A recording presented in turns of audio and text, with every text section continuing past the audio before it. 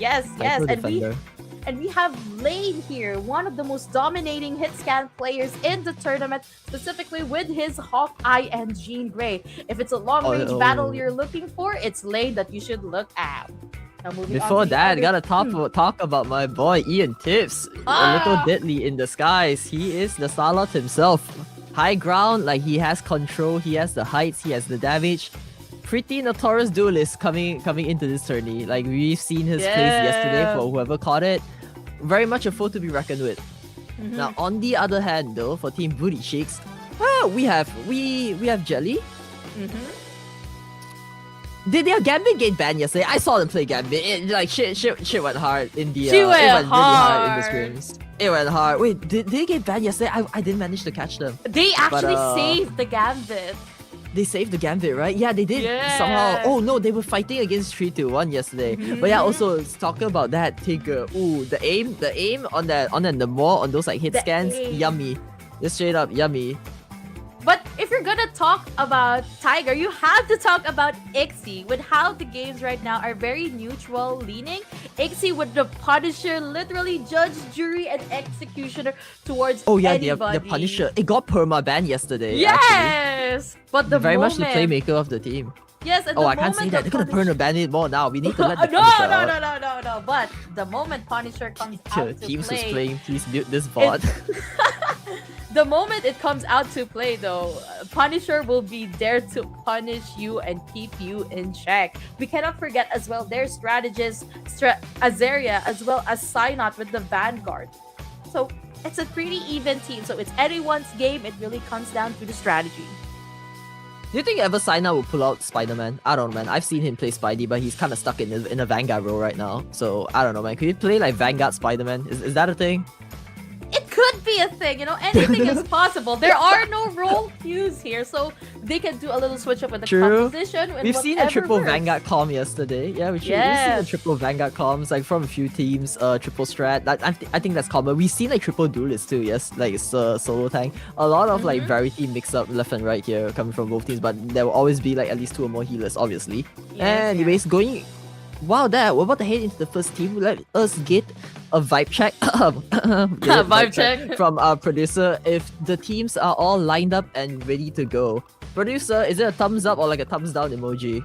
And looks like it's a thumbs down emoji. So, going back, let's talk about meta. Obviously, nothing changed in a single day. But yesterday, so what was the fan favorite pick? Like, what was the overall pick of the tournament? What do you think? With so many heroes getting released as of now, we've probably been like, I think Marvels has been out for quite some time, and they have been consistently shipping out new heroes after heroes. What is like the most picked hero among the pool? We don't have a statistic chart, so what about you? What are your thoughts, Reggie? Definitely for the Vanguard, Groot is the #1 mainstay with how powerful his ult is. Which, do you agree with that pick? I called it yesterday on like 3-2-1's fight.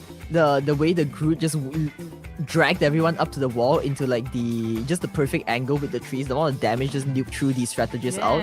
So pretty much he's kind of annoying. I feel like I feel like no one wants to play against a Groot. Let's be real. Like this guy just plant walls and you block out the healing. You shoot them. You literally block pathing. He's so annoying because he's such a unique character and he completely disrupt gameplays. And I think that really frustrates people. I don't want to play with a Groot, like especially a good one too.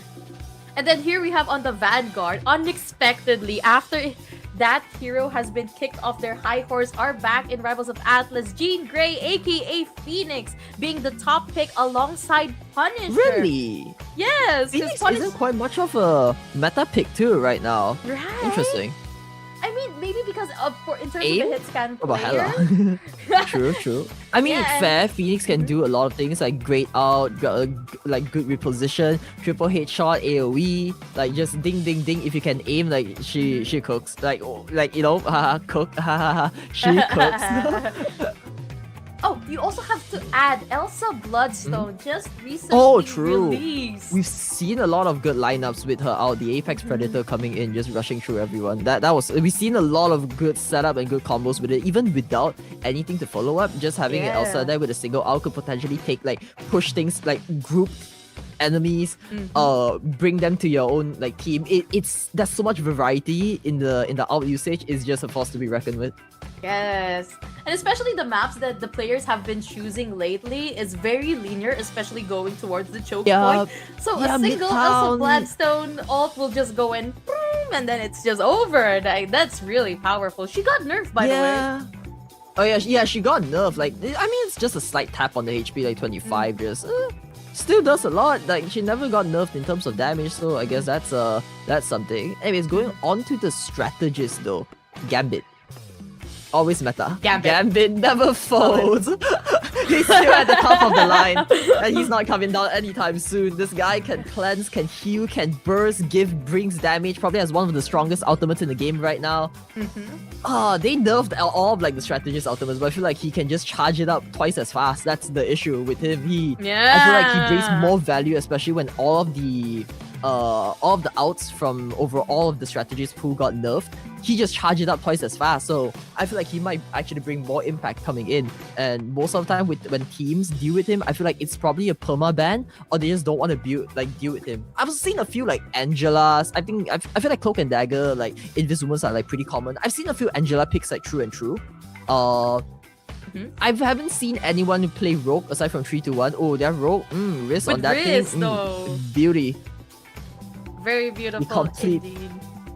He completely like resists the entire team from using their resist. I need to stop with these. I'm in the pun mood right now. No. I'll see myself out. Nah, it's fine. Oh, by the way, another thing that you should add in the strategist pool: if Gambit is not out to play, our resident mother, Invisible Woman, is here to discipline her children into submission. She's everywhere. She's everywhere. Such a common pick. Team sleeps on her. But I feel like it's much more of a common pick, like along with like Cloak and Dagger, very much like high skill potential, depending on how you play them. But Black Panther, BP is now once again King of Wakanda, is now back in the flank pool, and he's better, stronger than ever, especially with our latest strategies coming out from the game, White Fox. Yes. Have you seen like the combo some teams pull out with like the BP White Fox was just disgusting. I like, especially with the buffed out from White Fox giving her so much more durability during that out. Like, it's just a rinse and repeat. We seen yesterday, especially Suzu, like literally coughing through the front lines on the Panther. Like, just dive in. Like, he doesn't even flank. He initiates, just takes out the entire front line and diving into the back line. Like, Panther can do that now. And I'm like, I don't know, man. With White Fox, it's a threat. All right, I've seen teams banning like BP, like True and True, because you just don't want to deal with it. Yeah, with so much neutrality in the game, you just don't want to deal with it now. Yeah. Especially Erivo. Erivo is the most dominant White Fox for now in this tournament, along with Suzu. So those two are like really want to look bread out. And butter. So, yeah, they're bread and butter essentially. All right. Any other heroes? Like any other heroes you think might hit Doctor a little? Strange being the typical... Oh yeah, no! Yes, Strange. Oh my god, I almost forgot about him. He's so neutral to the point where every team plays him, but only a specific few players always bring success to him. I'm not gonna name who, but there's been a lot of. Okay, you name it. I've seen too many. I could name every team. Definitely. Every team has a Strange player. Definitely the Strange that really comes out on top is Shrella, because the way the other Stranges, because the way the other players are playing, they're playing it like a main tank where they're just defending, they're just shielding, and then if they get too close, they press that E. But Shrella, no, if someone portals in, he goes up to their spawn and just raises that shield. You cannot go out. That aggressive play is what's needed. I mean, I've seen Shisu play it. I've seen Masin play it. Almost every team right now.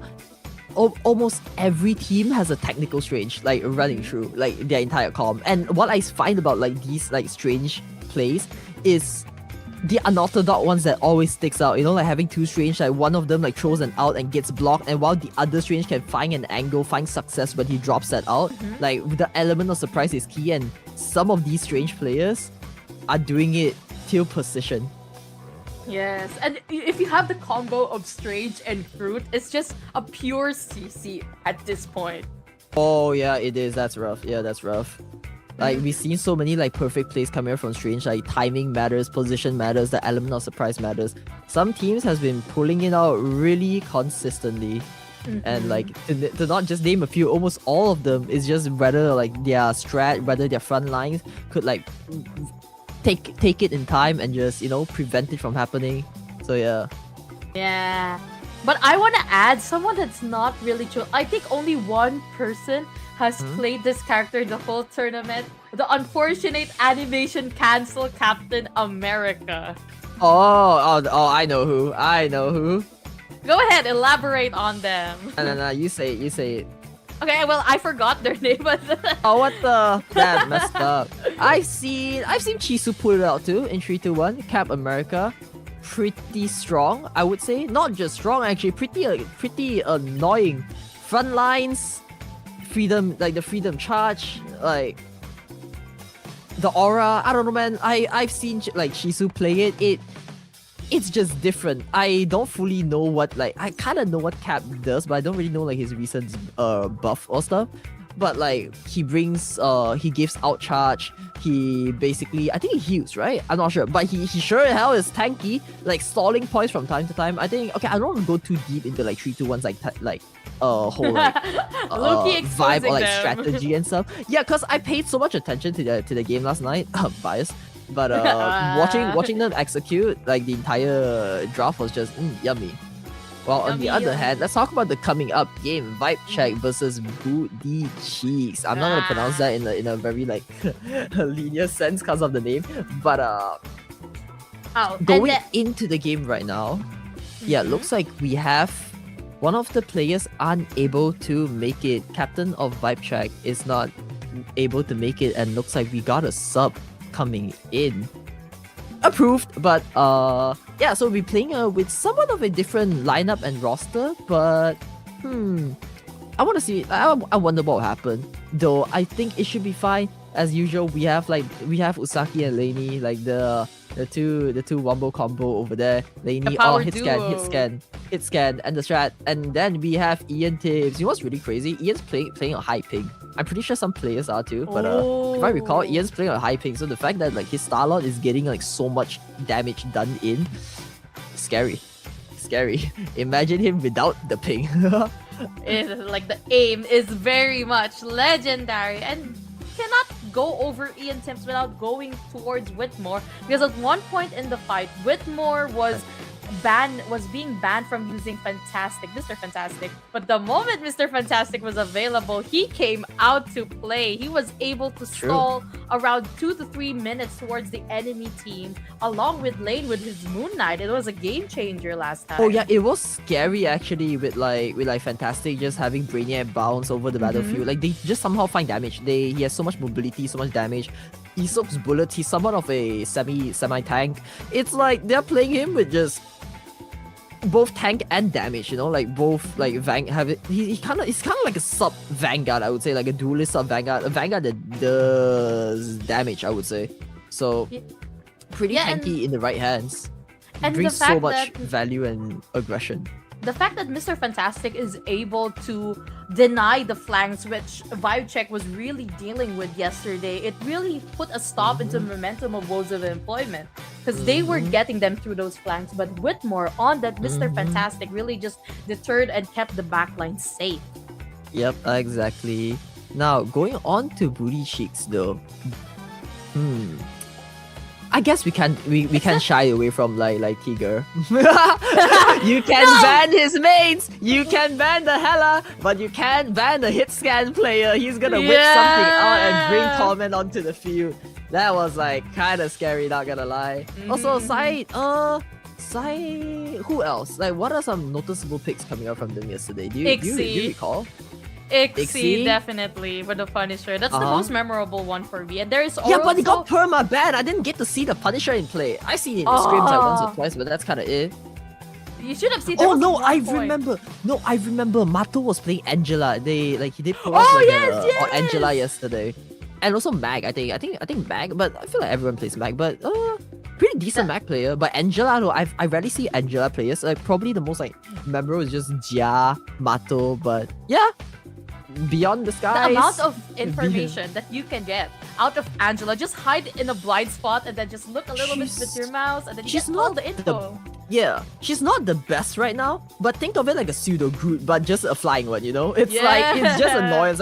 Comes out from the blue. Like especially I want to glaze Jia a little yesterday. The entire team setup from his team, because of his Angela, he prevented the flank. Like he completely denied the enemies like BP and their flank, and he consistently like kidnaps the strat. So in the right hands, I would say Angela brings so much like chaos, and obviously we're not pro play, right? Like the sense of communication just completely gets disrupted, and I feel like that is a huge winning factor in games like these. Just having just randomly you see a strategist like screaming at the top of their lungs, I got kidnapped, Angela, and they're like, where, where the hell are you? And then when they And the die next thing through you're comms. like, yeah, you're either in the middle of the enemy team or you're just off the map, like, where did you go? So having like Angela's not those kind of units where like you can prevent, more like you could prevent it, but not when it's too late, you know? Like you gotta like get over it. You gotta like pre-plan for her to dive in before you like. If not, it's gonna be too late. Like by the time she gets into your defenses, which is like such a rough thing to deal with. All right, now we're gonna Anyways. go now into the first round of the day. Vibe checks versus booty cheeks. The one that we will have in the map pick this time is going to be Vibe check. Any predictions on what map they will be choosing? Midtown, come on, drop my favorite map as controversial as it No. seems. I like Midtown. I want to see No. some Midtown. Can be so Kunlun! It has to be Kunlun! No, no. You need to think about the camera. What are they gonna see? Nothing. Hey, you have to understand, our staff team is the best in the world.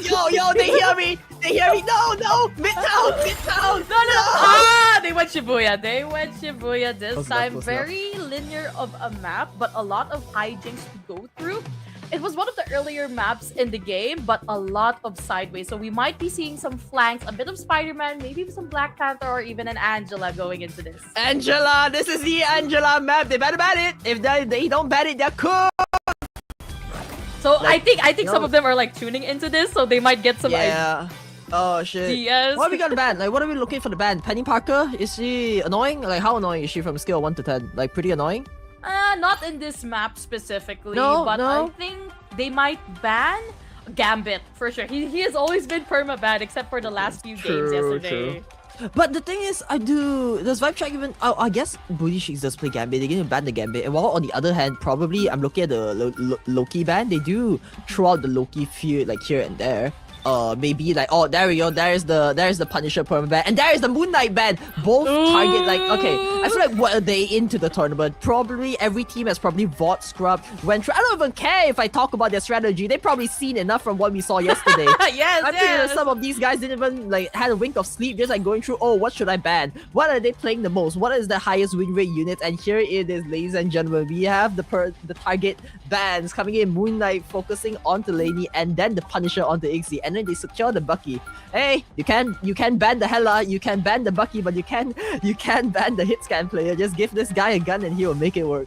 And they do make it work. But here we have the Gambit perma caught ban it. right off the bat. They don't want that cleanse. They don't want that boost. They don't want that attack damage. They just want him out of the game. Are you gonna be able? Do you think we'll be able to see a Deadpool ban here or a Deadpool play?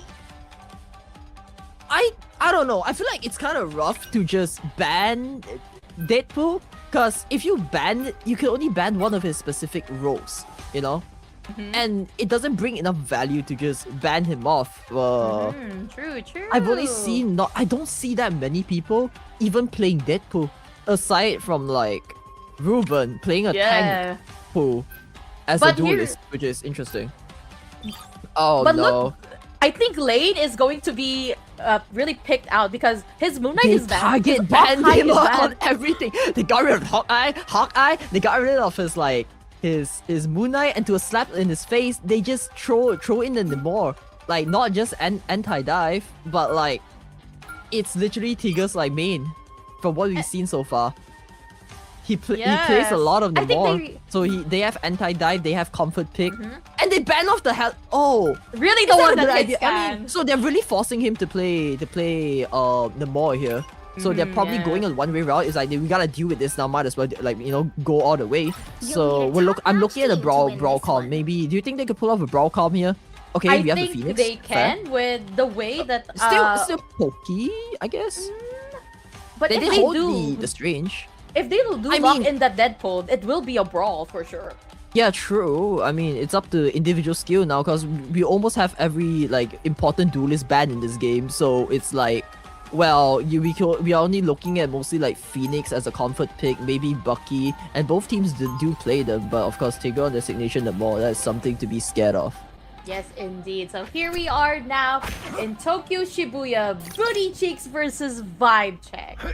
So go ahead, chat, What a go vibes. into the chat and tell which team are you rooting for, which team do you think will win. And don't forget, there is a giveaway of blue units, so go ahead, type the password while it is still active. I so wish they would play like Widow, but unfortunately Ian went back into his old roots. The Star-Lord is out to rain terror above the skies. But I think it could easily be countered by Lane. Lane has been getting a few MVPs here as Jean Grey in yesterday's matches. So we will see now. And now it begins! Booty Cheeks versus Vibe Check. I think they're going for an early Instant portal portal? here. Yeah, early portal. They just want this in. I would say that's pretty good because again, Penny isn't bad. Penny's really good in this map. Yeah. So, oh, right in their back. Oh, wait, hold up.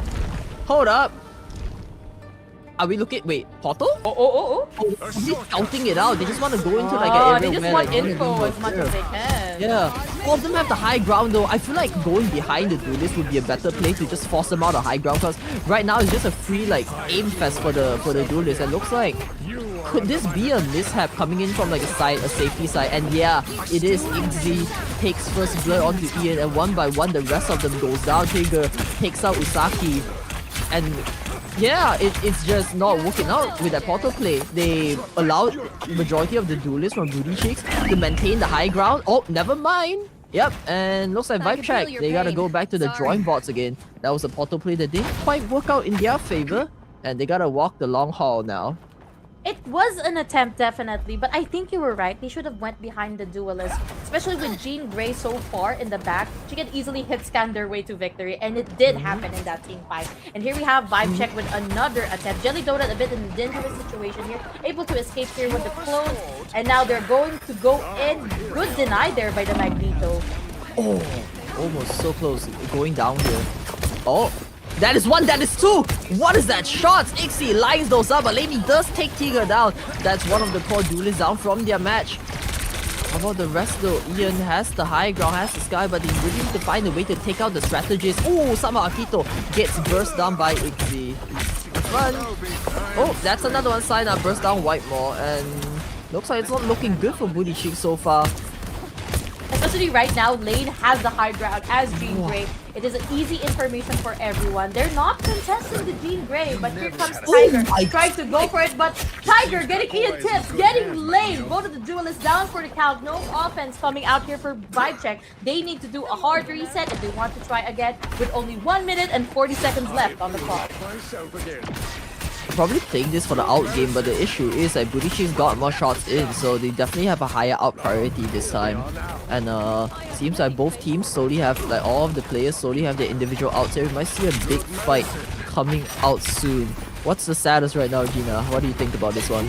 Booty Cheeks is definitely in the advantage in terms of pulse economy, and they're still charging. And take Oh note, their my. Loki has more Why not? charge compared to Vibe Check. Magindara here is here with the off angle, trying to keep their Magneto up in check. I feel like the red carpet's gonna come up anytime soon. Cynut! What are you doing?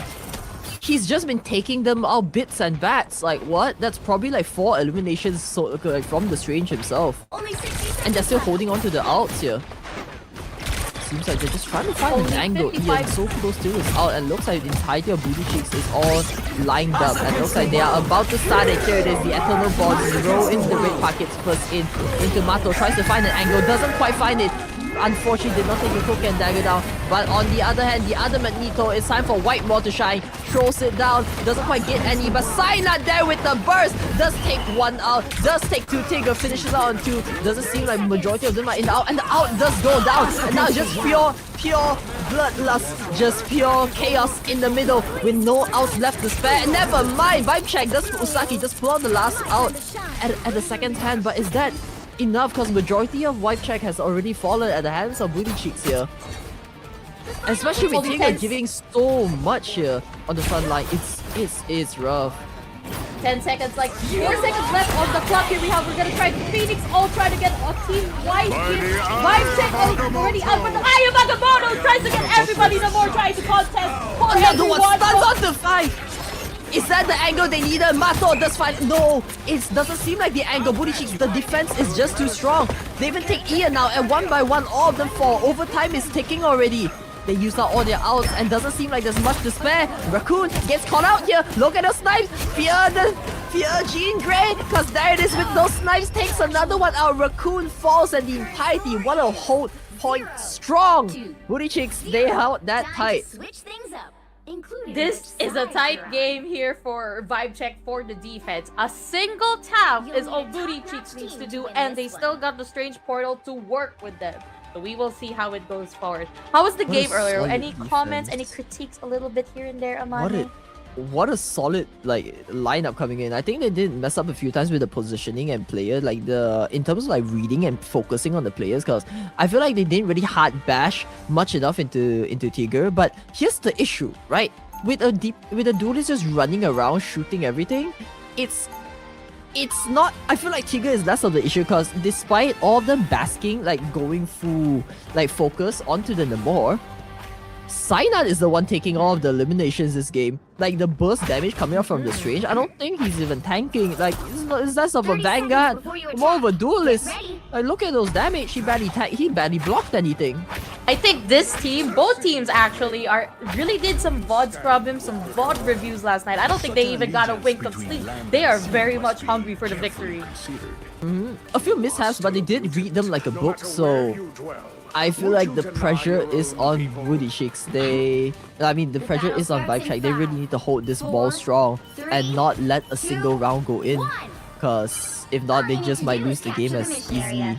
I think they're gonna go for an and early that's not good. portal here. Yeah, they're probably going to portal, but will we see a complete return? They went for the safe route here, so that's pretty good. He's a little stuck. Okay. He's still contemplating, and there it is. Oh, the element of surprise going on somewhere where they don't realize it, but never mind, instantly gets scouted by Laney. So now they went on a similar approach, but this time there's lesser duelists on the high ground here. Oh, never mind, that's one so close, but still gets really low. Needs to get healed up from this angle. They do scout on the high ground, so what I think they did really well this time is Booty Cheeks did manage to scout the high ground, and now Tigger joins the fray on the front line, tries to find all of the Laney already getting pushed down to low ground. That's not good here. The ball slowly losing the heals, but nope, Ian finds a pick onto Tigger here. Really well played coming around from Ian here, getting that first blood in for the match. Now on the other hand, they see Usaki, but Usaki is just a Loki, running around. There's not much. Ian sits here with the Bucky, trying to sustain as much that he can. But Usaki, nice position here with the Lady Loki. Lane already got Ixie. It's a 1v1 great, and Lady came out on top. So here we have my Booty Cheek already down on the ground with two of their vanguards. Oh, what was that? Oh, they already got 3 down from Vibe Check. Booty Cheeks defending the point. Good as well. Jean Grey already got low. Tiger eliminating Lane right off the bat. There's 2 more. Oh, the damage. Left on the It's just too much. The damage was too much. Tigger was just hitting all of his shots, and that might be it. The game point. The game just goes in hand on Booty Cheeks. 1-0. Winning it in style. The sudden burst with taking down 3 of Vibe Check. He just got past that single wall without the outs and taking the first game. Congratulations for Booty Cheeks, and here we have Sign Up on the MVP for Doctor Strange. Congratulations to the teams. Yeah, that Strange was something else. 20 elims, by the way. 8k damage. Wow. He was Even for a short match, that was really high That was- statistics here yeah. with 12k damage. They hold that block. so well. They held that Really so well. So Vibe Oh. Check and Booty Cheeks, or rather, Vibe Check needs to go ahead and go back to the drawing board and try their best to rewrite whatever strategy that they have and turn it into something else. I feel like Booty Cheeks already got a good read here on Vibe Check, so this is going to be a challenge for that team to really kick it up a notch. But anyways, going forward, Amane, what do you think? What do you think Vibe Check has to do? I'm still trying to think. I've been a little silent because I've been just like finding ways like what can you get through this, cause you focus on one issue and they're just like bursting your entire team down. Like what can you do in a situation like that, especially when you have like stuff like Loki and stuff. I feel like, and okay, here's the issue, right? I do think that Vibe Check didn't really throw a lot of their ultimates out, right? They have a lot of out angles. They were holding that a little too in, or they don't really have a proper sequence of like whose out should go first. But Booty Cheeks are doing the same thing. Like they're holding their outs too. So it's kind of rough for me to say what's happening in this game, because I can't tell is this like a mind game issue or like what, because there's things to improve on, right? Clearly. But if they do out better, Booty Cheeks haven't even outed a single time. So there wasn't any like there's no feedback there. It's just like, you know, you pierce through a wall, you get blocked by another one. Like what? Yeah. It does come to the neutral gameplay here with Ixie. You were right. You can ban the Hela, you can ban the Jean Grey, you can ban the other duelists, but you cannot ban the hit scan monster inside them. The damage coming out from them, the way they prioritize targets is something I like about Booty Cheeks. So maybe Vibe Check needs to be a little more like, I wouldn't use the word locked in, but they gotta focus on the right targets, because right now they're just diving in. But meanwhile, yeah, even though all of them collapse on Tigger, there's more issues coming up later on. They need to like really sort out their resources to the best way possible. That's right. Ian Tips as well. Ian Tips really tried to hold that ground both as Bucky and Star-Lord. It just really, I think it was just a difference here in the damages that were coming out. Mugging the Ride, Usaki, great work there on the strategy. They really were doing their best to sustain, but if the damage is greater than the sustain, well, the team will definitely go down nonetheless.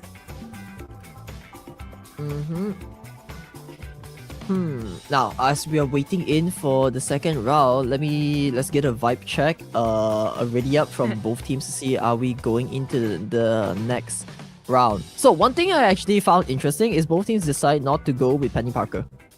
Yeah, especially with that map being very Penny Parker heavy. With that first okay, to be fair, they are stranging on top of the entire area, but I do really still think, I don't want to dig into it, you know, but the slight mishap of like vibe check pulling a portal on top without pushing the duelists down, giving them free realm of the sky, and it's just, they're not looking enough. And even Ian was looking, he instantly gets taken out. So probably a sense of like game direction coming from teams. They really need to communicate that in, and like about their resource usage. Yes. It really is evident, especially during previous matches, that the ults, you cannot just spam ults. If we remember the horror of Season 2 and Season 1 with the ult spams and everything in between, it's like 3 ults were going per checkpoint, and now they can only afford 1-2 ults at most unless the game is really extended. So they're really preserving that. Booty Cheeks and Vibe Check were going with that strategy to try to save the ults very much last minute or unless it is needed. So this will create a new dynamic moving forward in the season. But here we are now in round 2, Vibe Checks versus Booty Cheeks. Any predictions on the map here, Amane? Midtown! Midtown! Run it back! No! Why are you on my side? Weren't you against me? That's right. Okay, you know what? That's fair. Midtown! Give me that Midtown! I want to see it. No, not in Crystal Palm. One places map. Not a Season 1 map. No, shit boring. It's out of date. Give me Midtown! Listen, the fact that it's simple, it really comes down to the skill. I guess both teams just really want to eliminate the unnecessary factors of the environment of the map and just going in there only on their skills. No, Midtown! My Midtown hope and dreams. You might never know. It might reach the 3rd round. We never know. They might pull up Midtown. Anyways, alright, Gristle Path. What's good? What's not good in this map? I think dives are really heavily impact. Deals a lot of impact with a lot of like small tunnels and stuff. Big AoEs. So looking a lot, I think BP's White Fox would look pretty good. But I don't think neither of these teams play them. So we're just going on a full-on do hit scan gameplay 1v1 in the skies. Ian Tips already hovering over that Starlord. Some of them to White Maw, he's done with this. He wants the fantastic. You know what? Maybe mid tower was a bad idea because White Maw would have just like ran through that with fantastic. Fantastic is really good on mid town. Amane, look, Gambit. Gambit save. Gambit is saved. Oh, what's so back?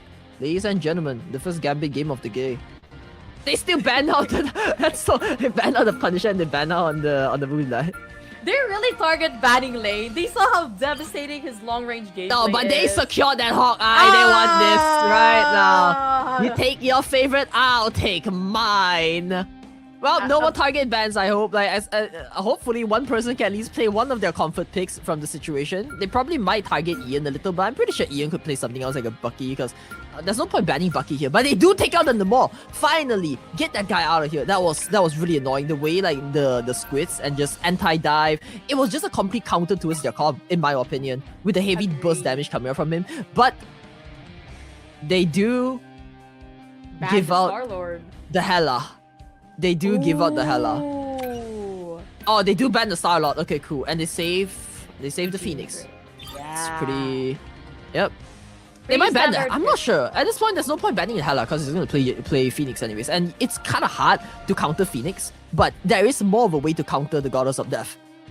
More ways than one, definitely. Especially with a Strange on your team. Easy shift towards the Goddess of Death, and then you are blocked it already. But here we have the vibe check, saving Mr. Fantastic. Widmore is gonna let the Fantastic vibe out towards the booty cheeks. Somewhat of a waste to ban Hela here, but it could be a possible thing. But they could also ban the Magneto. They could also ban the Strange. I feel like what's really affecting these. Okay, obviously Akito plays Strange, so maybe banning the Magneto might be a better chance here. There we go. There it is. The Magneto ban comes out because that was really like there was so much defense coming out from them with that Magneto pick. Especially following up on the Strange, the classical two Vanguards. And on the other side, so probably the best way to do it here is to put the word uncomfortable in both teams and take out like Strange, but they went for Invis Woman. So knowing that, top-notch team to win this they are probably gonna play their own Strange comp and block it out. I would probably prefer them banning something like a Loki or stuff, but they decide to go with like Invis Woman. Maybe it could be the reason why the Tiger is going for the Wolverine. We have Amifrost and Wolverine, something that Invisible Woman does really good against actually. Especially with Gambit having all the damage boost and follow-up going into it. Yeah, I think. So here I think that was like more of like a neutral ban, you know, just to prevent them from disrupting them. Yes. And here we have Booty Cheeks and Vibe Check here at Yggdrasil Path. Both Gambits out for both teams, and sign up playing his bread and butter. 30 seconds before you attack. Doctor Strange, and also we have Tiger on the Hela. Very yep, there it is. Talked about the Hela. Are they hella cooked or is she hella cooked? But we have Lane here in the Hawkeye, and he never misses his shots. So we will see. It will definitely be a Tiger or Ixie versus Lane. Really duking it out along with which Ian team Tips. is hella cooked? Write it down in the comments right now. Hashtag hella cooked. We will see. And now both with a single L. With a single L. Both teams now unleashing here on Yggdrasil Path. Here we have Booty Cheeks already going for the high ground lane, playing here by the Concord. Both playing safe so far, no intense plays coming out. Look at the paranoia from the duelist constantly looking back. Like, it's good but also not good at the same time because it just brings so much like fear and worry into them knowing that they might get flanked any moment because again, I say this game is such a good flank game, but it doesn't seem like the case of both teams are just fighting this head on. But unfortunately, Booty Cheeks has the high ground and that's not good for Vibe Check. They're probably eating all of them up, but somehow surviving through. Vibe Check, Akito getting very low. That Ian Tips instantly gets sniped down by the other frost on the front lines. Gambit, look at those like jellies, like just healing up with those. The amount of burst damage coming out from this is just so much. But Emma does fall a little overstep there a bit. But still, for one trade, they got the entirety of Vibe Check. It looks like back to the starting points they go as the pawn gets pushed back. Still right to reset. They still got 3 minutes left on the clock. But that Emma Frost on their map able to get 2 people just from the diamond form alone, and Whitmore with the Brainiac bounce soon to be coming up. And we have Lane keeping everything in check. Maybe the English woman play like badness is really coming in, especially when you gotta just like push out the diamond form and there's nothing to push out. So when Emma goes to the diamond form, you're just kind of cooked. Yeah, hella cooked. Hella cooked. But still though, they do have the outs come down. They do find the pick on the XZ and looks like Synod falls in the hands of Whitemore. They find the pick here, but instead gets kicked in the face. Lady goes back to base. And seems like team fights are going a little neutral. Both teams are playing an easy, like even ground right now. But Whitemore, no one is looking at Whitemore. But one by one, the outcomes are so close. The Bucky comes in with the taunt from Deadpool, perfectly getting them to look at him. Here comes the space portal going out. Round 2. You are nothing, this! Onto the back lines here, and Thunderbolts comes out holding all of them tight. Is that the number? No, Akito loses it a bit, will step out for just a quick second, and this is a perfect place for Macro to throw out the Sonic Seduction, walk into the hands of the Ember Fraud, walk into the kick, and down they go. That's one down. Laney goes back to base, and so is that. They don't take the point. The portal play at the right with the element of surprise, holding in. There's just one left on the battlefield. Whitemore, how long can you survive? He's holding the point in his extended form, but both of them does finally get pushed back in enough time for the entire team. Not enough time for the entire team to come back into the fight. And it was Looks a like a portal in reset, the middle of the game, so the Doctor Strange won't have a portal at the end if ever there will be a crunch time or an overtime happening. So this is a pretty dangerous spot here for Vibe Check. If Vibe Check does find this angle and somehow manage to take this advantage, because they will have the portal advantage to bring it back, while Booty Shield does not, and that's probably like potentially 1 or 2 lines. But obviously we know this point is a little hard to stall, but not for the next one. So I do think that Booty Shield's gotta put extra effort just to hold this point tight. And just like that, onto that, like does get only 1 on the stun, not quite enough. Goddess of Death comes out here. Taker goes for the back line. That's 1, almost 2. The strategists, they're healing each other, but is the damage? Does it go through? It does not. That's so much damage coming, but none of them fall. Aside from but it's just not enough the strategists because they're so focused up on healing each other. The entirety of Vibe Check starts to fall. Here, Isaki needs to go back to base too. And no strange portal to play with. 20 seconds left on the clock. They need that crunch time. Now here we have. They actually have the portal. They have the portal. Yep, that's why. Only Booty Chicks used it. But they're going for like something of a back around. But Usaki does have the out here. But I'm not quite sure how would this like Dead 2 strat. Is it strat 2? Strat 2 fair out. Strat 2. Yeah, I'm not quite sure how would strat 2 fair out. Here we have the Eye of Agamotto getting everybody here in Booty Cheeks. But the red carpet has been laid out by Bamagindaba, and Phoenix coming in with You Are Nothing. Oh no. Shibazaki, 2, 3, they all go down. Vibe Check with only 2 players. Ian Tip and Lane. Ian Tip falls down. Lane getting 1 Tiger, but he falls down on the hands of Azaria Dio. And with that, Booty Cheeks gets them down to 83 meters only. That was chaos upon layers of chaos. With the Strange coming in, landing the a pretty decent ultimate, but I think Gambit just might cleanse all of that. I'm not gonna lie, I think I just saw Gambit cleanse it. Jelly might just pull the cleanse on the last second, saving the entire team from the Strange out, and immediately they just bounce back, bounce back, and yeah, it's not, which won them the fight. Yeah. Now we finally see the Gambit plays coming in. That is... I saw that, I was like, oh, damn, okay, Jelly, I see you. She is a Gambit main, so it makes sense. But I think scary. we're seeing Psynot on the Spider-Man here, going full offensive as much as I they caught can. it! It's finally out! But they won't be having. Oh no, they'll be having 30 seconds a Vanguard here No, with the niggas Hulk. going on the Hulk. Oh, I'm scared because Hulk's really good. He's meta this season actually. The He's jumps meta. are very Yeah. close together if you look at it. Good jumps, good self-sustain, good stun, good tank. And the thing is, Hulk is so mobile, you don't even need healing. You just gotta run to the side, grab a health pack, and you're back, especially when they have majority control of the map here. So it's really on the Vibe Check. The pressure is on them. 4, But 3, still, they're still gonna fight the good fight. Booty Cheese versus Vibe Check. They only have to do 84 meters in order to win this round. So we will see what Vibe Check will do to ensure that they will not go anywhere near that. Our enemies are near. Staying here on the high ground, and Ian still fighting here with the Bucky, but the Jean Grey getting optimal damage with that burst already. Oh, good high ground. Oh, what was that? Ew! Disgusting! The flick on an eye takes the Hawkeye and ships him back to base. That's one down. That's not looking good for Vibe Check. And all the slowly falling Usagi getting so low there, tries to cloak but doesn't make it in time. And all of them one by one, they fall to surviving. Can the Raccoon even heal this? They probably can. Desperation serves the hell out. Tries to walk out to stop their ascent. And then by it, the point almost at bay. So little, so close. They won the portal play, but it just might not be enough. A little too late, and they click the point before they touch the point. Score. One, A two, quick match zero. by Booty Cheeks versus Vibe Check, dominating, and that proves you cannot ban a hit scan player. You cannot ban the hit late scan on that side. point. So close. Oh, that was heart wrenching. And here we And- have Shibosaki Mako.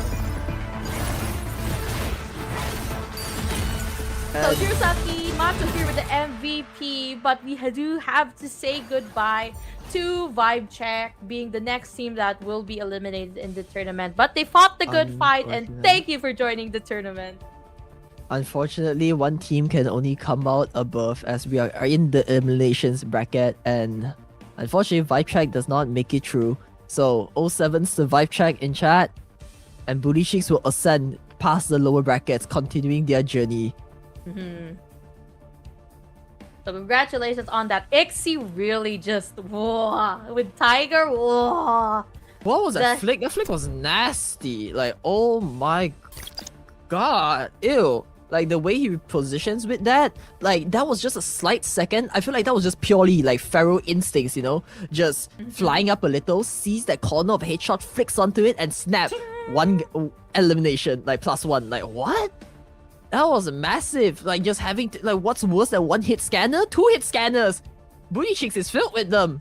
And Cyanide there be doing so much in the front lines, and then finally they have Jelly on the Gambit just with the clutch cleanse, like cleansing them from I feel like 4-5 of them got hit by the strange ult, and just Jelly coming in to cleanse it.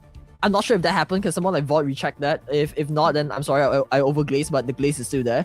But yeah, aside from that, all of them are like pretty running it like just really tight. I see Azera like cloaked a few outs too, like especially when Whitemore was going into the back lines, but Whitemore was Yeah. annoying, did his thing, but unfortunately did not come above. So really well played coming from Yeah. Booty Cheeks. They played that tight. Also Ixzy, I just want to mention this. He got like exactly 10,000 damage in. Oh yeah, you're the right. perfect number. He got a perfect like 10k of like damage in. That was like kind of cool. And put a little screenshot on it. Immortalize that image forever in the corners of the internet. Congratulations. And by the way, just a few announcements. Go ahead and join the giveaway because the next giveaway is giving 1,000 blue units each. There was already a giveaway earlier. Congratulations to our winner, but it gets higher from here on out. So keep tuning If into anyone the wants chat. free stuff. Yeah. Free stuff. Ooh, you love free stuff. Ooh, type it out. You'll get free stuff. Alright, anyways, we're going on a break. We're kind of like a little behind schedule today. So, try to catch up, and we will catch you guys right after this break for the next team to line up in Stage 4 Rhinos Atlas, just for vibes. Catch you guys soon. We're live. See you soon.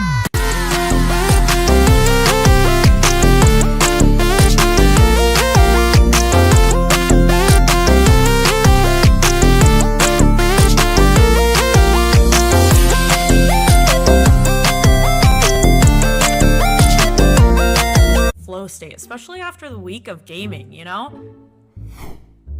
This is my favorite shirt, chat. It's not even that dirty. It's just worn once.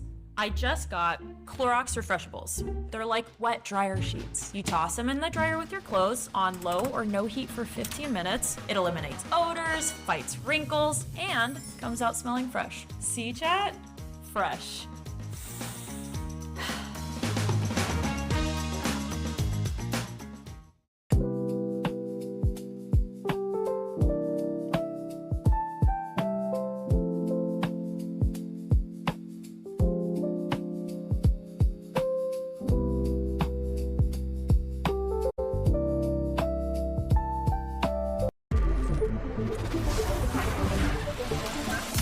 You wanted sugar-free hydration, so we scienced it. Liquid IV is the only sugar-free hydration product on the market clinically demonstrated to hydrate faster than water alone. Now, lift your left leg into a bird of paradise position. Not everything has to be this complicated. Get 23 grams of protein per serving with Tyson High Protein Simple Ingredient Nuggets. Always been Tyson. A lot of my friends told me that I wasn't going to be able to do it. You don't need to start out with a teenager because they've had all these things that they've gone through. Could we give him the things he needed to be a successful adult? What parent isn't worried about, what am I not doing right? What am I not doing enough? That's my son. My dad showcased a sense of love that I never had before. I had a rough time, but I saw that even though the way I was acting, they didn't push me away. She says that we're her heroes, but she's also mine. I've had 3 other mother figures in my life, but only one of them has taught me how a mother loves. How you guys raised me is absolutely amazing, and I really appreciate that. Learn about adopting a teen from foster care. You can't imagine the reward. Visit adoptuskids.org. What? Yeah, run it, push that down. Yozma, break that block. Yozma, lights turn off. Yozma, hey, don't talk. Yozma, hell, let's walk. Yozma, got it hot. Yozma, frame on shot. Together, Cottonelle ripples clean better. Teamwork. But have you ever taken out an ancient god of vengeance before? Not yet, but I'm always up for a challenge, mate. Why? No reason. But if that ever changes, I'll be sure to hit you up. Quantum Maximov! Wow! I loved your little sync-up with the vision. You deserved all the awards. I am not sure what you mean, but thank you. Ah, hey there, chum. Squirrel Girl and Tippy Toe at your service. What can we do you for? Please tell me your catchphrase isn't really about eating nuts. And kicking butts, yeah. Oh, why? Is that a problem? Did somebody else already use that one? Wow! It's truly amazing what gets through since we ditched the comics code. Your K-pop sensation, Luna Snow! I'm so excited I could scream like a little girl. You know me? I don't just know you. I know every piece of your choreography. Wanna dance while we fight? Sounds fun, but I have an image to maintain, and you don't fit it. I am vengeance. I am the night. I am... Whoa! Deja vu! I teamed up with a guy just like you not so long ago. Sweet cape, fancy gadgets, grim demeanor, long pointy ears. Huh. Sounds like a cheap knockoff to me. Uh-huh, yeah, you just keep telling yourself that, Mooney. Whatever makes you feel better. Since Weaponites gave me your healing factor, it's kind of like you're inside me every day. You don't quit your yapping, Wade. You'll have a lot more of me inside you real soon. Logan, I'm not that kind of girl. At least buy me dinner for— Oh, I'm sorry, you meant your claws. We doing this or not, Wade? I'm itching for a sequel too, buddy. But we have to wait till at least Phase 7. Wait! I changed my mind. Daddy needs his residuals. Let's go! Reda-san, ready to team up for some hardcore action? Before I reply, I need to see some ID. You sound way too PG-13 for my brand of humor. Sure, I may be young, but that won't stop me from saving the world. I'm all good with the world saving. I just want to avoid another awkward meeting with HR. I could make great use of someone with your skills. What say you? I'ma see. Gambus done made deals with enough devils in his day. Despite what some may tell you, I am no devil, Mr. LeBeau. Funny, that's what the devil always say. Hey, make one move. Good day or good evening to everyone. Welcome back to Rivals of Atlas Season 4. Just for the vibes. Welcome, welcome. And so, here we have right now the next team going up, which is Woes of Employment versus Shoji number 1. What do you have to say about that, Amane? Before I talk about that, I want to talk about today's sponsor. Thank you, Marvel Rivals, for sponsoring this tournament. And then our second sponsor, Musuno. Also, co-streamers by Prism Moon, Sweeps MY, and Osarium. Anyways, guys, do you like free stuff? Because I sure do like free stuff. In the chat, they're probably pinned. We have a few passwords, so feel free to type that. Don't spam it. I feel like one entry is probably the max you get, but stand a chance to win free stuff by pure luck, fully on gacha. So yeah, do type. I'm not gonna say that. Why are our passwords so weird? Producer, what is going on there? Beach episode. Question mark. Oh god. Crazy. Alright. Oh, Anyways. so as you can see the password over there, rocking it. So go ahead and type that. You know what I mean? For Clearly, I'm not right 1,000 one. units. This round, we're giving away 1,000 units. So go ahead, get those free stuff right in. Alright, now on to our games. Handing out the job applications, we have Woes of Employment coming in. Hard check, fighting against COG number 1. Sorry, I did not censor the J word, but looks like both teams are a little readied up, probably having like a check right now, and it seems like we are about to head into the game. So talk about like Woes of Employment. What do you think about their squad lineup? Woes of Employment, they're the ones that have been dominating this tournament throughout this whole season. Very scary, especially with Ruben on Really the scary. helm. But Oh, do not just forget, him, you. one Yup, person the entire cannot- team. one person cannot Like- make a whole team because even if Ruben remember- was here, remember True. what? Like, I feel like this team is so systematic. It's like a computer like program to win. It's like we Yes. have so many. Army being like the playmaker, like the one that sets up those shots for Ruben, because all he needs to do is just aim. When a duel is in his peak, he doesn't need to care about anything else. He just needs to aim.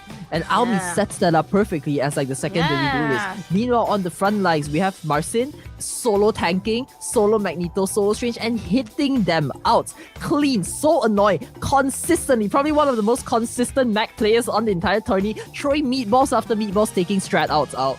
And then, aside from that, Strange always getting anticipated for that out, but he still lands them. I don't know how. This guy makes Right? magic, and I have no play of his formula. On the other hand, too, Jia, I keep talking about who's that person who flies in the sky again? I forgot her name. Like it just clicked out of my brain.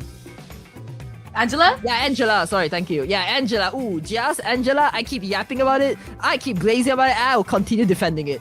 That Angela is scary. Anti-flank, like disruption, chaos, everything on it. Plus, still does a ton of damage and tanks so much. Like, scary. Very so perfect, this team very is perfect. very much a little scary here. Now, looking on the other hand, on COG number 1. Star player. Probably Kado, I would say. Kado's been Yes. hitting a lot of shots.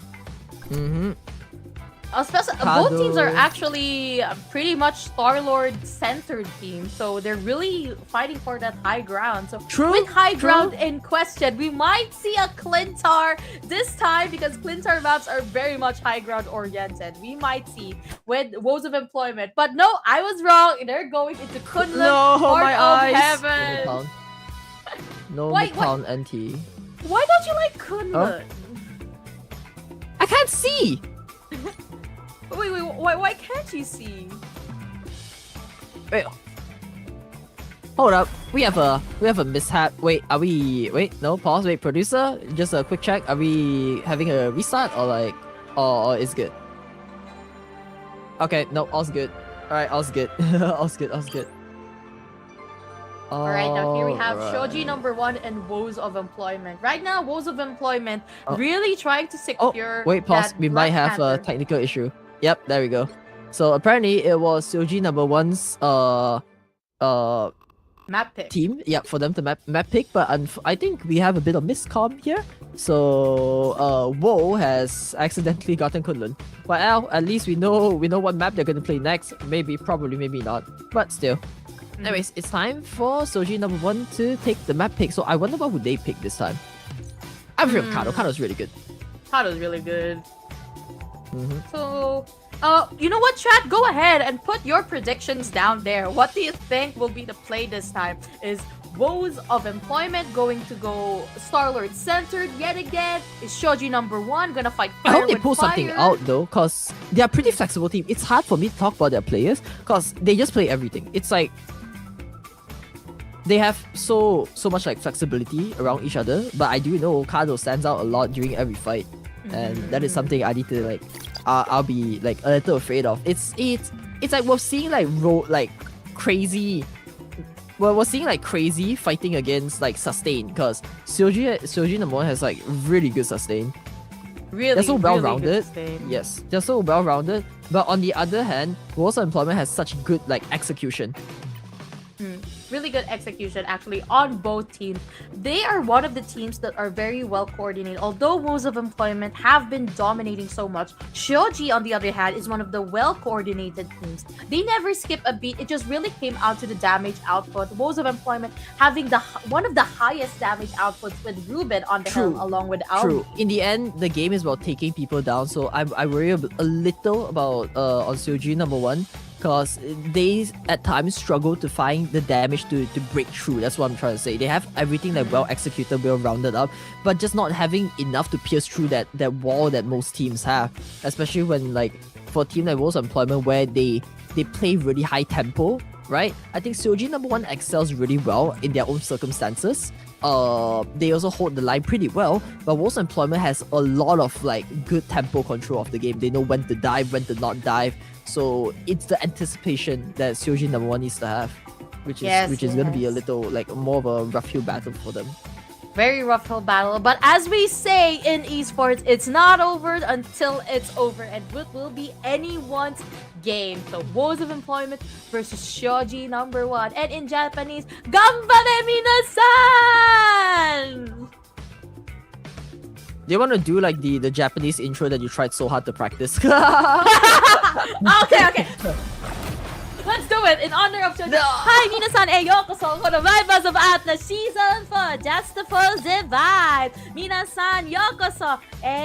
Amane-san, take it away. She's been holding that in for like the entire night, just like telling us about it. Like, oh my god, guys, I got a JP light. It'll be kind of sad to just like not use it, you know. Anyways, we got that out of the way. We got our first map. Oh, this is new one. Never seen this one. Hall of the Jala, Intergalactic Empire of Wakanda. Wakanda forever. So, do you think the Black Panther is gonna come out in this map? I don't know. Do they play? Woes of Employment might. No, I don't know. Never seen them play Panther, not gonna lie. On the other hand, I think Shoji number 1 might play it though. They have like a pretty like interesting team lineup that I've never seen coming up from other players. There's obviously, looking at the players they hovered along, we see a Blade, we see like a Shark, we see like White Fox, Mantis. Like, what is going on here? So maybe, but it's only a quick ban onto the Psylocke, taking out one of their mains. Of course, Gambit already on the ban here. They really don't want to see Gambit here cleansing and boosting. They saw in the previous rounds how much Gambit impacted the game. Like the final team fight, Gambit literally saved their team from the grave, and here it goes. They have saved Magneto just instead. Marcin's also known to be really good with the Strange and the Magneto. Typical save from the team. They want to save the Magneto but not save the Strange. That's interesting. But I guess they do, like, I guess it's pretty common where if you save the Strange, it's everyone can play Strange, you know? But on the other hand, Shoji does ban out the Star-Lord and does pick the Punisher. Not quite sure who plays Star-Lord on their team, but I'm pretty sure Ruben is hovering over the Punisher and therefore it is taken out. On the other hand, they counter with the Daredevil ban, but again, like we said, there it is, the Panther in the night, the King of Wakanda himself, hovered over by Jia. Because Jia, I mean, at this point, they could play solo Vanguard, so might as well just play, you know, like 2 duelists and a single flank.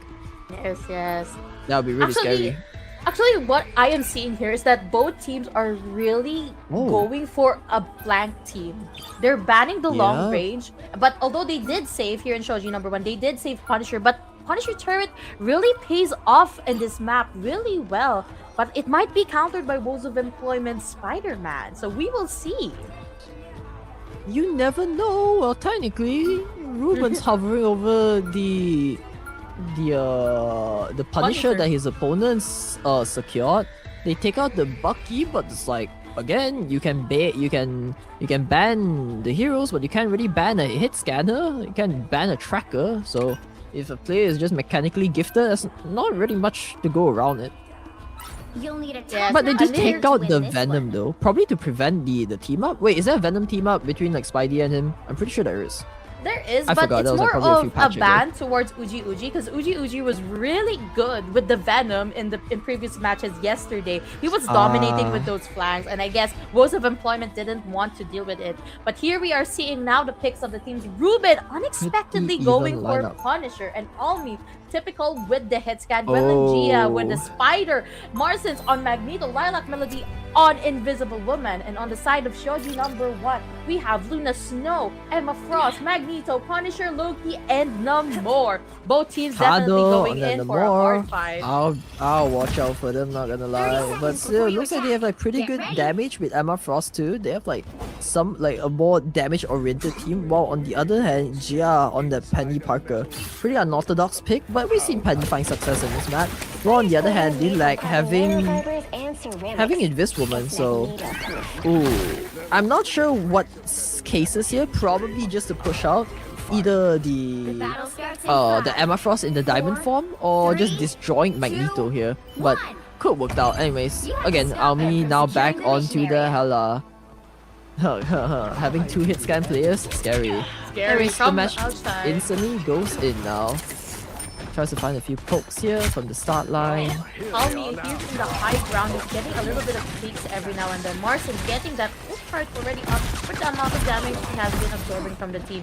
Both Punishers playing the long game here. Although they have detected Ruben trying to flank as the Punisher, but Ruben not given that attempt whatsoever. He's kind of separated from the scene, but they don't quite figure out that he was there. I think their main concern is to shut Ruben down, because once he snowballs hard. So getting surrounded like by his team is just not a good idea.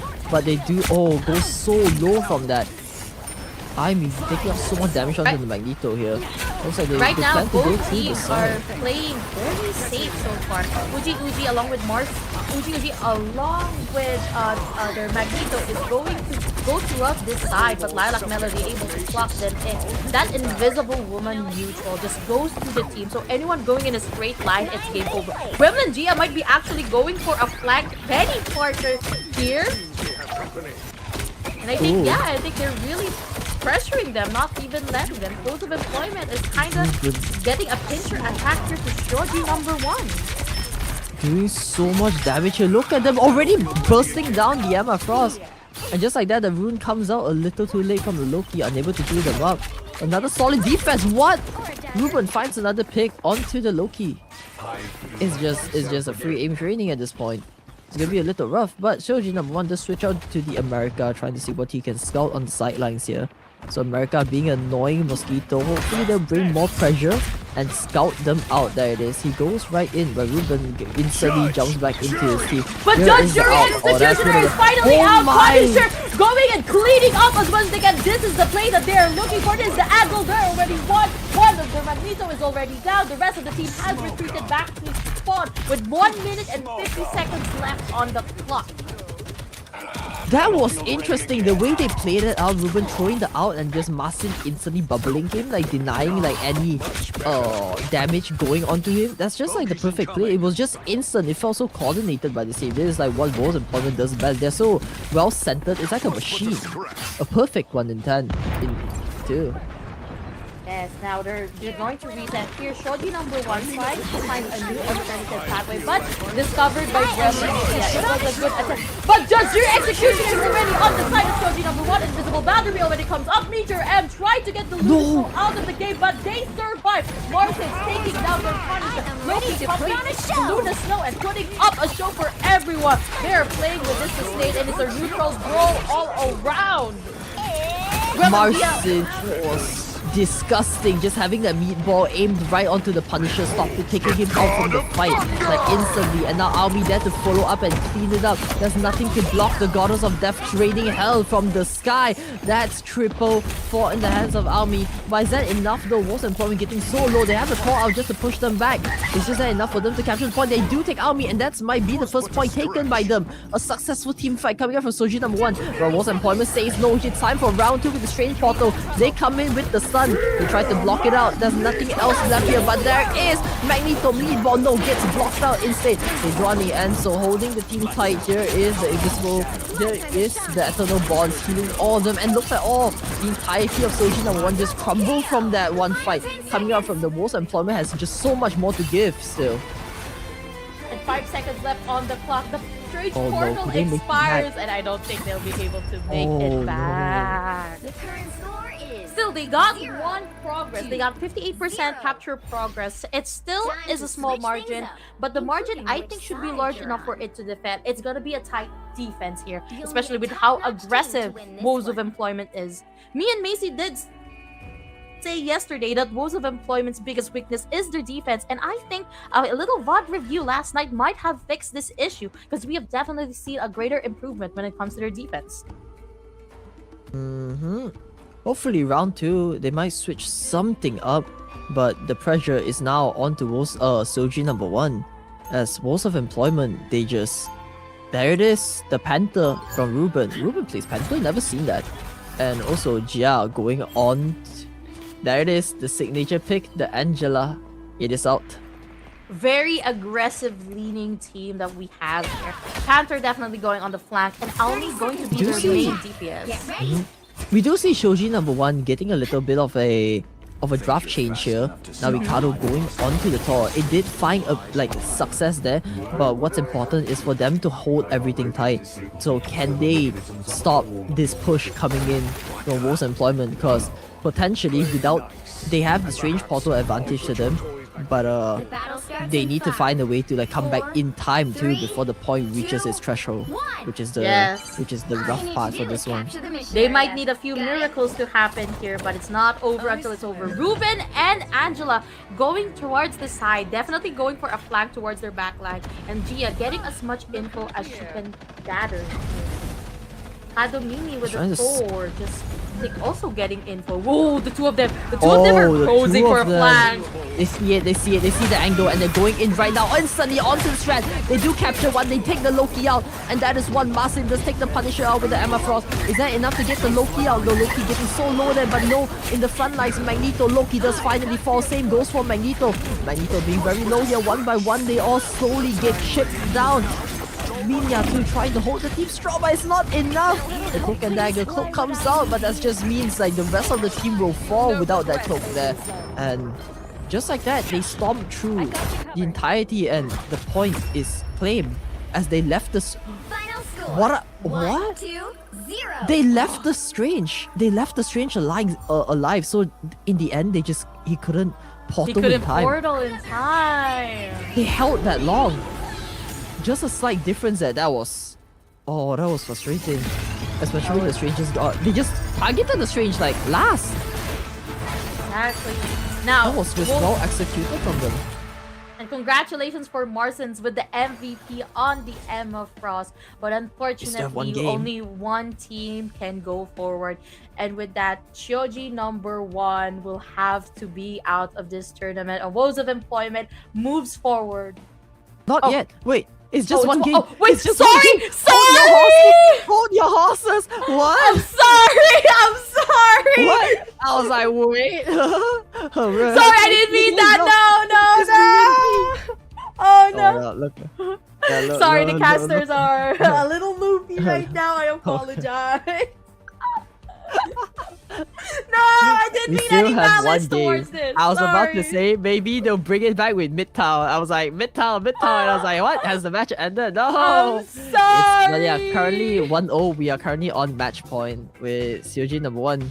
Pressure a little harsh on them, so I hope they pull it back instantly. Yes. So Gambit. I mean, they did ban the Gambit though. They banned. Oh yeah, Wolves Employment did ban out a few of their their picks too, so that is gonna be a little rough.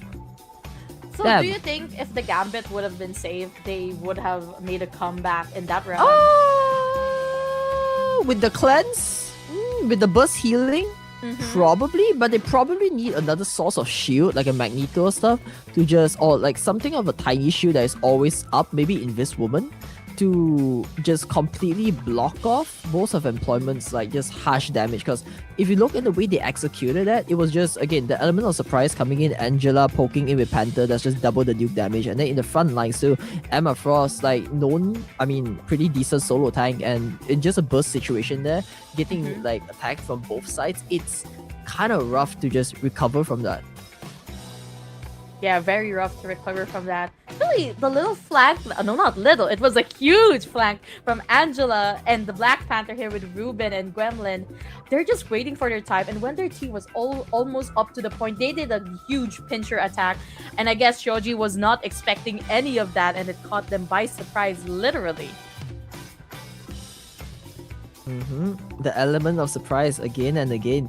Some teams just couldn't handle like that much of a pressure, and most Employment, they probably have this planned out, like running in both. It was just so well coordinated. If some teams could like actually read that and like manage to like stagger that, I think it would really work well in their favor. Yes. It seems Shoji needs to take some notes out of that. But here we are now at round 2, Woes of Employment versus Shoji number 1. What maps will they do? I do hope that they could like read, be successful in reading the situation and somehow manage to block it out, which enables them the power play. And with that, they could allow Kado to pop off, because Kado has been like really popping off a little. We've seen like a bit and bats of like tall play, like a few like duelist checks, and they just need to be in the right environment. Like the team needs to enable that. And which is something that most Employment does very well, because they just set up every situation perfectly for their duelists to just like, I quote, pop off. Yeah, Anyways, but here they have chosen Islands. Spider Islands. Spider Islands. They have chosen this map. This map was one of the earliest maps, and Woes of Employment might be at an advantage here because of the Angela, because of the Black Panther possibilities. Shoji number 1 really needs to ring it in and get that offense or defense right tight. Right. So Amane, As if the you team were goes in, if you were in this situation, you were, for example, you're the coach of Shoji number 1.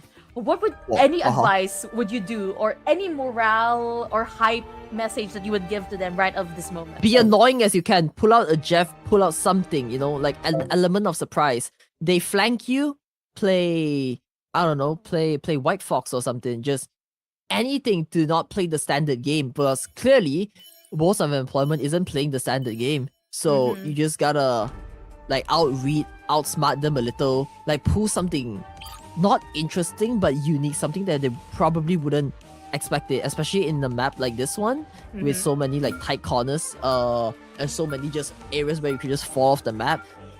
I don't know, get a Jeff, get a Spider-Man if they have the kit for it. But what's importantly is to really put a stop to Ruben. But I feel like now with that comes an issue where I feel like Jia and Masen is more of a formidable like frontier too. Yeah, but here we have already the first bans of this round, the Gambit and the Cylon. They really don't want that Gambit. He is kind of OP. This is just my opinion, because that cleanse, that boost really does something to a team fight. And there it is, Woes of Employment saving that Angela. They knew the advantage when it comes here to this Spider Islands map. And a save on the other side for Shoji number 1.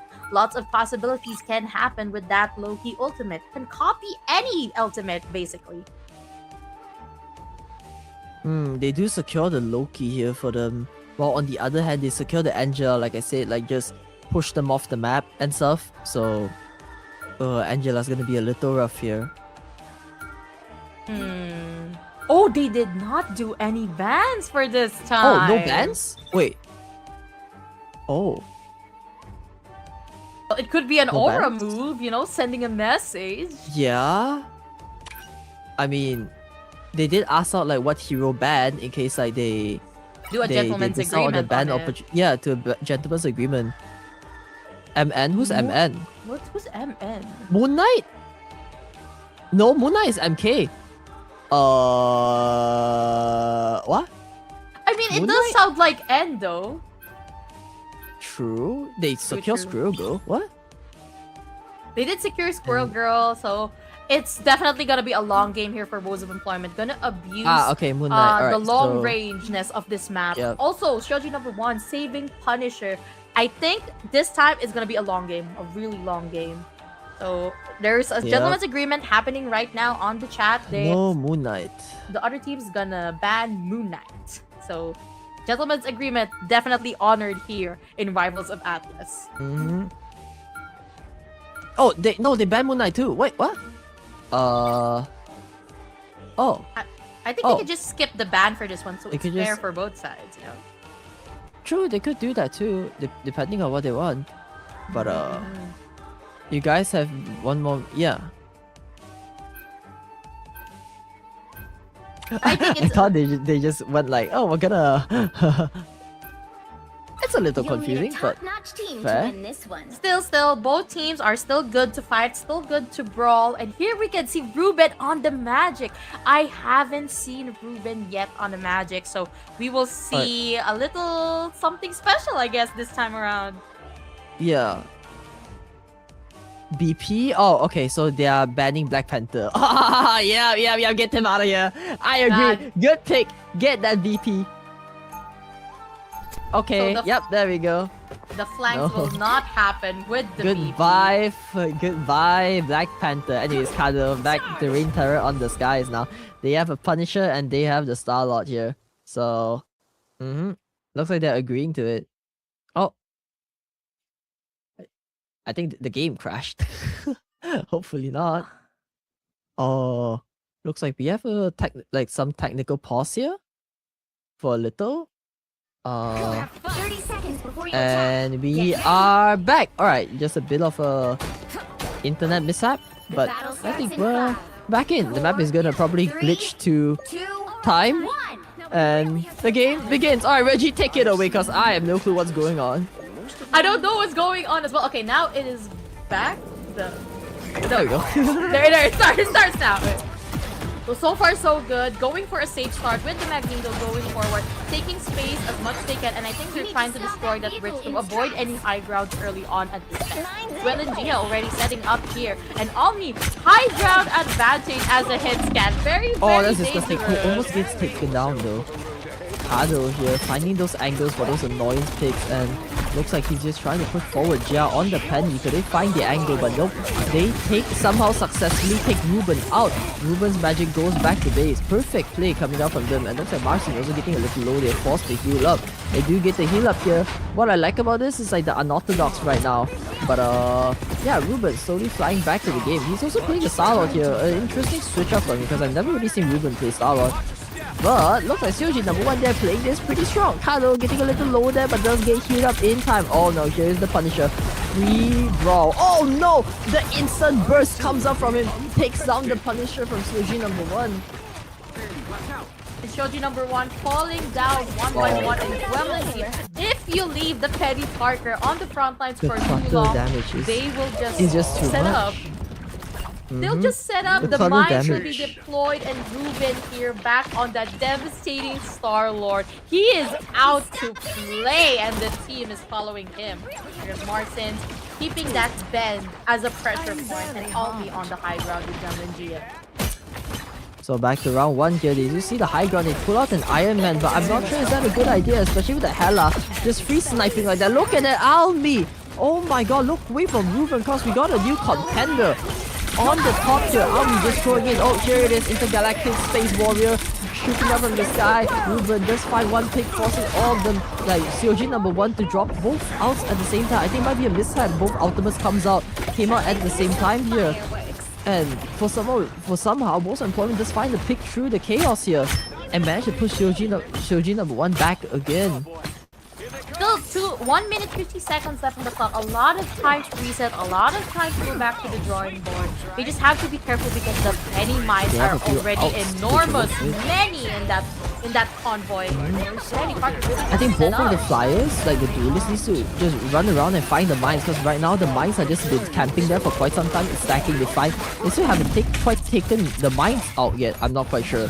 But No, they haven't Ruben taken just it did a out little yet. unsafe and gets back. Oh, they forced the Iron Man to walk up a little, play a little unsafe just for Army to snipe it down. And here it is, the Goddess of Death on the high ground, going onto the back line, completely collapsing onto their strategist there. Here we have Ruben just pressuring the whole team on point with Marson following him up. The Magneto here contesting with the shield. He has the Meteor M ready, so he can use that to get a little pick or even scatter them and have the team do a cleanup here. Still have a few outs, so Carter of the out needs to find that angle here. Is healed up first, and he might wait for it. But looks like Wolves of Employment, they probably have an out here to respond to whatever chaos that may come. A little here it is, Carl going in on the out, but they're going in on the front line, so they can't really find pick. Yes, he does! Gets Army down from the high ground, not enough time for Army to go in, and he finally finds the nest, and there it is, ladies and gentlemen, the nest is taken out. That is minus one by Ruben, already pushing the entirety of Soji number one back to their base. They swap out to the Deadpool here. Looks like a tank pull to me. But can they even handle the quick camera? Ruben starts for round 2. Invisible boundary coming in. Both strat out at the same time again. Looks like a little mishap through from communication, where there's no follow up coming out from this. But Magneto doesn't quite get a pick from that with the out. Here, the huge team fight with the invisible boundary here with Lilac Melody. Iron Man really low here with Kado, Mimi, and no ult to play with Shoji number 1. It is a neutral game, but the advantage is looking to be on There's so Wolves much of pressure. Employment. Right now, here on the overtime, Deadpool tries to stay inside. Now Magneto tries to stay inside. Another trickle down, and Thor also trickles down. One by one, they fall down like the rain, like the stack of cards that they are right now. Oh, And that's with a little that, rough. Wolves of Employment The map gets turns into a swap. Yes, That is and now a little rough. Yeah, especially when both of the strategists might have outed at the same duration, and that just completely destroys the fight. Especially now with lesser uptime, out charge time, it's gonna be rough with those like outs, especially when they're not when they're using them in during the same time. Exactly. So they only have like 45 meters to work with, and that's not a lot. That's just the first bend out of the corner. So this will be a tight defense for Shoji number 1. Here we have Shoji going with the penny mines. Really good pick here for Uji, seeing that if it can camp long enough, anyone who steps in it is gonna go instant KO, instant elimination. So they might be banking on that pick right there. 30 seconds before you attack. But we have Suji number 1 now turning the tides, playing on to that Penny Parker, and they swap out the Squirrel Girl too from the Duelist POV. So I would say that might be a pretty good play, considering that Wolves of Employment has a lot of that front line, with Gianna running Rogue, a completely different comp coming out for the first time for Wolves of Employment, probably trying something new. Not quite sure. But Suji number 1, they are also bringing something fresh to the table now.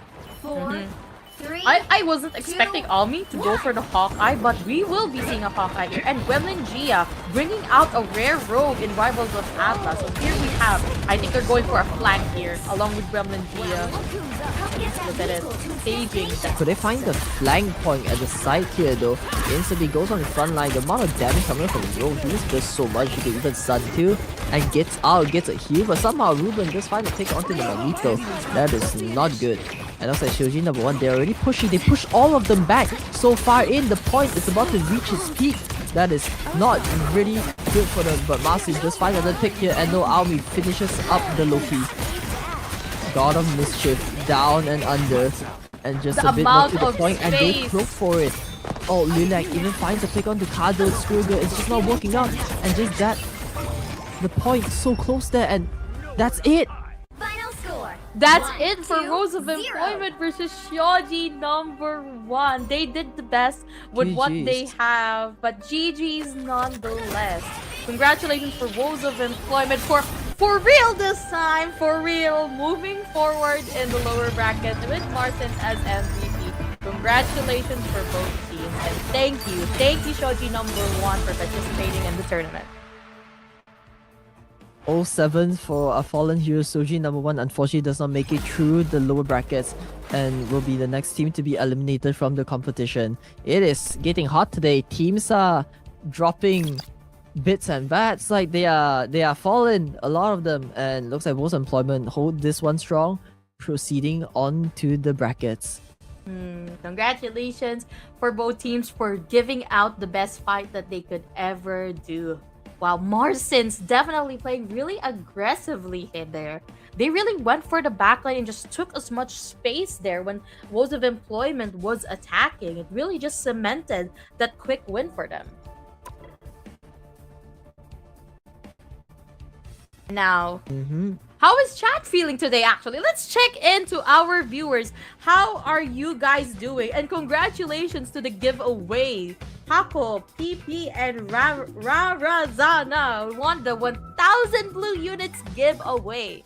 So just another reminder, the next bracket, there will be a new password. So go ahead, type it in chat, and have a chance to win 1,000 blue units. And with that, Most Employment move forward, and looks like we are about to head into a short break here, as the next team is about to come up. Who do we have on the next session? The next one will be Balls versus 321 Balls? production. Oh, we are on. Are we on the upper brackets now? Yeah, we are on. The upper brackets. Finally, a team that is not going to be eliminated this time, but one of them will be heading down into the lower brackets to fight.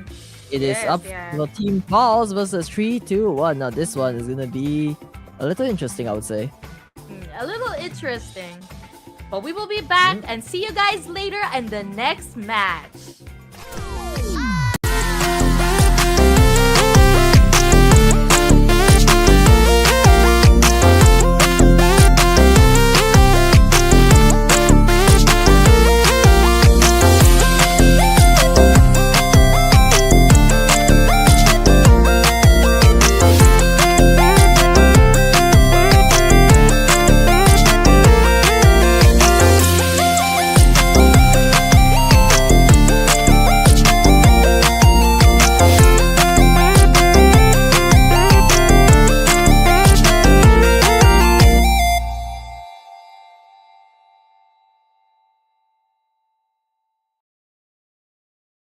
I'm ready for action, Fox. What's the mission?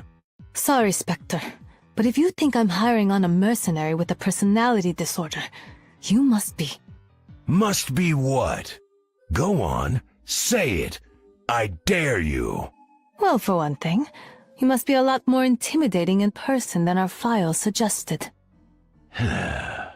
Don't bother healing me. Hi, neighbor. You'll make a fine asset on this mission, Mr. Parker. Oh, hey! Easy with the eater pay, arker pay, lady. I don't go around spouting off your secret identity. That's because you don't know it. I actually understand how to keep classified information secure. Unlike you. I knew I should have picked a stronger password than Amazing123. Clue me in here. If your name is White Fox, then why is your spy organization called Tiger Division? Tiger Division existed long before I was named its director.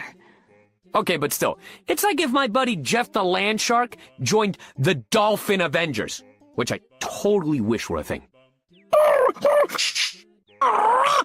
What are you tracking now, Jeff? Wait, I didn't put that onk there, did I?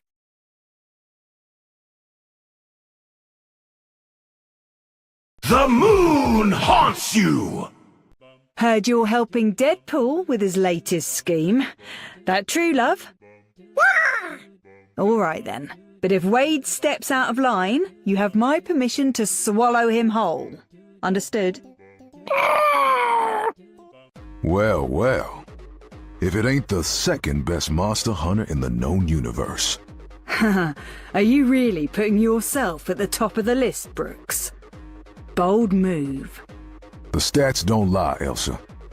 Not when you've racked up a body count like mine. Vampires are a dime a dozen. When you've slain a McLuhan, then we can chat. Sounds like a blast. But have you ever taken out an ancient god of vengeance before? Not yet, but I'm always up for a challenge, mate. Why? No reason. But if that ever changes, I'll be sure to hit you up. Quantum Maximov! Wow! I loved your little sitcom with the vision. You deserved all the awards. I am not sure what you mean, but thank you. Ah, hey there, chum. Squirrel Girl and Tippy Toe at your service. What can we do you for? Please tell me your catchphrase isn't really about eating nuts. And kicking butts, yeah. Oh, why? Is that a problem? Did somebody else already use that one? Wow! It's truly amazing what gets through since we ditched the comics code. Your K-pop sensation, Luna Snow! I'm so excited I could scream like a little girl. You know me? I don't just know you. I know every piece of your choreography. Wanna dance while we fight? Sounds fun, but I have an image to maintain, and you don't fit it. I am vengeance. I am the night. I am... Whoa! Deja vu! I teamed up with a guy just like you not so long ago. Sweet cape, fancy gadgets, grim demeanor, long pointy ears. Huh. Sounds like a cheap knockoff to me. Uh-huh, yeah, you just keep telling yourself that, Mooney. Whatever makes you feel better. Since Weaponites gave me your healing factor, it's kinda like you're inside me every day. You don't quit your yapping, Wade. You'll have a lot more of me inside you real soon. Logan, I'm not that kind of girl. At least buy me dinner for— Oh, I'm sorry, you meant your claws. We doing this or not, Wade? I'm itching for a sequel too, buddy. But we have to wait till at least Phase 7. Wait! I changed my mind. Daddy needs his residuals. Let's go! Rega-san, ready to team up for some hardcore action? Before I reply, I need to see some ID. You sound way too PG-13 for my brand of humor. Sure, I may be young, but that won't stop me from saving the world. I'm all good with the world saving. I just want to avoid another awkward meeting with HR. I could make great use of someone with your skills. What say you? I'ma see. Gambus done made deals with enough devils in his day. Despite what some may tell you, I am no devil, Mr. LeBeau. Funny, that's what the devil always say. Hey, make one move I don't like, and I'm dropping you on the spot. Oh, a threat. How exciting. I'm watching you. Sister? Brother. Ah, the legend himself. The Jade Giant, the Taciturn Terror. Taciturn terror. You're a man of few words, aren't you? No, you stay away from me. You're not funny. Hulk let you know when Hulk wanna smash something. He really hates you.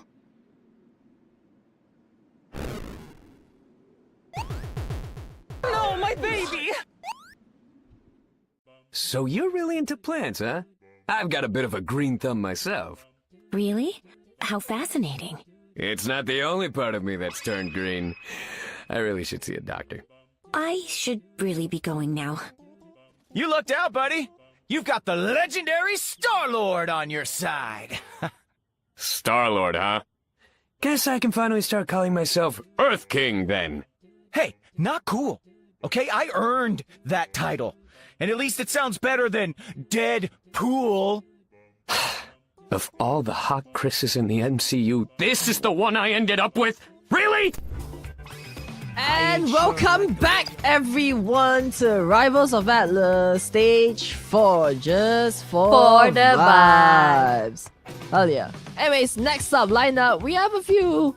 We're in the upper brackets now, so things are gonna get a little more heated. A lot more heated, though there is a remaining chance for both teams. If whoever team that comes out, they will be knocked down to the lower brackets, fighting the lower brackets winner. So for them, there's still a saving grace. We have upcoming 3-2-1 versus Team Bombs. So both teams were pretty familiar with. Regina, what do you think about this one? Okay, so definitely 3-2-1. They had a few people that have been here already in previous seasons of Rivals of Atlas. The Yogurt, the Momo, Cheesecake, all regulars in this tournament, and both three of them devastating in their own right. But if we look at balls, we have Suzu and the Eriru combo, notorious flank White Fox combo, along with rough. Shrella, the very aggressive Doctor Strange. By the way, huge fan of your Doctor Strange, Shrella. Keep doing what you're doing. Both teams actually are quite even. It really comes down to strategy. Whichever strategy will work against the other team. It's kind of rough for me to pick out this one. I think the game might just be decided based on the pick and bans, because 3-1, clearly we know like they have something up their sleeves, and I'm pretty sure they are very aware to get target ban because they played it so annoying. It's bound to catch some eyes, bound to catch some views. Well, on the other hand, Team Boss, what else do I need to say? We got Shrella, we got Ruru, we got Suzu, and not just that, like just cause a strategist is much hidden in the gameplay doesn't mean they're bad at all. It means they're consistent with it. And what makes it worse is they're silent. They're deadly. They're silent and deadly. And also we have Nier, Moon Knight. Oh, Moon Knight, first ban of the day? Question mark. Moon Knight, and Neverson. Ooh, Neverson. No, Neverson. Vanguard. I don't know if you saw the games yesterday. It was whatever comes up from this is scary. And also 3-2-1. Our official rat gaming team. Our official like sewer rats. They just like to stall. That's literally to their gameplay. They What just can like you to say? stall as much time as possible till the other team messes up, and that is their time for them to strike. That is their Q counter. So a very unorthodox team formation of a com, but the way they play with knowledge, the way they play with timing and tempo, the way they play with like energy values across both teams on like when they get tired is what makes this team gives this team its charm. Yes, that is right. Absolute rats. It really could even come down to the map picks actually, because there are maps that favors flanks, there are maps that favors long range, and there are maps that even favors flyers. So it really is up to the team to discern which maps are good for their team and capitalize on that strength. And it may even come down to the small mistakes. We might even see some double ulting mistakes here, and there will definitely be a huge punish when it comes to it. We're currently in the time and place where I can't really tell who's gonna win anymore, because everything is so even ground. Both teams, I wouldn't say it's even ground, but both teams have their unique win conditions. It's just to a point where who throws it first. We've seen amazing plays coming up for 3-2-1. Risk getting that Rogue in like insane timer to stall the entire teams out, like Rogue does best, pushing their ultimates to like 80%. And then we see, on the other hand, we also have Domo, Yogurt, Dueling, Chisu, America, and then the rest, Nostia too. Wait, who's the last one again on their team? Quinn, Both of their strats are just so well fought. We're at the point where they don't even need to heal the rest of their team. They can just heal each other for the time, and they're so silent with it. They've never stood out for the past few games, and it's always like the Duelist and the Vanguard creating so much space and like tempo for the team and enabling it.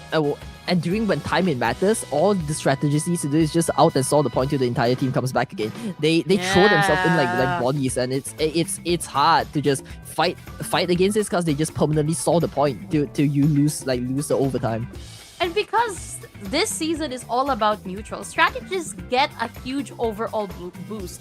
And with White Fox to the addition, during the first day, no one was really playing White Fox as intended. The first day of release, of White Fox, no one was really playing her as a flank along with your flankers. But now people are learning, and they're capitalizing so much on how good White Fox is in a team composition. And I think this is where Balls is going to shine along with Eriru, with their White Fox pick here in the mix. It's going to make a difference. So there's so many things to glaze about Team Balls. Like, we know what Suzu did yesterday. It was whatever he did on Panther was criminal.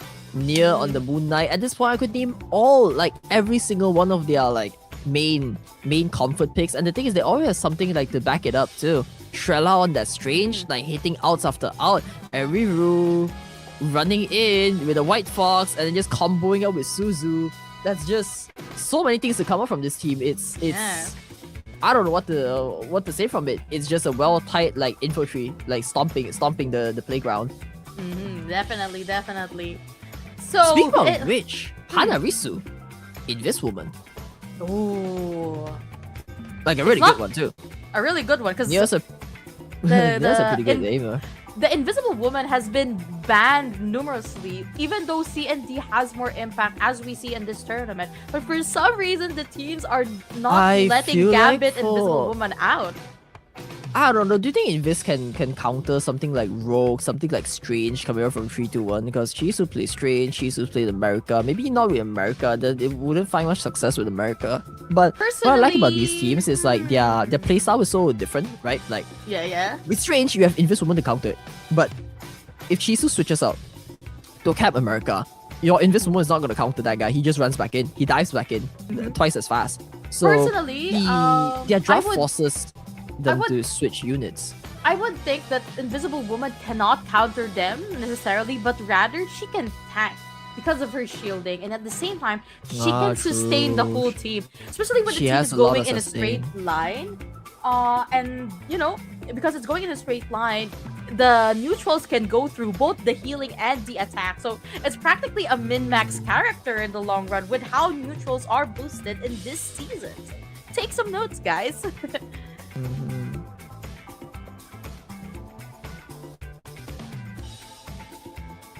And so going back, we're checking in on the producers, which is a ready check from both teams.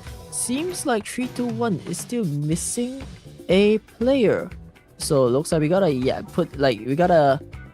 yap a little more. Might be some technical issues coming in from their side. Shaders reloading ? The fear of every Marvel Rivals player. Shaders loading. Oh no. Oh, the wait that you have at the beginning. Right. I hope that wasn't the case, but still. Going in. So let's talk about a bit more about like the compositions. So we know 3-2-1 has a pretty like good stall, right? Good stall. What else? Do they have like some bursts? I'm pretty sure they have like pretty good aimers and stuff, but I think Yogurt and Domo are pretty good aiming wise. Yogurt has like some pretty signature picks like Black Panther. Very much a flank player, like Spider-Man too. Don't forget like Yogurt's like Spider-Man dominating like the entirety of season 1 for ROA. And then on Team Balls, I would say these guys pull off team fights a lot better. In terms of neutral gameplay, 3-2-1. In terms of like team fighting and like overall team fight impact, it's on ball. So probably a very tight match here, especially where one gives so much. It just depends on which team like plays around the tempo, because both of them are equally good at controlling the tempo. Okay. But nah, it really comes down to the technical and the strategic play at the end of the day, because we might theorize these things and that and possible alternate realities that might happen, but if the player the players themselves, if they're not going to deliver, if they're not going to play as they want, it could be the difference between actually making it into the finals or dropping out of the tournament. So it will be down to the players at the end of the day. In the end, they have playroom to like stall a little, but we'll talk to you guys in a little bit, because looks like there's some technical difficulties going on behind the scenes, and we might take a short breather so both of us can catch our breath. Guys, hurry up!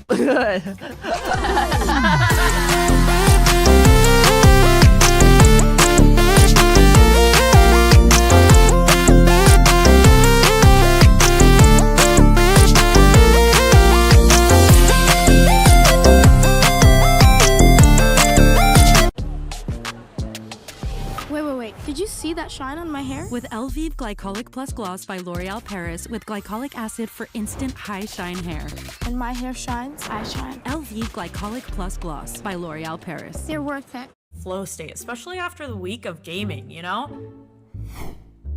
This is my favorite shirt, chat. It's not even that dirty. It's just worn once.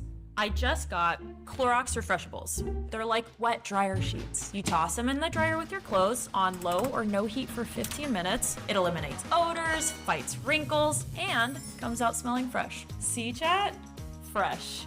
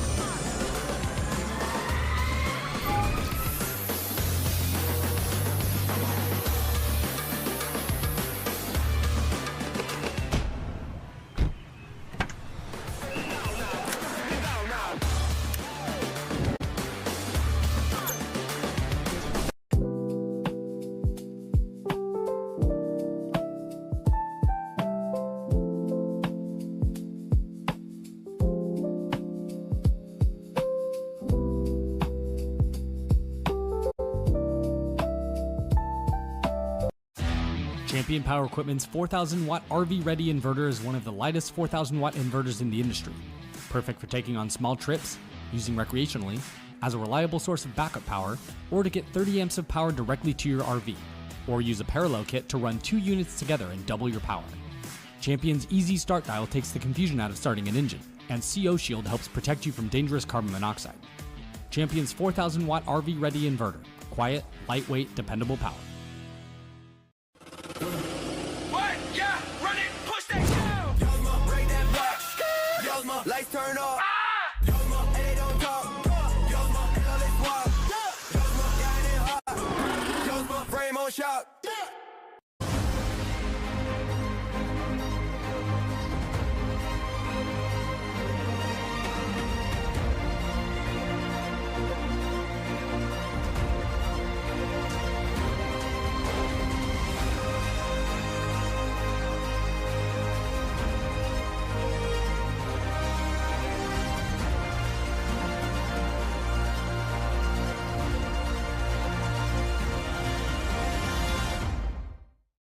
You deserved all the awards. I am not sure what you mean, but thank you. Ah, hey there, chum. Squirrel Girl and Tippy Toe at your service. What can we do you for? Please tell me your catchphrase isn't really about eating nuts. And kicking butts, yeah. Oh, why? Is that a problem? Did somebody else already use that one? Wow. It's truly amazing what gets through since we ditched the comics code. You're K-pop sensation Luna Snow. I'm so excited I could scream like a little girl. You know me? I don't just know you. I know every piece of your choreography. Wanna dance while we fight? Sounds fun, but I have an image to maintain, and you don't fit it. I am vengeance. I am the night. I am... Whoa! Deja vu! I teamed up with a guy just like you not so long ago. Sweet cape, fancy gadgets, grim demeanor, long pointy ears. Huh. Sounds like a cheap knockoff to me. Uh-huh, yeah, you just keep telling yourself that, Mooney. Whatever makes you feel better. Since Weaponites gave me your healing factor, it's kinda like you're inside me every day. You don't quit your yapping, Wade. You'll have a lot more of me inside you real soon. Logan, I'm not that kind of girl. At least buy me dinner for— Oh, I'm sorry, you meant your claws. We doing this or not, Wade? I'm itching for a sequel too, buddy. But we have to wait till at least Phase 7. Wait! I changed my mind. Daddy needs his residuals. Let's go! Rega-san, ready to team up for some hardcore action? Before I reply, I need to see some ID. You sound way too PG-13 for my brand of humor. Sure, I may be young, but that won't stop me from saving the world. And we are back. The match is locked in, and here it is. The upper bracket semi-final. We have 3-2-1 versus Team Reggie. Balls! She loves saying that. Anyways, Yeah. going in, we have the map pick on to 3-2-1. So, I know they play Midtown. They better lock that in. Give me Midtown. No! Clintar! Clintar! I've been waiting for this day. Clintar! Clintar! Oh! Yeah! Yeah!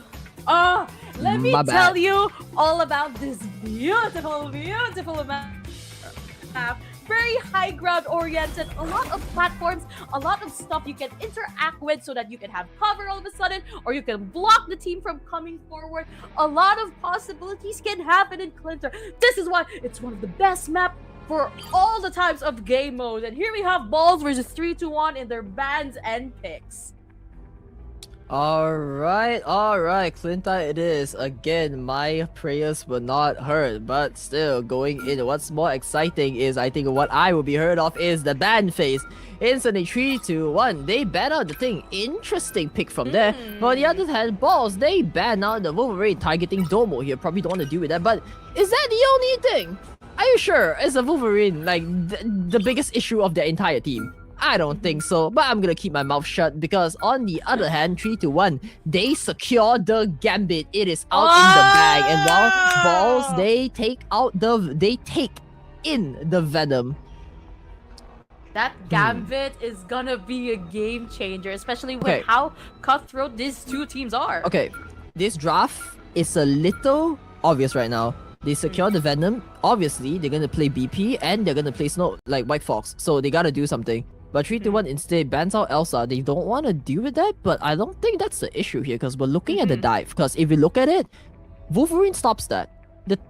So, and if they take the thing out, Thing stops that because he could just jump to the back lines. I think there might be a draft issue here, and there it is. Balls read. I think they might have like read the play, the situation a little too much. They secure the more anti-dive, and then they ban out the rogue. Oh. But they were They able secure to the save. Tor. Yeah. But yeah. Okay. Probably they just want to at least give like Riz like something that he could work with. But I'm pretty sure they have other like heroes to play. But they ban out the hell out. So what I'm really afraid and scared about for them is the triple Venom, White Fox into the Black Panther, the whole firing squad at the back lines. That's gonna be an issue. Loki is also available. I'm pretty sure some of them could play a Jeff, maybe. I'm not quite sure. But we might just see a heavy. Oh no! Oh no! With those Are they picks showing- in mind. With those bans, well, technically, if they could play dive, so can 3-1, and 3-1 has a few dive players, especially with Gambit on their side. But looks like I've just called it. Every on the White Fox now. Alright, you know what? I'm not gonna talk too much because I feel like I'm very familiar with both of these like teams. Regina, take the stage. Alright, and here we are now. Here with Balls, the Venom, Invisible Woman, Jean Grey, Magic, Trella, my favorite Doctor Strange player, Real Glazin coming, and Emerald on the White Fox. Here we have on 3, 2, 1, the my favorite Yogurt. Strange player. Get ready. And the Yogurt here with the Spider-Man taking his groove game on here at Spawn. And then we have Nostia on Gambit, Cheesecake on Doctor Strange. It Yoru, seems to be Invisible both Woman. teams are playing their absolute comfort picks right now. So Right now. this is gonna be a tight match. Get your seatbelts on, chat, because we are going in for a ride. Do you think there's gonna be an early portal? Oh no, for sure. No, actually no. I feel like what 3-1 does in situations like this, they normally ignore the portal and go to the side. Either a portal or they just go from the side. Oh, Oh, they no. are dropping a portal. Wait. There's a distraction Oh, at they the see front. that. It could be a distraction pot. No. I don't think they'll do that. Oh, Yoga getting a little lower. And there it is. Instantly onto the back line. They push all of them down. Alright, so they do use up the portal, but that's getting very low. Chisu gets cleaved down by Suzu instantly. Same with Riz, both of the vanguards down. And the rest having to flee for their life. A very successful defense coming out from Team Balsa, and 3-1. Looks like they couldn't hold that one for a little tight, huh? A little too tight. But here we have Balls still with that defense. 3-2-1 trying to attempt something again. They're really going aggressive here with the Yogurt on the Spider-Man. Suzu cleaves another one down. Now on bottom side, Suzu does Yogurt does take Nier out. That's one for them. Any advantage is nice with Reese taking Suzu out. That's their main duelist out of the pool. And looks like them, they can finally 3-2-1 collapse on all of them. Reese takes another one. Nausea does one in the meantime, but all more he does is there to clean it up with Reese. What is this Thor doing? He's hammering all of them. And with that, just like that, Same to me. they got the first point. Yeah. Pretty sure those are bad guys. That might be it. Couldn't make it back in time. Doesn't seem like it. No strange plays. Trella not using that. And looks like it is. I think Trella here is respecting the pressure that is already here. Rather than have them trickle down and having to do a hard reset again, they just go, alright, you guys take it, we'll try to reset here at the next checkpoint. And here they What have I've been like saying constantly with 3-1, they're just so good with the element of surprise, just that consistency, the burst, the way they tempo, like completely take control over the tempo of games is like immaculate. And along with the players like, you know, Riz on that Thor, and then you have Dome poking the side, they are just so well-rounded through and through. I see it again and again. Here we have Tenair already eliminated the Yogurt, and the Balls having a nice defense. They're taking as much of the high ground as they can. And though Suzu already getting screened Yogurt, and then the God of Thunder ultimate already quizzed out every room. Another one goes for down. Respawn getting 2 Nair. Balls already 3 people down. And 3-1 continuing their offensive here with Thor at the helm. They still have the heals there, keeping Riz alive. He dodges out the Venom out, but that does take Shisu down. But it's completely fine because the God of Thunder is here to smack them back to hell. Yes, and now 3, 2, 1. Look at that pressure coming up from Riz. He's just locked in. They thought the rogue was an issue. He has another one. He has a bigger issue with a big hammer, slapping them back to the base. Oh, Gambit all coming! Alright, the Raging Warrior Flush comes into it. Gambit never falls. Misuzu throwing in the Dark Child. Does take one, but Domo takes two, takes three. He turns it around from the sky. The one thing Suzu can't hit on the sky, there is him. Domo, he is him on the sky. He gets locked down a little, but that's completely fine. He just gotta aim a little. He can fly just for like a few seconds, and he just completely wiped Team Balls out with that one play, letting Riz take, Riz giving him the spotlight for this one. You're already pressuring past the first. Oh, Yoga. Second one, but here we have Trella here with the portal going in, the invisible battery, and Ayabagamano being alive to everyone. Everyone right is under the already heels. going down. Only Cheesecake and Riz remaining here, trying to stall much time, but I think Riz Fox has to retreat here, and the team Balls going in hot pursuit, and with that he is down for the count. It is a team fight coming up from them, but the pressure doesn't stop there. Because 3, 2, 1, they lose nothing but Balls. They use everything for that one stall. A really fat out coming out from Shrella there on the side, right in the middle through the portal, but I'm not that confident because right now both of them are back into the even playing grounds. Team Balls, they need to lock in a little and get that tempo back right now. And looks like the tempo, it is near going on the front line, finding that aim. Go, look at that one! Oh, that snipe onto Yoga takes out the playfield. That's the perfect place for him to just drop them out. Near. He might be waiting for the time to just drop that out right onto them because all of them are just clamped up. The Horn of Proteus is ready up. But look at the amount of pressure he's going in with the more. Just that high ground. Here in Clintar, you get the high ground, you win the fight, and they have fully. Oh, he sees them coming in again. Yep, there we go. 3, 2, 1. They engage again, and right on that, they are already on the pressure coming up from along with the Venom out. Neverstun does pull that one off, getting the strategies very low. Nausea falls and ends of Neverstun, and looks like all of them Balls, they read them correctly. They read the cues right, and they take all of 3, 2, 1 out again. They suspected it, and they played it accordingly to their dive. Balls here. Nice defense. 3, 2, Really 1 good just going down by 3, 2, 1. Nevestein here with the Venom, just getting as much info from there, and I don't think the enemy team sees him.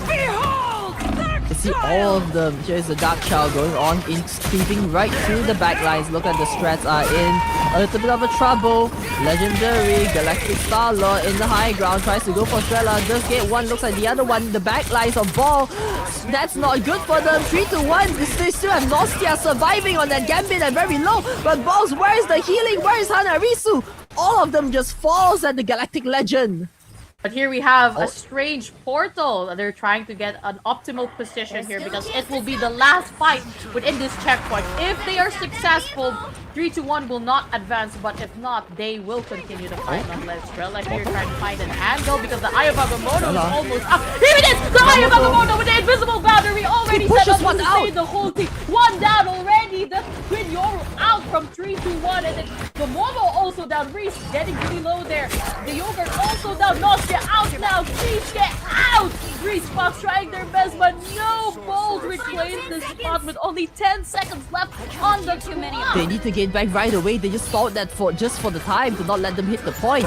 It looks like Yogurt is there, but no, he gets pushed back by Hanarisu. Invis Woman saves the day and stalls the point.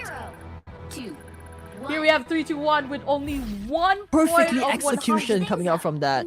Yes, and only 141 Completely meters. putting a foothold to the overtime. Yes. Now it's Ball's time to go on the offensive with 3 to 1 on the defense. Yep. And looks like there might be some other technical issues. Not quite sure what is going on all sides. But, well, back to the Yap. That was tight. All right, that was tight. The final push. Just really one of the most intense fights that we have today so far. Balls like team and fight 3 after to 1. team fight. Exactly. Both teams finding the momentum, finding the tempo, and finding their own ways to counter. What the slight difference that won them the upper hand was just Team Boss reading into their dive, reading into their tempo, and completely putting a stop to it and making them scramble. That was the one fight that completely pushed 3-1 out of its league, out of their league. And with that following up, they need to run it back. And just barely enough time pushed back by the invisible woman, and there it is, the first point. So close, so dire, so desperate, yet unable to hit to touch the overtime. Yes, but Really still, well played. 141 meters is a lot to work with. So Balls definitely has no, 3-1 has a chance to defend this actually. They just really gotta manage those ults because the last ult there, along with the invisible boundary and the Eye of Agamotto, just really CC'd them. And with that CC, there was also the sustain, so the team cannot retaliate easily and get any picks. And the Yogurt, he did try to come back to the point as Spider-Man, but he was just pushed away by the invisible woman. A simple ability, but effective in the last minute. That was rough. So what are the playing grounds now? Like with Team Balls, they have a slightly upper advantage, like holding, like completely reading their timer and completely punishing it. What do you think? I feel like the pressure. Who do you think the pressure is on? I feel like the pressure is on 3-1 now. The pressure is definitely on 3-1. 141 meters, only making it past the main checkpoint. So only 1 point has been awarded to them. Balls they can actually take it a little chill this time, and the Doctor Strange is not banned, so there is an option to go ahead and do the Strange portal every now and then. And as we see from these teams, they're not playing back meta. into game. You'll need a top-notch team to win this one. Are both teams ready? Let's take a look at this. Looks like there's 30 seconds in. Going back into the game now. Looks like both teams are ready indeed. We just got the vibe check from all of them. Everyone gave a happy space and a thumbs up. And we are back into the second round completely with tides turned around against them. We have now 3-2-1 on the defending side, and on the aggression, we got Team Balls. So here we have Shrella and Neverstein on the Vanguard. Probably an early portal here. I am predicting a bit of an early portal, just to get as much time as they can. Yep, having a taste of their own medicine again. So maybe. Get ready. Pretty sure Riru though, they've somehow managed to find work with the White Fox without like a BP or something. Just having Neverson on the Venom is doing so much here. Yeah, but a lot actually. They realize on 3-1 the Spidey is not working out, and here it is, Mr. Iron Fist out on the hands of the Yogurt. Yesterday he was seen dominating. A lot of success.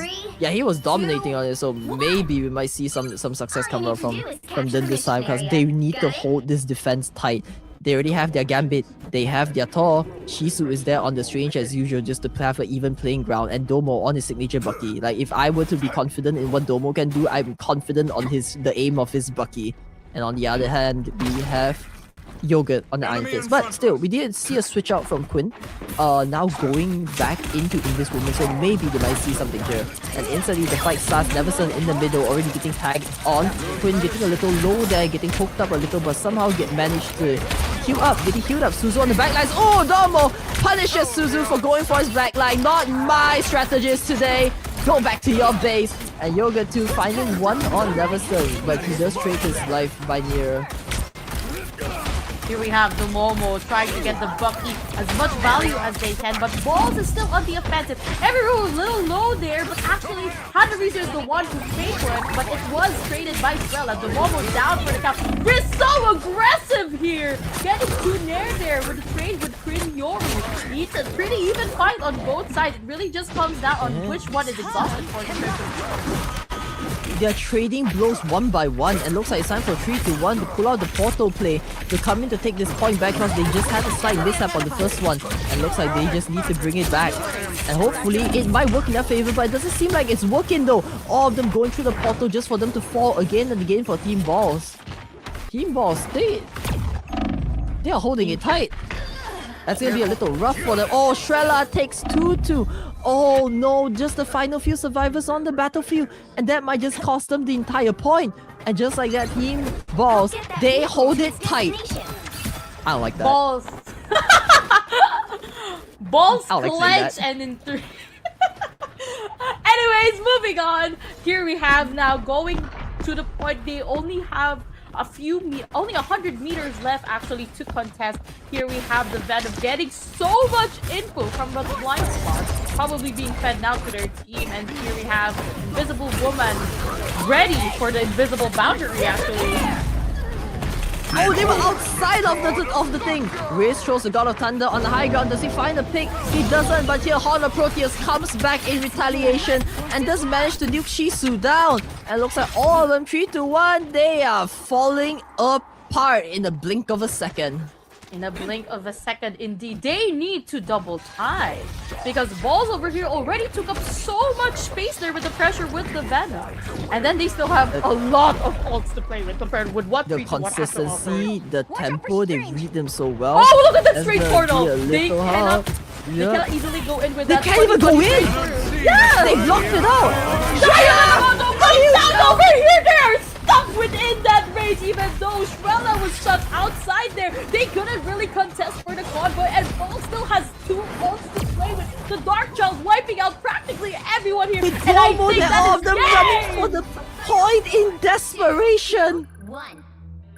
Huge play coming out the portal block, stalling them right into like just waiting in front of them. Aura farming their Shrella with the holding on to the ultimate, and then just for that, for Suzu to just click the Dark Child, and there she is, magic in the backlines cleaving through. It's not even the backline; they are cluttered for the magic to just pierce through everything. And that With doesn't that help end- when they have a White Fox on their team. Just the Exactly, flanking and- strategies, that's just double time of double trouble. Exactly, and with that, everyone takes the MVP for this first round with Balls winning. Congratulations. Still, we gotta give a shout out here to Riz. The amount of pressure they were able to contribute, the value they have given in the fights moving forward. Hence, I can see why the second volleyball player went to them. So, congrats on to that. MVP, but still gotta talk about Eriru. So much healing, so much sustain. Like literally, I would just put it at that enabling like Neverston, Suzu, and Shrella. Because at this point, I feel like Shrella Strange just runs in and out, and it's always thanks to Eriru just like having these setups like true and true, allowing Shrella to do what we call Shrella things with those like clean lined up outs and stuff. So really formidable play coming out from Team Balls here. Yes, that is right. So, and now there's going to be a bit of a reset. Both teams did put up a big fight, but Amani, what do you think went wrong on the side of 3-2-1? Oh, I think it's just a fact of like reading the game. Cause as of now, Team Balls has a complete utter control and domination and full read onto 3-1. And Yeah. I'm not sure is the technical issues of 3-1 affecting them, but Team Balls, they have completely read their opponents and completely perfectly executed their defense, which completely flips the tempo upon them again and again. Every time you see like when the tempo slows down on them, they find a way to counter it and just take everything back. And then that's the pressure onto Team 3-1, where they need to find an angle to go in again. But with their classic style written in their name, they go in 3-2-1. Balls could count too. Team Balls could count to 3-2-1. And they know when they expect when are they gonna come in. That's the rough part. When they bask into map knowledge and the element to fully hail onto the element of surprise, if their element is no longer a surprise, what can they do? Our Exactly, sewer what can rats they do? are getting caught. Exactly. But actually, other than Eru with the MVP, we gotta give a shout out here for Shrella. When they're playing the Strange like that, earlier, or rather yesterday, we're playing Strange very aggressively, and now Shrella kind of took a step back and rather focused on CC and defending the team rather than being the aggressive player that they were known for yesterday. And I guess that shift into that type of gameplay really makes a team to know when to be aggressive and when to be defensive. It was a good call on Shrella for that part. Yep, true. They played that like exceptionally well. The way they lined it up, I feel like at that point, it's no longer about communication. It's just pure instincts, like full trust, full instincts. Like I wouldn't expect my strategist to call my strange to block the portal. It's what a strange specialist would think of, you know. Yes, exactly. Like knowing when to out, knowing when to go in the entire time. Like we would constantly like talk about like how good of a shot Nier is, but Nier wasn't even not saying he wasn't doing anything. He was so laid back the entire game, just shooting away and like taking out whoever remains. It's just saying everything about like how much comfort Team Balls are currently like having in their roster. They're just full on relaxed, you know, while the pressure is on 3-1. That is very much right. So moving forward onto the next round that we have, I believe it's going to be a convergence map. So any predictions, Amani, on what might be? Because my Clintar map already happened in the first round, Yeah, you got and I'm happy. I'm never getting my midtown. What convergence map are there? Name a few good ones. Chat, what is your favorite convergence map? Who even knows what convergence is? Can you explain what convergence is? Okay, so convergence is basically convoy, but you're not starting with the convoy. You have to Right, so you gotta capture the point. Yeah, right, you you gotta capture the point and then you push the whatever things in the middle of the convoy. In the map, right? So you're basically playing capture. You're playing like semi. You're playing like a half situation. So for that one, I kind of want to see Spider Islands. I do want to see like Shin Shibuya. So maybe if Penny Games come out. I really like that map because that map has so much map knowledge built into it. You can go from the side, the middle. You can Strange excels really well there. So I want a situation where if the team decides to ban Strange, and because if you take Shrella out of Strange, clearly he has other things to play, but at the same time, that's one issue gone, and Chisu has better options too. With how like scattered that in that map you could go, like there's high ground, there's a lot of like buildings, just high grounds in general, a big like mid ground of playing field, just so many like chokeholds. So I kind of see that. Maybe Spidey could also come in too. Like drag someone off the map. There is potential for that just in a few sections. Potential. So we will see. You know what, Chad? You guys should also participate in the predictions because you might never know. The universe might hear you and the teams will actually play a map that you guys will like. So here we are now. Balls taking the map pick in the second round. Alright, into the map selection. It is time for Team Balls to take the lead on the map selection, and they picked the Museum of Contemplation. That's a new map. Yeah, the new map with the really unique mechanic on the very last checkpoint because it becomes a rubber ducky float of Doctor Strange. But the thing with that mechanic is you have to be inside the rubber ducky float in order for it to count that you're contesting the point. You can't just stand around it because it's not going to count. So that's gonna like open new avenues actually for the defending because they're all crumpled inside that float. So we will see how Balls and 3-1 will approach this challenge. First off, gotta ban the White Fox. They saw how much of a problem it was. Oh yeah, they noticed. They noticed. Get that thing out of here. Oh my. Now what's next? Who's your coach? The all chats are coming out. I don't know if the chat see this. I feel like I'm blocking the chat, but literally Suzu just messaged them. Alright, guys, who's your coach? I need to talk to him. They figured their victory. The recipe has been disjointed. They saw the element of success. And there it is, the White Fox ban, but they also secured the Daredevil. On the other hand, looks like Balls are going for like a somewhat similar pick. They want to bail onto the Venom, but still, without the White Fox going into that dive comp is going to be a little rough. It's still executable, but it's a lot more harder. But on the other hand, now 3-1, they read through this draft and they double down. Daredevil secured on their hands. And then a ban on the Elsa Bloodstone because Elsa Bloodstone actually thrives in this environment in Museum of Contemplation with those long corridors but tight bends and corners. She excels in that, especially with the Apex Predator. But here, a ban on the Gambit, respectable because it was a problem. It was an issue. It was an issue, nonetheless. Sustaining. So, yeah. Dostia just doesn't die with those. Like, just doesn't. She's always there, which is another issue. And then they secured the more. Well, on the other hand, there it is. They left it out. They left it out, indeed. I think 3-1 might have the better draft here. I think they might have the better draft here, not gonna Honestly, lie. yeah. With the White Fox ban, the Elsa Bloodstone ban with the thing, they really are clocking it. And as Suzu said, the Daredevil coach is too. doing- Domo plays Daredevil. Yep, the coach is doing wonders for this one. Whoever's doing the banning and picking, they enabled Riz to be on that rope again. So they do take out the Bucky, knowing that is one of like Domo's like main pick. But I'm not quite sure about this one this time, because instead of that, I feel like Bucky's less of an issue. Because if you look at the draft, it's time for them to flank. Look at it! They're just aura farming 3-2-1 with all of their lords all in the row. And the thing that's happening with balls, the possibility of their flanks are going to be reduced in terms of efficacy because their White Fox is banned.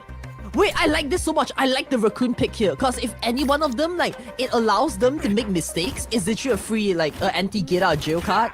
With the raccoon there, with the buff up, extra damage, and a free 30-second rest. I'm liking their draft. They did give Shrella the Strange, but if they come from behind, there's nothing the Strange could hit. Yes, nothing Unless... that they can do. This together, Tandy. The Momo. I feel like this game, it really heavily relies on their flankers too, because Balls and 3-2-1 both are playing the flank. But the difference here is, I worry for Nier. He has the anti-flank, but there's Yogurt with the Daredevil. He just shoots it. He will dominate here. Yeah, he has so much sustain too. Here we are now, starting Balls versus 3-1 in the Museum of Contemplation. It seems Balls not pressing so hard in terms of the defense compared to what people would usually do here in this map. And 3-1 playing a long game. 3-2-1 on the attack. They're trying to find an angle in, but Shrella holding on tight so far. Their backline's already under fire, already under power, and there it is. They pierce through. There's the first one, but 3-1, they also fall. The Gambit falls too. I'm so sorry, strategists. This is official rest in peace for both sides, because all of them are falling at this point. Team Boss also equally traded it, but 3-1, they hold it because of the rest. All of them are just back in 6v4. Rocket Raccoon, savior of the day, Tech Master Genius here, taking all of them out. 3-1, they find the first foothold. They take that point going. This is the answer that they needed in this situation with those bans, with the current catch the Raccoon, he just dashes out of it. Yeah. Like, oh, there is the foothold. They got it. Instantly, look, the Raccoon just dashes out. What can you do? Never stunned, left alone in the cart with the Raccoon absolutely aura farming and looking away. Oh no, it's a mess. They do somehow punish Domo though, but he can just get back just in time. Here, just take out Chisu here, look at him balls. They find the foothold a little, but instead Riz on the front line takes out Suzu, and that's 1-1. Nope, Shrella punishes Riz on the front line, and Neverson cleans up the other one. Raccoon throws out the out. That's a little early, never seen that. But still, who is that to back up? I think that might just be enough. Oh, the Hollow Proteus comes at the last second there. A little desperate of the play, and that doesn't seem like it works for them. Domo here to finish things on bar descent, cleaving through. Is that enough? Waiting for the bubble to go up on the strategist. And looks like that's just all the stall he needs to keep Shrella at bay to open the portal for a round 2. They almost hit the point and they are not allowing it. There is the stun. There is it. Shrella with the outplay. Agamotto comes in, but no, Quinn is there to put a stop to it. The red carpet from the Atono ball completely stopping. It's a complete overhaul. Roll and into Yogurt. They throw their outs up and looks like it's a feast for them. 3-1, they eat everything up from that. It's a round 2 buffet and them getting the point to carry it on.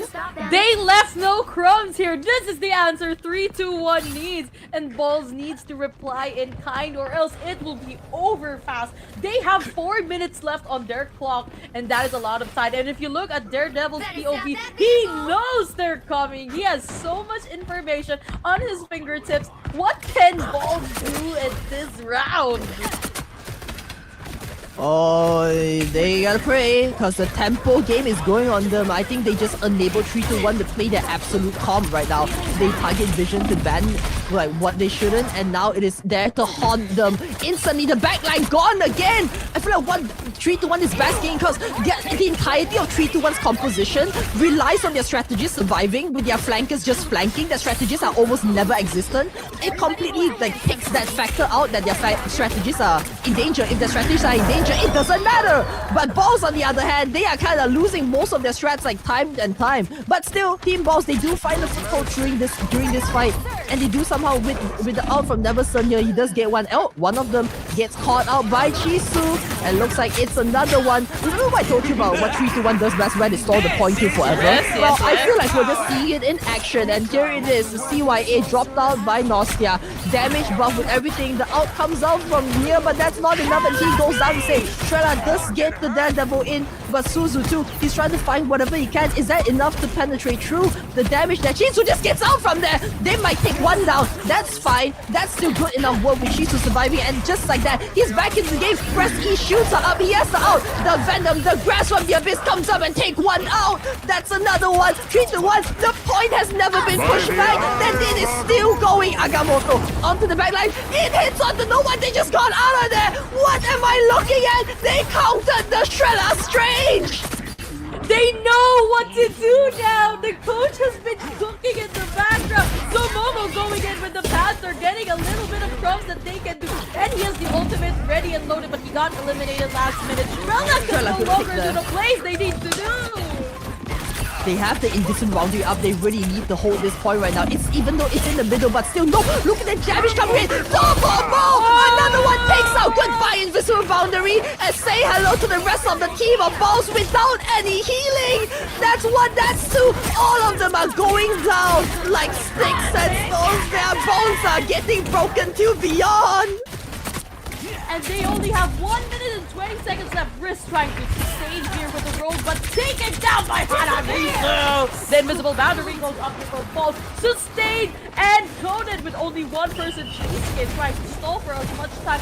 Quinn Yoru down by Nevis team. They quit. Good pick coming out from Team Balls. And looks like one strat down, two strat down.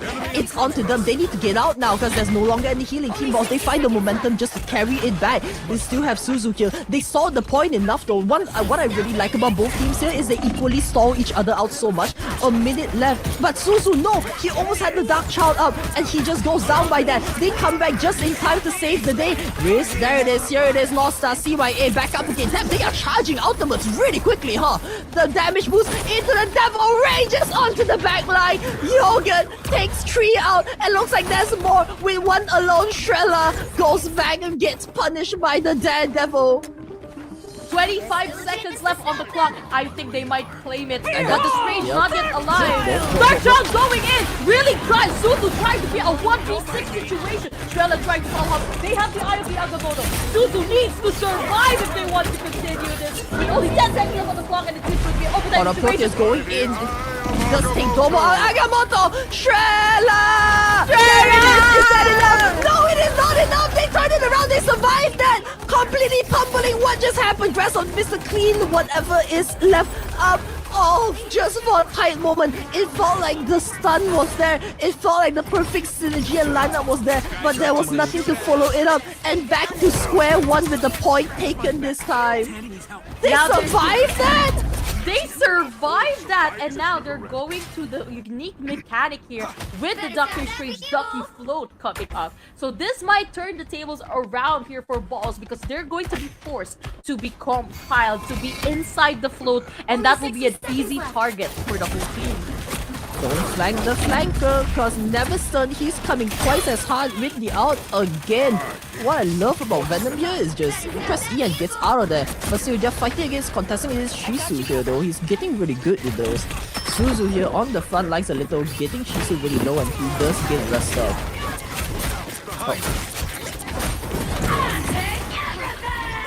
Here we have Riz Knight already taking everything, getting all his old cards. Gets to there, but it was exchanged here. Quinn Yoru down for the count, and then Tomomo with one trick, but Balls answers with 2. It's a 4v2 situation coming up here, and they only have 19 seconds left on the clock. One more team fight to go.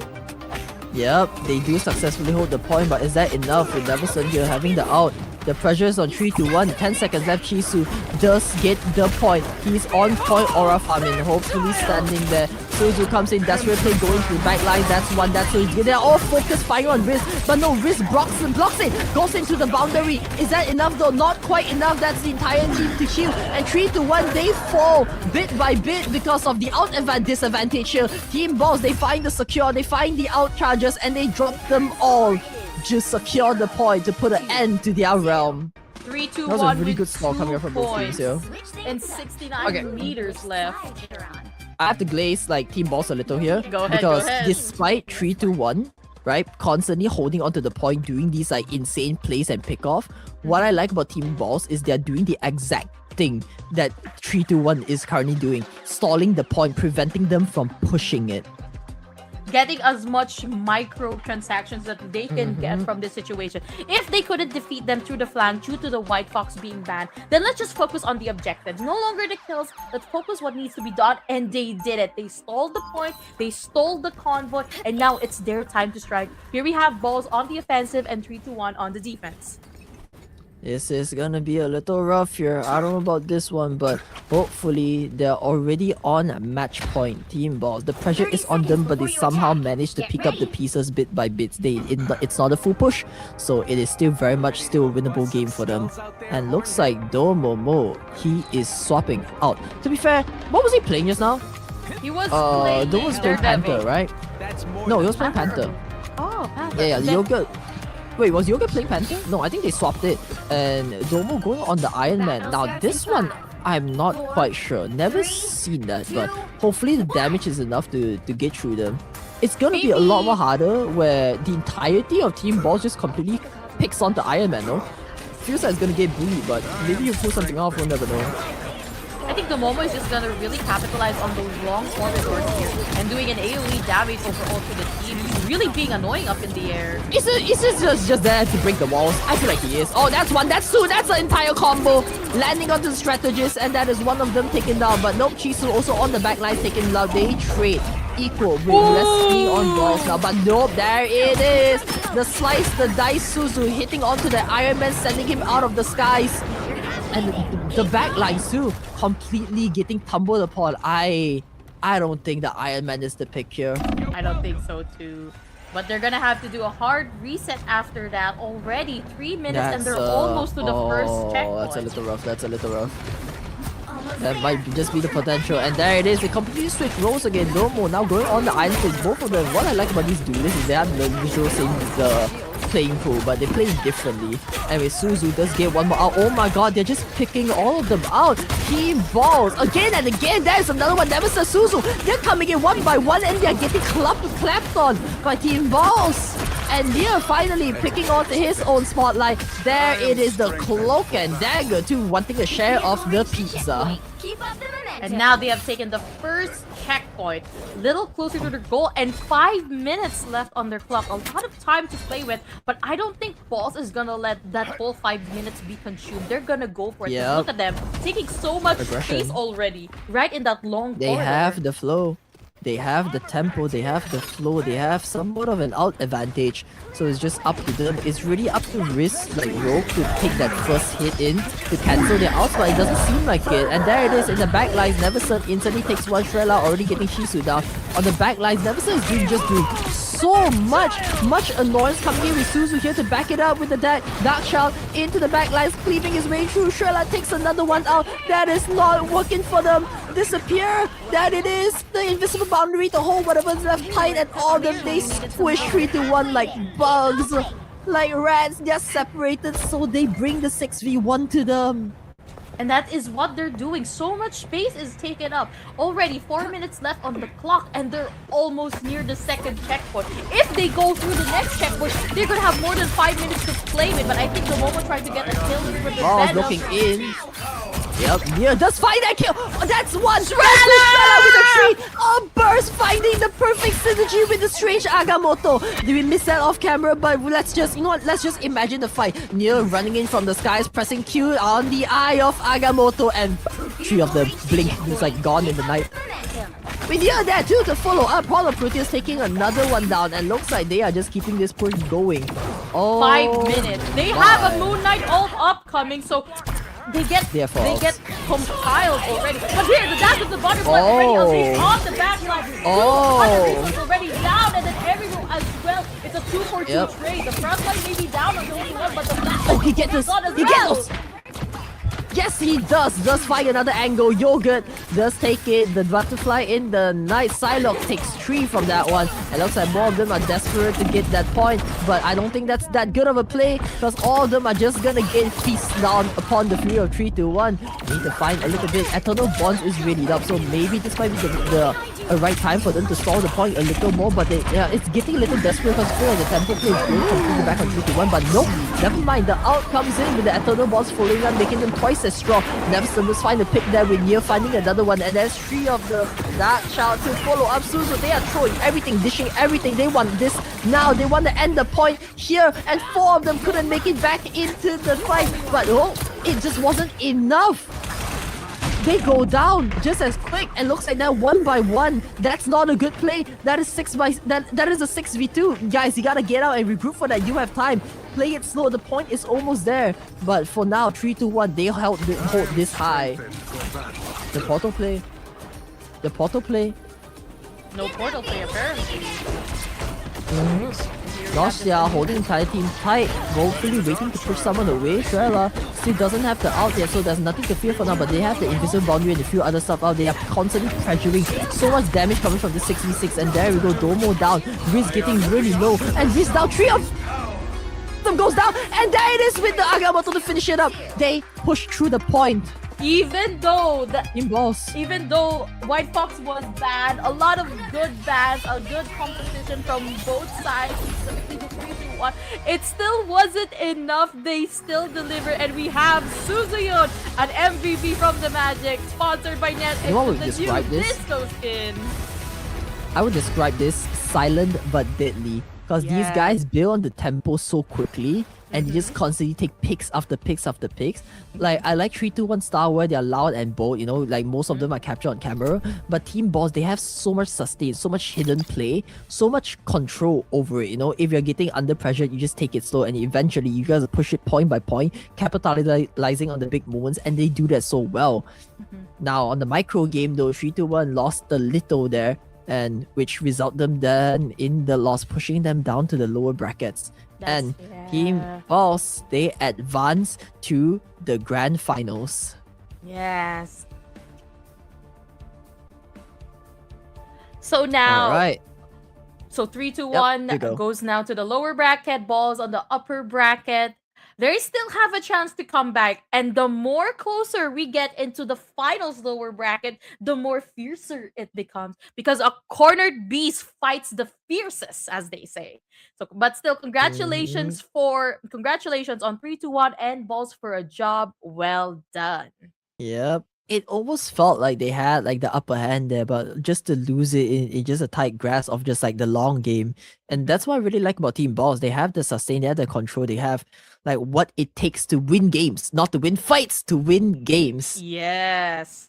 Because you may have won the battle, but if you will lose the war, is it worth it in the end? So here we have definitely Balls and 3-2-1. They're gonna have to do a little bit of shuffling when it comes to their strategy, because pretty sure a lot of people tuned in this time, so they know what their approach is moving forward. So I see the other participants here in our stream chat. So I see you. So keep on watching, everybody. And by the way, don't forget, we're still doing Blue Units giveaway. So there will be different passwords each bracket. So go ahead, type the password, and you'll get 1 entry into the giveaway. Oh, speaking of, Shrella actually won the giveaway after.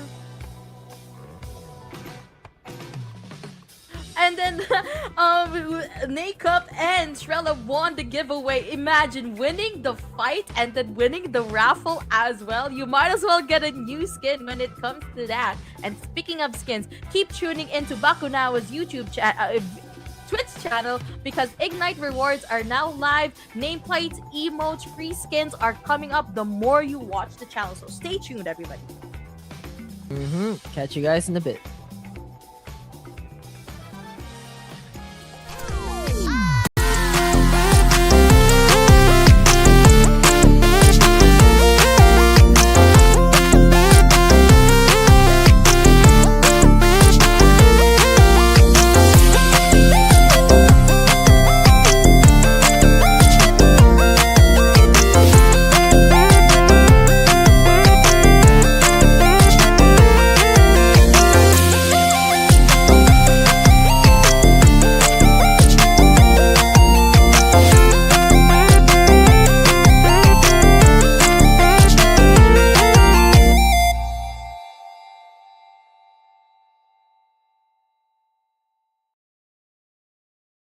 I'm ready for action, Fox. What's the mission? Sorry, Spectre, but if you think I'm hiring on a mercenary with a personality disorder, you must be. Must be what? Go on, say it. I dare you. Well, for one thing, you must be a lot more intimidating in person than our files suggested. Don't bother healing me. Hi, neighbor. You'll make a fine asset on this mission, Mr. Parker. Oh, hey! Easy with the eater pay, arker pay, lady. I don't go around spouting off your secret identity. That's because you don't know it. I actually understand how to keep classified information secure. Unlike you.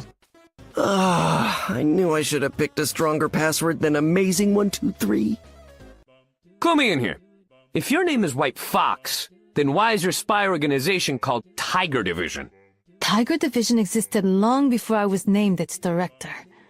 Okay, but still, it's like if my buddy Jeff the Land Shark joined the Dolphin Avengers, which I totally wish were a thing. What are you tracking now, Jeff? Wait, I didn't put that onk there, did I?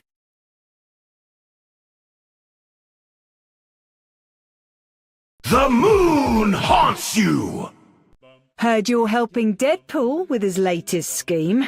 That true, love? All right then. But if Wade steps out of line, you have my permission to swallow him whole. Understood? Well, well. If it ain't the second best Monster Hunter in the known universe. Are you really putting yourself at the top of the list, Brooks? Bold move. The stats don't lie, Elsa. Not when you've racked up a body count like mine. Vampires are a dime a dozen. When you've slain a McLuhan, then we can chat. Sounds like a blast. But have you ever taken out an ancient god of vengeance before? Not yet, but I'm always up for a challenge, mate. Why? No reason. But if that ever changes, I'll be sure to hit you up. Quantum Maximov! Wow! I loved your little sync-up with the vision. You deserved all the awards. I am not sure what you mean, but thank you. Ah, hey there, chum. Squirrel Girl and Tippy Toe at your service. What can we do you for? Please tell me your catchphrase isn't really about eating nuts. And kicking butts, yeah. Oh, why? Is that a problem? Did somebody else already use that one? Wow! It's truly amazing what gets through since we ditched the comics code. Your K-pop sensation, Luna Snow! I'm so excited I could scream like a little girl.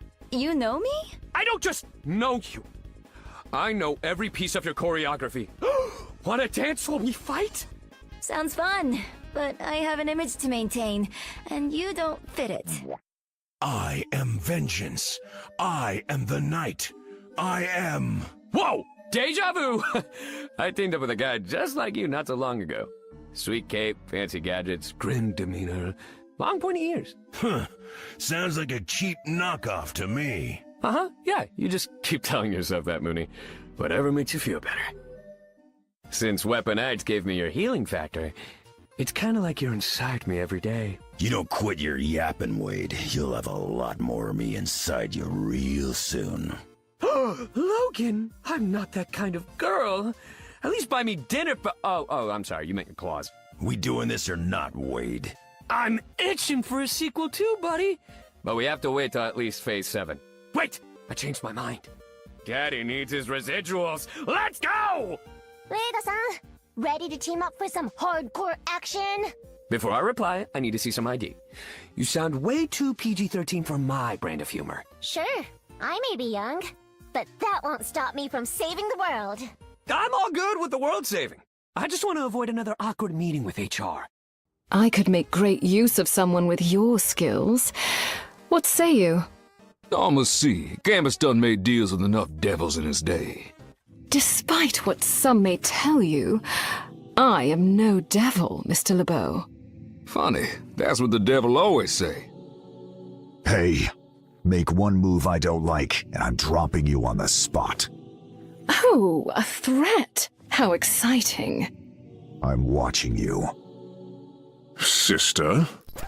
Brother. Hello, everybody, and welcome back again to Rivals Battle Stage 4 Just for the Vibe. Just for the Vibe. Konnichiwa. And Ni hao. Going on to the next game. Woo! I know the cast for us. Come on, hype it up. Let's Reggie. go, let's go, let's go.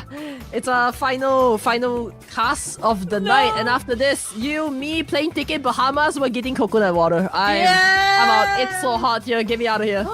Oh my days. Oh my days, indeed. But we cannot hug a put it tree. all to us. The next fight will definitely be in the lower bracket. Here we're gonna have Booty Cheeks versus Rose The Employment. final elimination match of the night. One team is not getting their golden cast highlight by Lord and Macy for the next one. Anyways, yep. On to the lower brackets now. We have Wolves of Employment versus Booty Cheeks. Woo! Man, book me a plane ticket. I'm so done. Let me go to the Bahamas and hug a tree. I want to hug a coconut tree. I'm just gonna go into the ocean, take a little dip. And speaking of dip, the new password is about to be dipped into the chat, and I believe it already is. So go ahead, place that, comment it down in the chat for a chance to win 1,000 blue units. Woo! Free stuff! No plane tickets to the Bahamas, but hey, we take those free stuff! Yeah! Okay, going in. Alright, let me shake it a little. Okay. Next game. I think we've seen them enough. Scary team. Two scary teams. We have the literal machine of a team. And then we have Booty Cheeks. Well, I feel like we're having two machines fight against each other. I can't tell. Like, these teams are just so good. When I say like, oh yeah, this team's a machine, and I look at the other one, wait, they're a machine too. Crap, they're equally good. Yeah.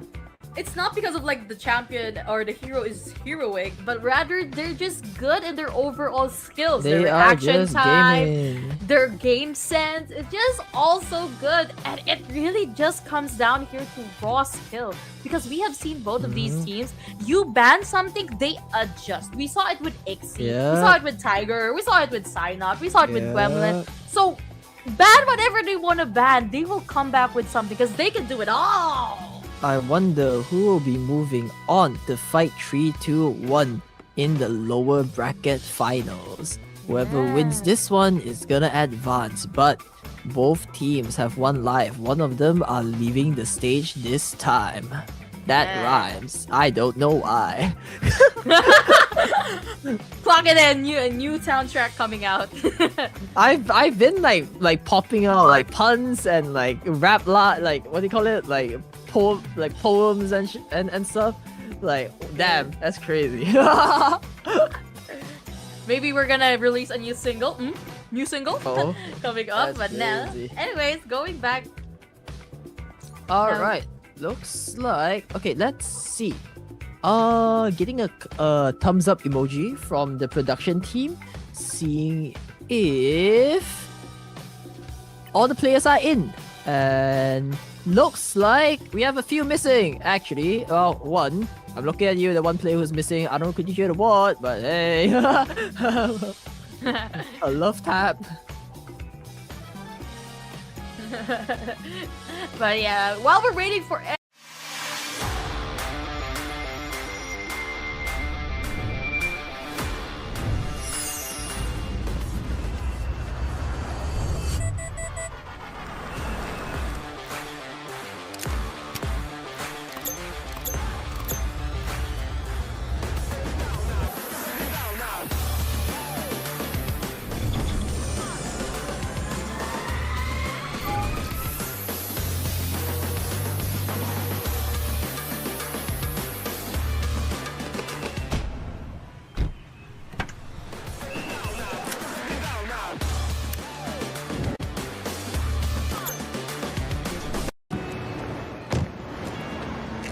Le premier qui arrive Dirige l'enquête. Non, non. On a un témoin du meurtre. Si on le retrouve avant le tueur. Le suspect est à l'intérieur. On est prêt à intervenir. Quand je suis avec lui, je peux être juste moi. Ça m'arrive avec personne d'autre. Bon, Mario, c'est bon, on peut peut-être s'y mettre? This is you. You have student loans. So you save by having roommates. 12 roommates who happen to be fishermen.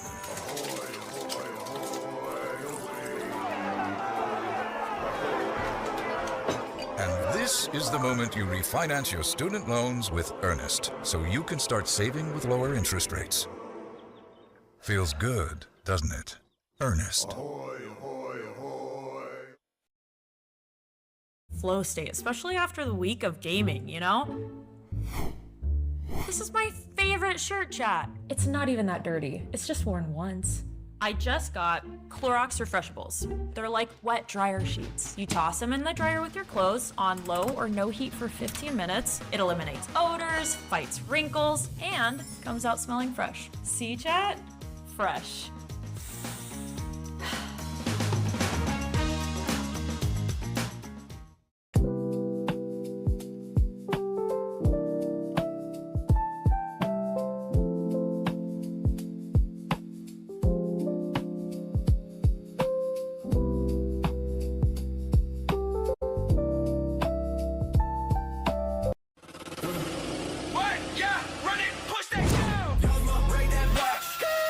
Lights turn up. Hey, don't talk. Hell is wild. Got it hot. Frame on shock.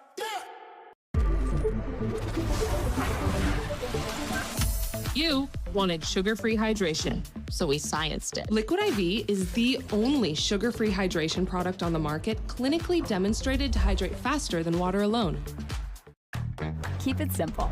With 100% all-natural chicken, Tyson high-protein, simple ingredient nuggets. Hovering above the sky as Strange, like for like the longest time of his life, just waiting for like a sweet spot just to drop down to out. Like, they gave both of each other so much space. It's like, damn, they're just doing everything. And what I really like about this team, like just for the Vanguards, right? They play with cover, which is something that I feel like not a lot of players would do or is aware that, oh my god, look, I'm the tank, I'm the Vanguard, I have HP, let me soak that shit up. Like, it doesn't work like that. Sometimes not taking damage means having more heals to spare. It means like having more resources to spare than just soaking everything up. Because if you just like stand there, like it wouldn't out-heal everything. You gotta get covered. That's why shields exist for a reason, you know? So them going out of the way extra to do things like that, it just works out so well for them, being even to the point where they could solo tank, especially when he pulls out like Emma Frost or something. Just works out. Yeah, it does work out, but you cannot underestimate as well. Even though the tanks are aggressive on the Woes of Employment side, I gotta give a shout out here to Jelly Donut, especially with her Gambit. Gambit being saved early on in the fight. I guess this tournament, especially here right now in the second day, Gambit is seeing more spotlight alongside with Invisible Woman, the typical pairing that they have. And the strategists are thriving with that. They are actually the silent and deadly, as you say, players in this tournament. They're supporting their team, and if needed, they can even like do damage as well and even contribute to picks and eliminations in the tournament. Yep, exactly. And then on Booty Cheek's side, what do you think about their comp? Psynot, Spidey, Tigger, Crazy Aimer, like really like, oh, that rhymes. Tigger, Crazy Aimer. Damn, I'm pulling these bars out tonight. God damn. Igzy, pretty clean. Yeah, pretty clean. We've seen them play. Like, look at the Phoenix. Like, the Phoenix plays and the Maul plays. They're just good with it. I feel like at this point, we're fighting hit scan versus hit scan. We are in for a very mechanical team, like mechanical game up front between both duelists. And especially with most of like the games being very neutral now, duelist has more of a chance to stand out, because back then it was just an out fiesta, but now the outs are getting nerfed, like the strat outs. So a lot of reliance comes actually into the duelist to find angles to go in, get out, safety, you know, just bring that pressure in. It's such a patch, a meta where we can finally see skill checks on both strategists and duelists, and higher. The bars has been higher than ever. All right. And you know what? let's just leave it up to whatever is happening, because sometimes if it's not your day, it's really not your day. And even though you have a strategy in mind, you have a team composition, but if it's just not it, it's just not it. And sometimes that does happen in tournaments, even in pro players. So we'll see. We'll definitely see what is happening. On the other side, Jelly's team, what do you think about their lineup, huh? We got the Amos. I'm looking at the Gambit, huh? I'm looking at the Gambit. We saw that cleanse come out. I'm scared. Yeah. What's scary? A Gambit player. What's scarier than a Gambit player? A Gambit player that knows how to play. Yeah. But don't leave out Shirosaki Mato. They were the ones that were getting MVPs earlier today. True. With the Emma Frost. Magnetos. Yeah, give me that delicious toast, bro. Been shooting meatballs from the sky like the basketball champion he is. Like dunks and dunks. Mato. Really? Oh, his Magneto scares me. It scares me, alright. Yeah, gonna go all LeBron James, but it's not just gonna be all air. It's gonna be finally 3 all nets this time around.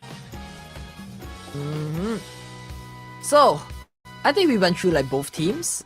What are you looking at? Maps wise, what do you think like what maps would benefit both teams? I feel like there's so many maps in the game right now. At this point, I can't even tell. Like anything just fits them. Can someone play Midtown, please? I'm just so desperate. Just He play really Midtown. Make me wants happy. Midtown. So Give me Midtown. I haven't seen single Midtown. Like make an old man happy. Clintar. No, we got Clintar. We got enough Clintar. I've seen that enough. Nah, more Clintar. Have you seen how devastating certain picks can happen in Clintar? And even just the environment toggles, the environment interactions you can do that can change. We saw how Shrella was locked in with the rest of the team, but it's not that Shrella's locked in with them. The team is locked in with Shrella, and Shrella came to play. So from the looks of it, I think both teams are still coming in. Oh, there it is. We got ourselves a connection. Ready check is coming in onto the both teams, and I think we might just start the game soon. Going in, woes of employment and booty cheeks. Chat, go ahead, comment down below. What do you think are the predictions when it comes to the maps? What do you think will be the picks? What will be the bans? What will be the saves? Go on and voice your opinion down there. You never know, the teams might be able to hear you.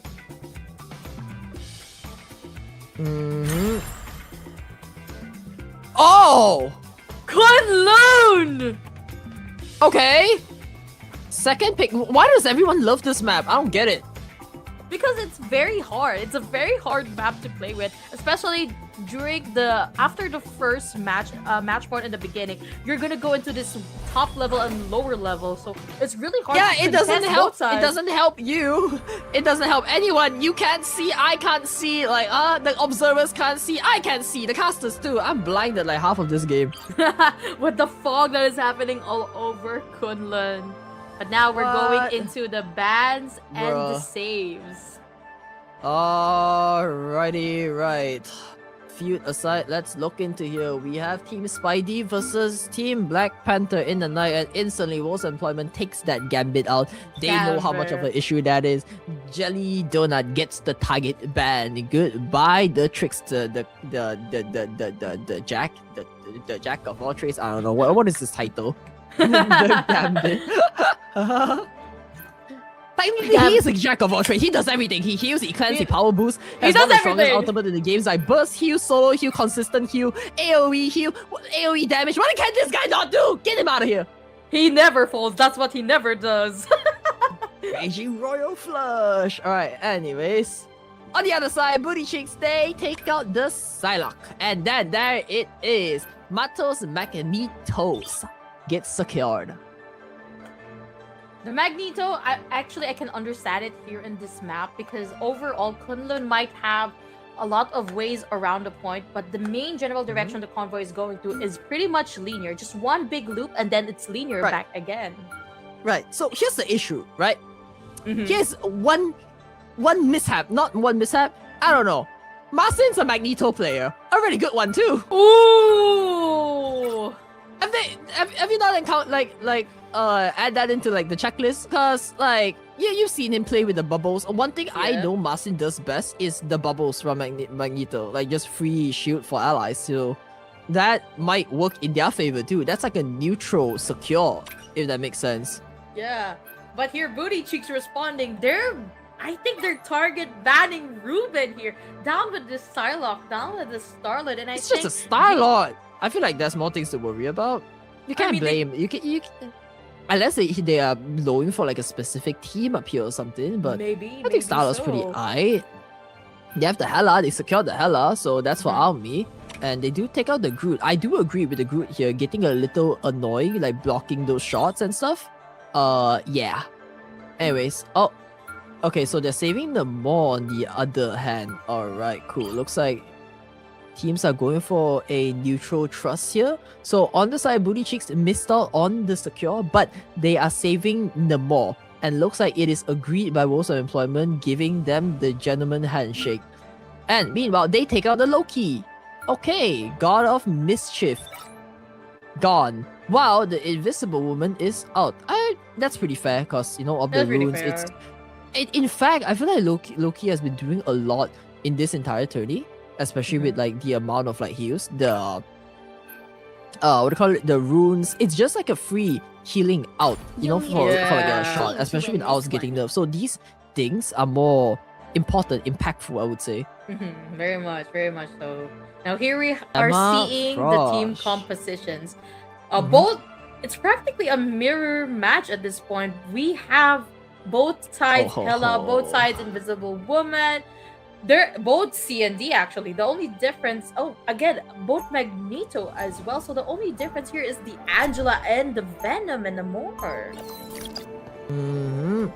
And there it is, the game begins. One of probably, I would say, well, with elimination on the line, this match is gonna get a little heated up with Ruben on his Jean Grey. 30 seconds And before Ozzy too, going back. Notorious double aimer, and while on the other hand, they also got two aimers, staring Tigger on his signature Namor, and Ixie on that Hela.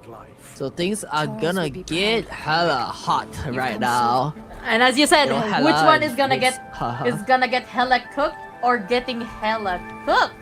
You know? Hella crispy. Having both of them. Hella juicy. It's too hot. It's a little too hot now. Password, by the way. Anyways, on to the match. Starting out, we have Booty Cheeks on the defense and Wolves Employment on the offense. Going in, Ruben takes a good scout, sees two on the high ground, and looks like it. Jia goes up, taking them head on. Oh my god! What Get a was that little low snipe there. that flicked onto the heady right onto Jia? Looks like he wants to kidnap someone, doesn't quite get the shot. He does push the Namor down, but Namor instantly shifts up, goes back into safety, and now relapsing and forcing them to back off a little. A successful defense coming out from Booty Cheeks, taking reign on the high ground and keeping it strong. Booty Cheeks definitely has the advantage here with the high ground, and Relingia trying to contest that as much as possible. But here's the kidnap, Ixie! Oh, Ixie is now safe so far. Will there be an elimination? Not yet. Everything is still in the field. Yep, exactly. Looks like they just got another one. Jia is just doing so much on the high ground. This Angela is just doing thick and thin. Everything, like another kidnap. Oh, gets stunned up a little, but there is the heal for the entire team. And there it is, the first one. Jelly does secure the first elimination onto Marcin. First blood of the day goes to Marcin, getting down, pushing the entirety of Wolves Employment back. It's fine, they're on the offense, but there is a successful defense coming out from Booty Cheeks, forcing the entirety of Wolves of Employment back to their base. One by one, even losing out on the 1v1. Ruben getting a little low there, does lose his life. Hard reset coming And just up like that. again, and Back to the high ground they go. They gotta go back to like chapter 1 now. honestly, it just takes one shift in the momentum, and whoever takes hold of it will continue this. Because right now, it's really a stalemate. Yeah. Oh, Mato getting a little low there, but the bubble to save him up there, getting a little tight. Sejuani Ansel rolls it down first, tries to aim. Right it is. He goes into the smoke and misses the out from the Magneto, saves him in time. And there it comes. Wolves Employment, all of them going in. Is that enough though? Honor Protest into the backlines, takes out two of the strategists. Oh, nuking all of them with Ixie following it up. Takes out Marcin. Booty Cheeks what a successful defense coming in. The fortress is strong. Here you have Woes of Employment in a bit of a pickle with 1 minute and 40 seconds left on the clock. Booty Cheeks, though, has 2 ults to play with Woes of Employment with 3. So they're a little bit of a disadvantage here for Booty Cheeks. Yep, they have time. Oh, Taker gets caught, but no. The boy is such a good play here. Every time he gets captured, he just shifts away. And that's Angela back to reset. Have the out here though. Here it is. Heaven ascends onto all of them. Is that enough? They already took 2 of them. Looks like more. They force us out, the Phoenix out. But never to fear. Jelly Donut here to keep it strong with the invisible boundary holding them in tight. Taker looks like the situation is a little dire here. They don't want that point. I think I'm looking at a strange portal play here because all of them just went down, and with that Woes of Employment threw them out, and there it is, the portal play coming on. Waiting for a little too early though. They're not out yet, but Ixie already going up. Wait, but you're alone. Never mind. What was that angle?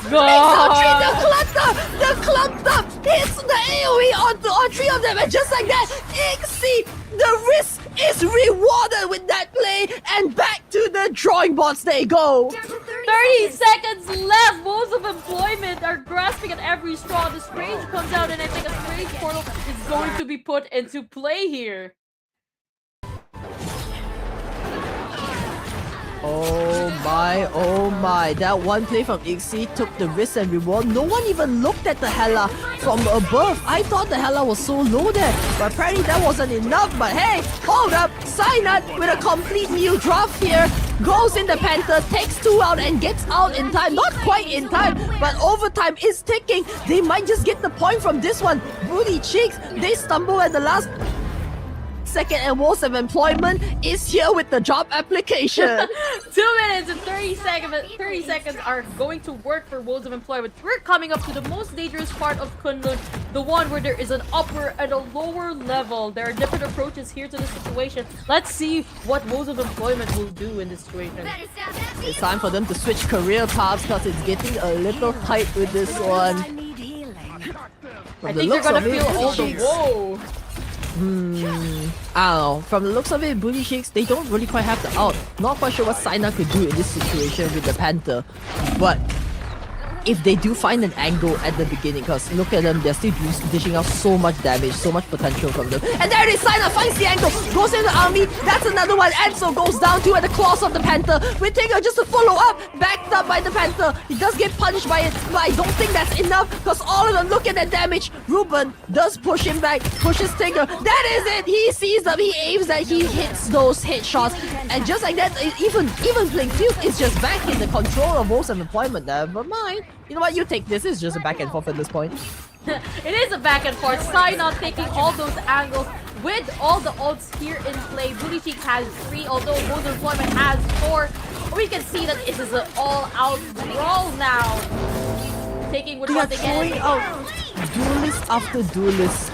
Like a full-on stacked up menu, throwing whatever they can to just keep it strong. The entirety of the fight is just, aha, got you! And then the other side, aha, no, got you! But then they turn it around and got you this time! Like all of them just taking trades after trades, blows after blows, shipping each other back to base, and now they're even the ground. But somehow Woes of Employment does find the angle there, taking that point and keeping it pushing strong. Which is really even on both sides here, actually. And Heaven does fall here when Angela tried to make a big play here. And then Invisible Battery going up with the Phoenix also. Not getting anyone. Invisible Battery also going up here. Trying to sustain as much as they can. Black Panther trying to get something to make here from the back team. But I don't think nothing. The Eye of Agamotto was unleashed. No, only the strategists were stunned, and I think one of the eliminated. Woes of Employment standing strong with only 4 on their team, only 2 now. Never mind. One by one, they get clapped on by the Booty Cheeks. They take that, and looks like the timer hitting onto overtime. But is that enough? They triggered overtime. Is that enough for them to go back in? Marcy goes out the portal at the last second. They need to, they just might, and they touch it. They did. It's a holy hope. They come back at it again. There it is. Ami just throw out the out here on the back lines. Is that enough? The reset doesn't come out. Ixie puts a stop to his round, and Ruben here to carry whatever his teammate left behind. Takes out Tigger too. Just a 4v4 on the whole point with a match by Woes Employment. It seems like they have the numbers advantage, and they are keeping it strong. Is that enough? No, it is not. Jelly Golden takes Ja out. With the other hand, Ruben replies, taking Ixie out without any duelists, without any damage. They keep the push going strong. Overtime is still ticking.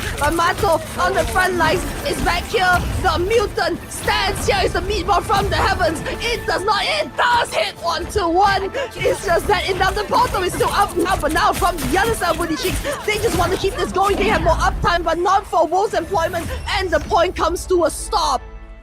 Intense gameplay from both sides. We thought Woes of Employment will not lead, but they were not able to finish the whole of Kunlun. But it's not over until it's over, folks, because Woes of Employment just needs to get they just need to defend before Booty Cheeks gets up to that point, and anything is possible because both teams are neck and neck when it comes to skill levels, and I am loving every second of it.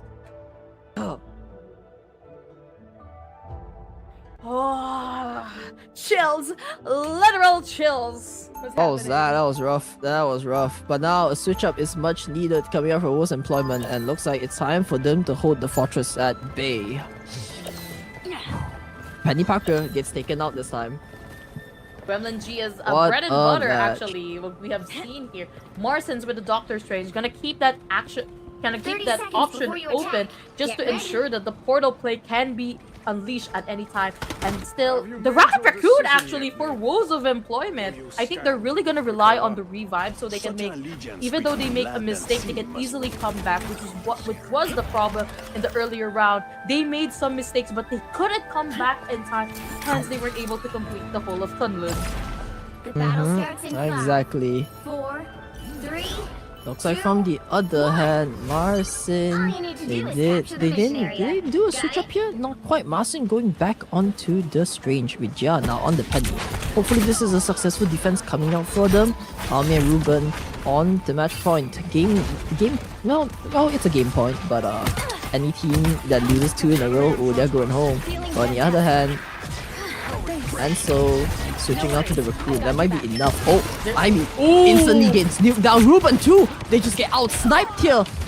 The shield just comes back on Army, but is that enough? That might not be enough for Bruce Booty Cheeks to go in. No, Army takes it back. Taker falls at the hands of the Hela.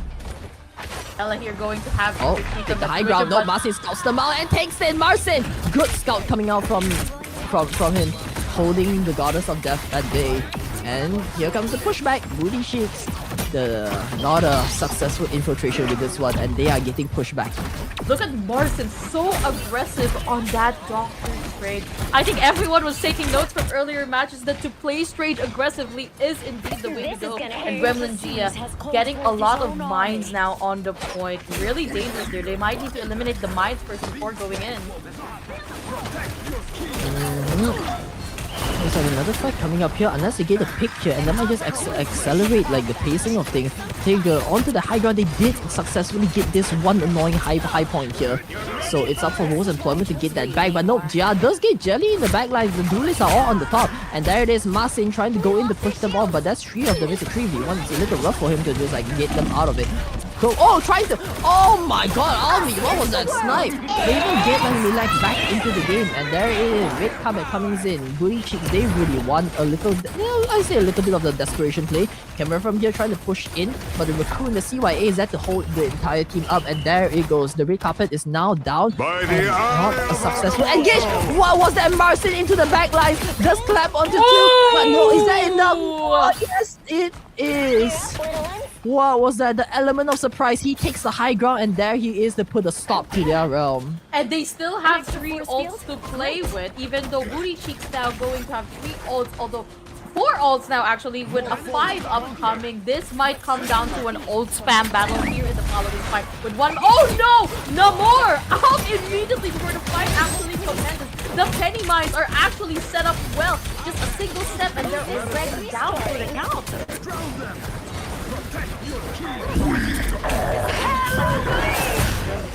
And hell, the Goddess of Death already unleashed an invisible boundary sustaining the whole team. Booty Cheeks as well with the invisible boundary. A little Venn diagram action happening here in the meter F. No eliminations happening from both sides. The Goddess of Death still tries to get Ruben getting Jelly Donut at a critical moment. Also getting another one. Azemia Dio, very dangerous situation here. The more still has the Horn of Proteus up for this one. Looks like he's gonna carry through the next fight because most of employment. Ooh. Both Nemo battling it at bay, but look up, Synat, look at top. Almi's there to snipe your backline. Good call, push him off the high ground. It looks like Hela is forced to get out of there.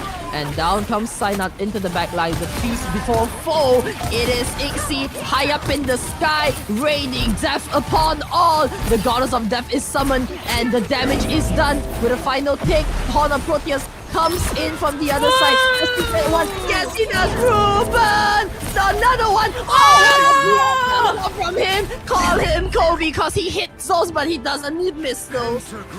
That is another. And here we have a portal play trying to get a desperate save from Jimmy. Running in again. The red carpet is already laid out on the line. Everyone is betting everything. Booty Cheeks doing their best to sustain the team fight.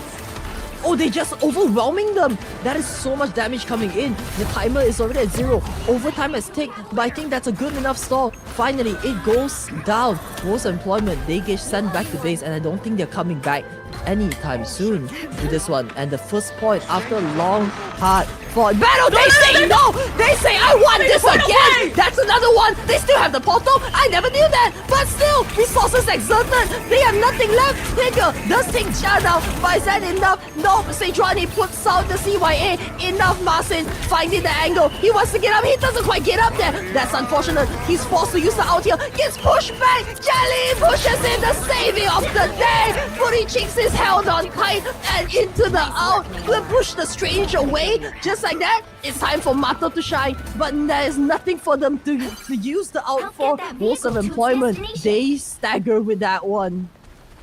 It was a fight to the death, literally there. Both teams actually went into overtime here at that first checkpoint, but let's see what Woes of Employment will do. Here we can have Woes of Employment taking the high ground. I think they're gonna go an all-out brawl here with Gremlin here on the thing, and Ruben going safe in the high ground with the Namor along with Almi. The push into the out? Like, what was that? Jelly! I was not familiar with your game. Those are absolute skillful plays coming out from her.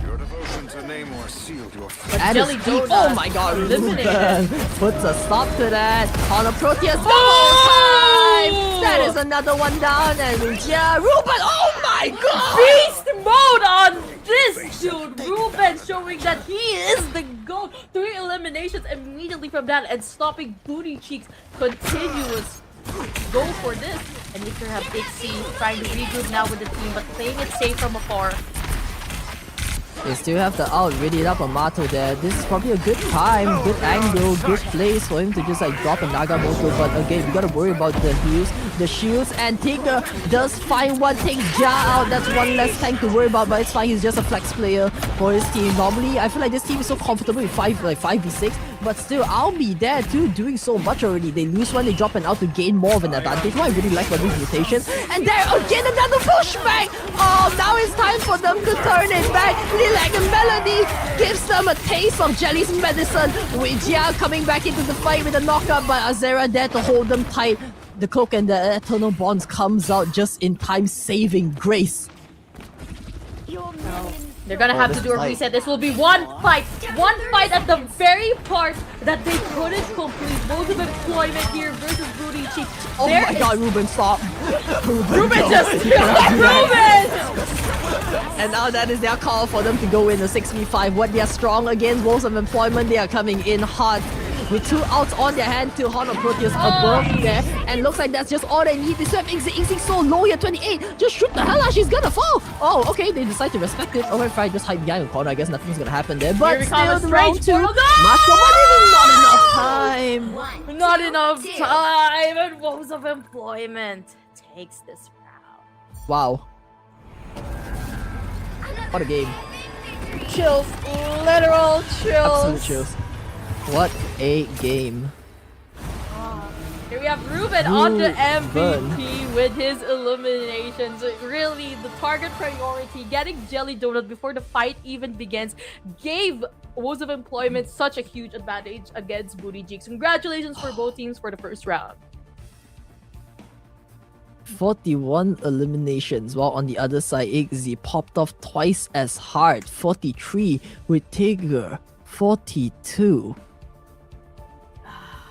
Really what? beautiful right there. What am I looking at? The stats to even playing field for both teams. Strategist 43, 30, 30. Like, what are these stats? What am I looking What at? are these stats? Truly a hard fought match. Very much. Oh god, I got chills. Oh, that was a lot. That was a lot. Like we that's a see like both lot. Invis popping off. And then like equal healing from both sides. Ruben and Tigger both popping off, having their moments. Army and the Igzy, both of them, like at this point, I can't even see who's who. It felt like both of them are doing the same amount. You know, like both of them with the Goddess of Death, with the out, and then with the snipes on the head, they are doing everything. The only flex I would say coming out from like Woes of Employment was just the wild card to all of this, with somehow finding that last clutch on that thing, the pop-up, the stun, the clubbering time, hitting it all to victory. And Masin too, Masin, both of them. I feel bad for the Strange because all they're doing is getting beat by the Invisible Woman. Yes, indeed. But you know what? Most of Employment was Oh, able yeah. to find an answer towards Booty Cheeks here, because whenever, if you notice in the match, whenever Ruben gets one of the strategies right before a quintessential team fight, they actually win it all the time. So I guess that's the answer. Just go for a single pick and then guaranteed victory, especially if it's a strategist. What was that? Oh my days. I'm just so lost for words right now. I'm trying to like absorb that in, like trying to like feel the vibes again, because that was not vibes, that was just pure like oh wow. That was a match, alright. That was a match. Yep, that was a match. There was no vibes in that game. That game was just pure bloodlust, coming pack to pack from both teams. Hit after hit, throat into throat. That's true. The slogan may be just for vibes, but the teams here are out for blood. Oh, they already won this win, alright. Yep. Playing it bit by bit, it was always like a matter of time, like a slight timing, like a slight portal play, like a extra resources that they have held on to that potentially won them the match. And coming out from this one, Woes of Employment, they made it work with that extra tick. I couldn't even give feedback for this. Both teams played out of their minds, like absolutely like insane run back. So we can only see like what goes on in the next round. I feel like the bans were also pretty even, but still, hey, you banned the Gambit, but there it is, Invisible Woman completely disrupting the Strange. You let the Strange play in. I don't think Gambit's the issue no more. It's the Invisible Woman completely like nullifying out after outplay. Exactly. Both strategists, scary. So now we are going to the round 2 of Woes of Employment versus Booty Cheeks. This time going into Convoy. Well, you want to go for Midtown, right? Maybe Midtown will appear in this round. And here we have on the side Booty Cheeks picking El Clásico, Xguard, Xdrassil pack. Auntie. I guess they just really want to fight this Oh, out when it God. comes to skill. And besides, it is the map that everyone is familiar with. Everyone knows the bits and bobs when it comes to this. So playing safe here on the map picks, not wanting to interfere with anything else. Now we're going into the bans, picks, and saves. Before that, a long match is coming ahead. Hydrate up. Hydrate, Redeem. Thank you so much for that, Amane. Okay. That was a good chunk of water and a good breath of fresh air. Locking in onto the next round, we have Grussel Path. It is a convoy coming from Team Groot versus team, half of them is Panther, the other half is people dressed in red. Okay, cool. Anyways, half of them is Groot. I mean, like, Team Groot versus, like, I don't It's know. a forest if it's a Groot team. They're red and black. Oh, is that a sign for Deadpool? Because there's like pretty similar color teams, not gonna lie. Anyways, they do take out the Gambit with respect, and on the other hand, they take out the Cylon, but they secure the Groot. It is time. We see our Groot play come into the 30. The devastating Groot gameplay actually That was by gonna be annoying. Shirosaki Mato might actually be in play. They saved a Vanguard pool actually. What? Oh no! You mean I've seen this before? I've seen this before. They just leaked their entire draft.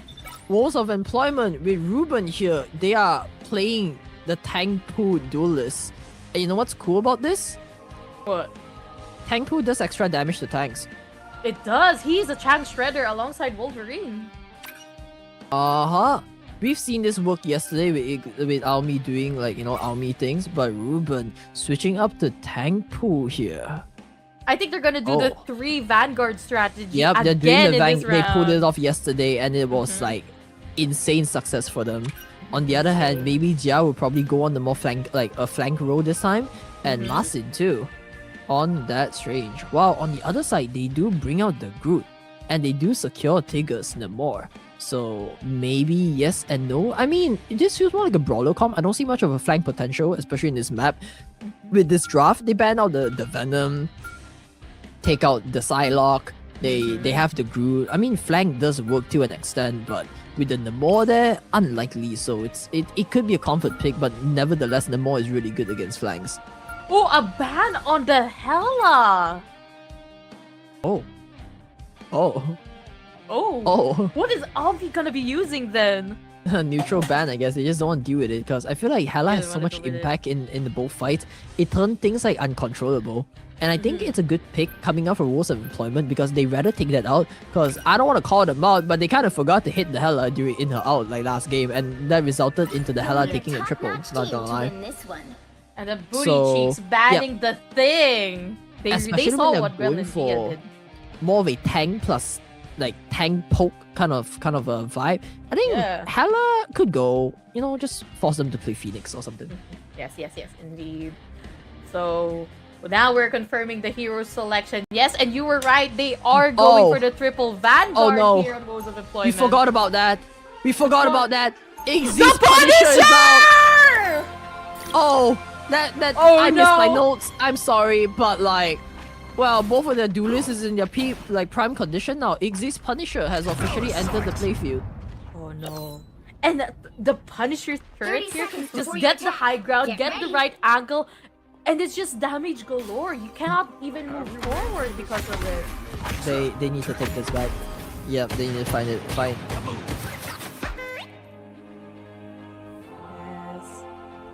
But now we'll see how they deal with it. Maybe it was an oversight here on Woes of Employment's part. Nonetheless, we are starting soon. Booty Cheeks versus Woes of Employment and Yggdrasil Chat starting 3, 2, 1.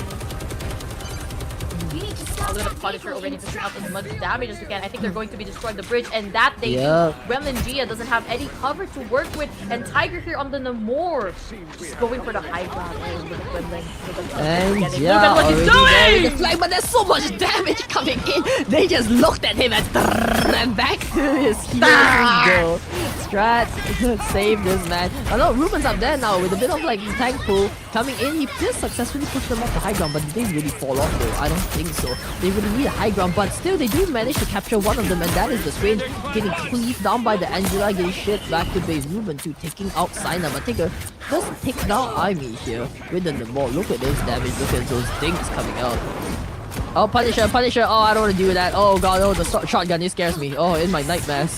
The trauma. Not the Punisher. Here we have Ruben! No? Ulting already here with Gremlin Gia following up. The flutter is everywhere, that is for sure. Yeah, Jean Grey takes some time. Oh my god! You cannot do that! The disrespect! With Mato too taking out Jia and Ixie punching down onto Marcin and the finish up on Ansel. What? It seems Krakoa is in Tigger, you cannot do that! What was that? That was disgusting. And here we have Ixie trying to destroy the bridge. So much really going to be playing on that high ground. damage potential and they have nothing to counter it with. It's gonna be a little rough for them this time. They let the Punisher out. They didn't keep it in check, and now they're paying for its consequences. And the Judgery Executioner is going to be here. It's going to be put into play soon, and definitely, if there's any counter, the invisible boundary can just easily go up. So much damage. So much damage. That is so much damage coming up from this. I rather than play with the hell out, but still.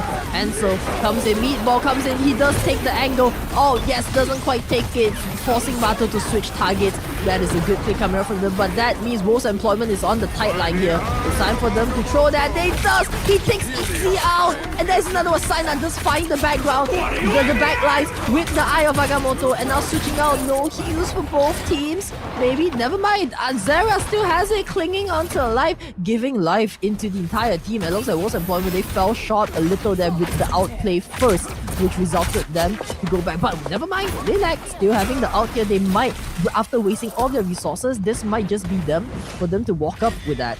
They still have the out though. He was taken out relatively by Marcin. But still, he's on the playing field again. Oh my god, the shotguns. Jesus. 2 ults to play with, and I think Heaven will fall very much soon. Look at it, trying to kidnap Ixie! Ixie going to be kidnapped for the party! The map, it came back. It just rebuilt itself and pushing down Heaven's Retribution onto the back lines. Is that enough? With the 1, with the 2 pump into his way, landing onto both of the strategies. The wombo combo takedown. Woes of Employment, they find the angle, they find the push, they find those outcharge. Oh, what a lined up from that. With how far Booty Chicks is, they're gonna be forced to do a portal enough? play. Is that enough? No, it is not. It will It is happen. not It will enough. happen. It is enough. And the turret is not to play! If you take that so far, it's round 2 again, Almi. They're trying to fight on the side, but Judge Executioner is out. Lilac already used the out. There's nothing for them to tank up now. There's no Magneto out. There's no strategist out. Only for them to be rained upon hell by Ixie's Punisher. Judgment time for all of you. This card is mine. But still, they're able to throw Ruben, eliminates Ixie immediately.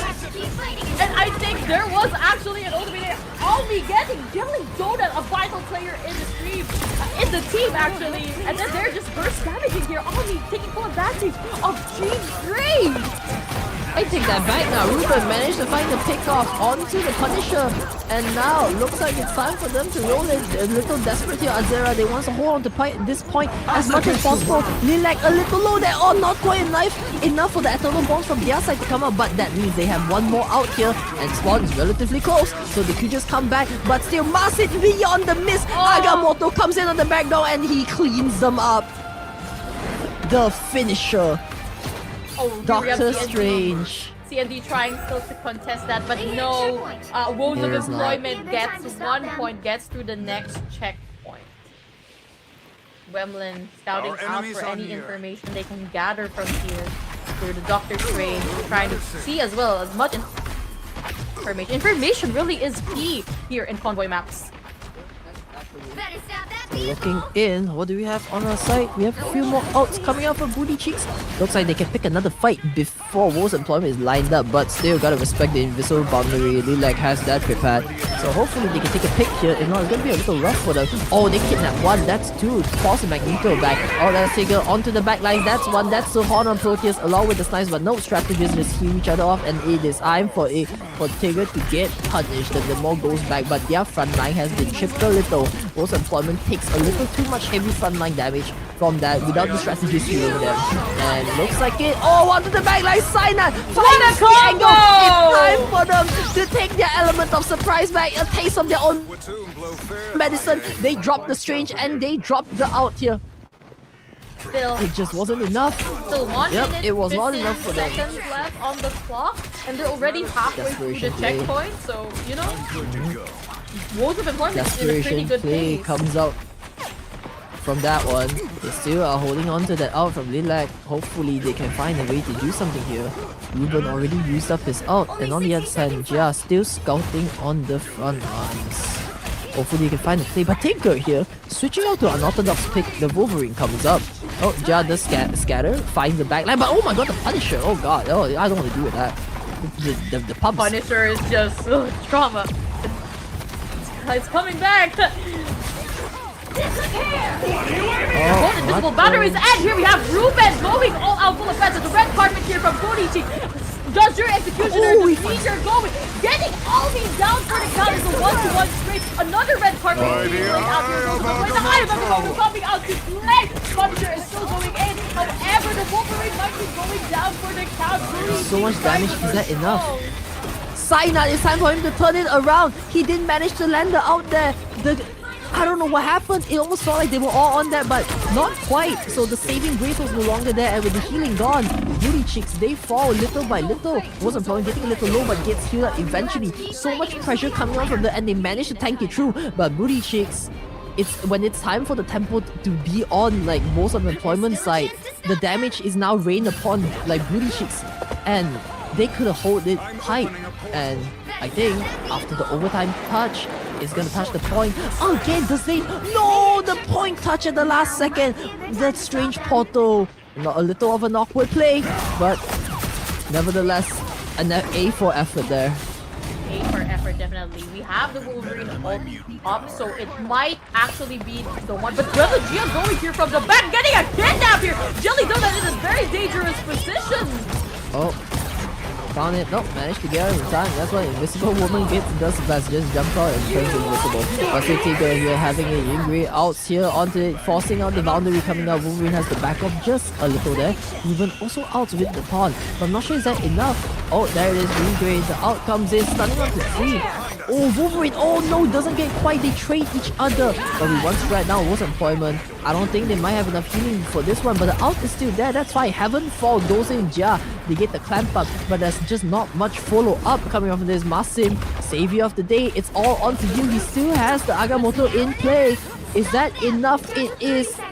He doesn't even need it, and that might be enough. And now it's just onto them. The pressure on Booty Cheeks. Most employment might just push this all the way through. Indeed, they can, because even though it's only 15 seconds left on the clock, they're so near the checkpoint. They need to do something. The red carpet here from Azaria Dayo might actually be the one to sustain them while they try to keep up. Ixie here with the speed. Wolverine already kidnapped somebody here from the side of those who employed. Martin does have the Eye of Agamotto. Eye of Agamotto actually released now on the Booty Cheeks. Azaria Dayo, the turtle bonds are happening higher. Ixie already did the feeding of 3 of both of the bones already down. 4's already down. Ruben is left, but he's eliminated as well. Gremlin. That was not working. That did not work. Oh no, Masin found the angle, but there was Azera there to heal it up, and the portal play did not have enough time. And looks like, ladies and gentlemen, we are going into a second swap around. That was a long match. All right, that was oh my. Can't believe we still have one. There's not gonna be an extension here, because it's either you go past that, or get the 3 points full, or you don't get the 3 points full. So we will see here with Booty Cheeks now going on the attacking. Oh, this is the last one. For this, one can go forward in the lower brackets. But are we already at match point where it's a 1-to-1? Yes. Oh, okay. I was so locked in. It's like, yeah. So if Booty Cheeks, wait, no, yeah, it's 0-1. So if Booty Cheeks fails here, they're going to be out of the tournament. 30 seconds before you attack. But if they succeed, there will be more to come. Yeah, I was like, wait, I don't remember that. It was just a very long stretched out game, and not just that, we have another very long stretched out game. One of them battling to proceed through the lower brackets, all hands on deck, everything is at bay. Both teams just throwing absolute punches through punches, and oh no. Most employment did get the first match though, but Booty Cheeks here. Looks like they need to find a way to win this one. The Squirrel Girl from X? Does that work? I mean, they have a few no, they don't even have any flying units, so Squirrel Girl might be the pick here, like knowing like their calm. I mean, she does so much damage too. All you gotta do is just left click away, and it just kind of works from time to time. I'm not sure. I heard they buffed up Squirrel Girl, but I think she's unchanged. But the last time she was like patched up, she was like a little buffed up.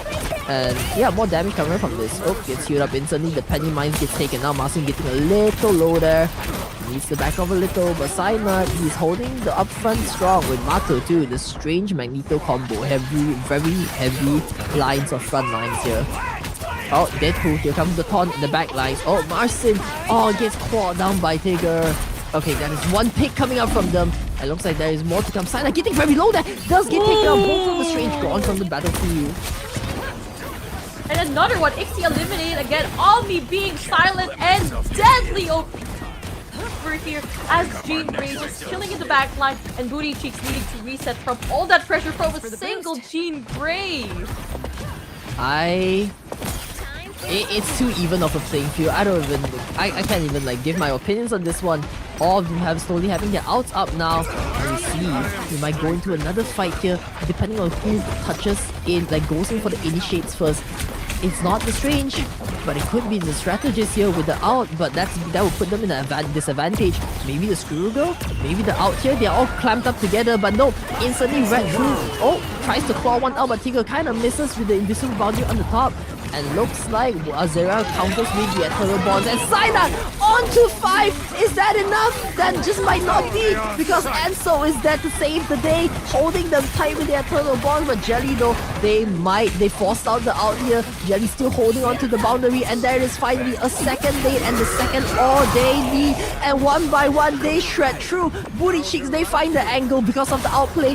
And there it is, ladies and gentlemen. They pierce through the walls and pushes Rose Employment back into their base. That just might be the first one, but looks like they aren't going back anytime soon. They still want that fight. I mean, aims for the top. Oh, the cloak comes out. Doesn't get any. Does get taken. But is that all they need? Is that enough? Deadpool even throws out. Ruben throws out the out here. Booty Cheeks losing 2 from that one. They still have the strat. But is that enough? Coming back just in time. He does successfully take Ja down. But they're still fighting for the point. So much resources wasted for the point to be stored there. That's working really well for Walls of Employment, actually. They're really like tunneling here on this choke point. Both of the tanks actually not letting them pass through, and time is just starting to crumble. But one person is trying to Oh! The Eye of Agamotto here from Marcin! Huge! All getting them all out of the playing field. Marcin. And the Gremlin Dia going to win the Fire Time, just pushing back as much as they can, trying to get this brother Oh, they out want here, this and she is down. out. They want to push this point back through desperation, and it serves. Marcin, the savior of the day, landing down, finding those out points. He gets all of them there. That is such a disastrous situation for Booty Cheeks, because all of a sudden they just got resetted, and now they gotta push back twice as hard. Timer is ticking. 30 seconds left. They gotta get the point right now. They have a few outs coming up. Fight for Yep, sure. but it really heavily relies on Cyanide for this one. There it is! Cyanide gets pushed back! No, completely denied! Strategist drops the out. That is one out down with Mato. Can you salvage this situation? He still has the meatball holding up. Is that enough though? Not sure yet. He's still holding on to it. On the other side, Jelly is getting her out back, but still they want, before that can happen, Almi here raining from the skies. Mato salvaging the situation, finding the meatball, does catch a few, but no, Marcin is already cleaning the job with no heals left. The strategies all down. Walls of Employment, they push it back again. That just might be it, ladies and gentlemen. Oh, he's gonna do a funny strange. Oh my god. 0-2-2. Is that it? Oh my god. Is that it? It's so close. Yeah, that's it. That's it. That's it. That's it. That's it, indeed. That's Woes desperate. of employment. Such moving desperation. Forward. But Booty Cheeks going to be out of this tournament. Unfortunate. For That now. was probably like that was the heatest game that we had so far. Very heated. I need to take a breather from that. Me too. Unfortunately, Man, me too. with that, Booty Cheeks will not advance and is knocked out of the tournament, eliminated by Walls of Employment. While a hard-fought match, both highlights onto both teams. Unfortunately, indeed. the one that triumphed today is Walls of Employment, moving on to the finals, the lower bracket finals. We're not at the grand final yet, but that's it for me and Reggie, and we'll be passing that to Lot and Macy. I mean, it's 07. Actually, you know what? A moment of silence for Booty Cheeks and 07s in chat. Because today they stood well, but not enough. It That does was happen during devastating. tournaments. Yeah, We give that was rough. everything. That is rough indeed. Mm-hmm. Really hard for a match though. Oh, that was one of the best games I've classed. Thank you guys so much for giving us that game. I feel exhausted out of there. The perfect time to swap the casters out. Reggie, how are you feeling about this for our final cast of this tournament? Definitely very tired because that was a very much intense fight, but relieved nonetheless. It has been an honor. Big shout out here to Baku and all the staff involved for giving me this opportunity to cast Amane, Macy, Law. Thank you guys for bringing me under your wing, and thank you for giving us this opportunity. It's 10 p.m. I need to go get dinner. But yeah, shout out to Reggie. You know me, Hoshikawa Mane. You can, like, weird self-promotion. But yeah, if you want me to stream more, you can check me out. Anyways, that's probably it. Any final parting words from them? And we'll probably hand the deck to the next few casters. Time is kind of ticking, but yeah. Alright, but the tournament is definitely not yet over. We are now going into the lower bracket Bahamas. finals. I'm getting a coconut juice. I'm out of here. Like, go ahead. But let me remind the chat that the tournament is not yet over, so stay tuned. We are now going into the lower bracket finals, and whoever wins that, we're gonna be going to the grand final. So stay tuned. We will be leaving you with Macy and Lot in the next shift of casters. Catch you in the flip side. To the Yes. Bahamas we go.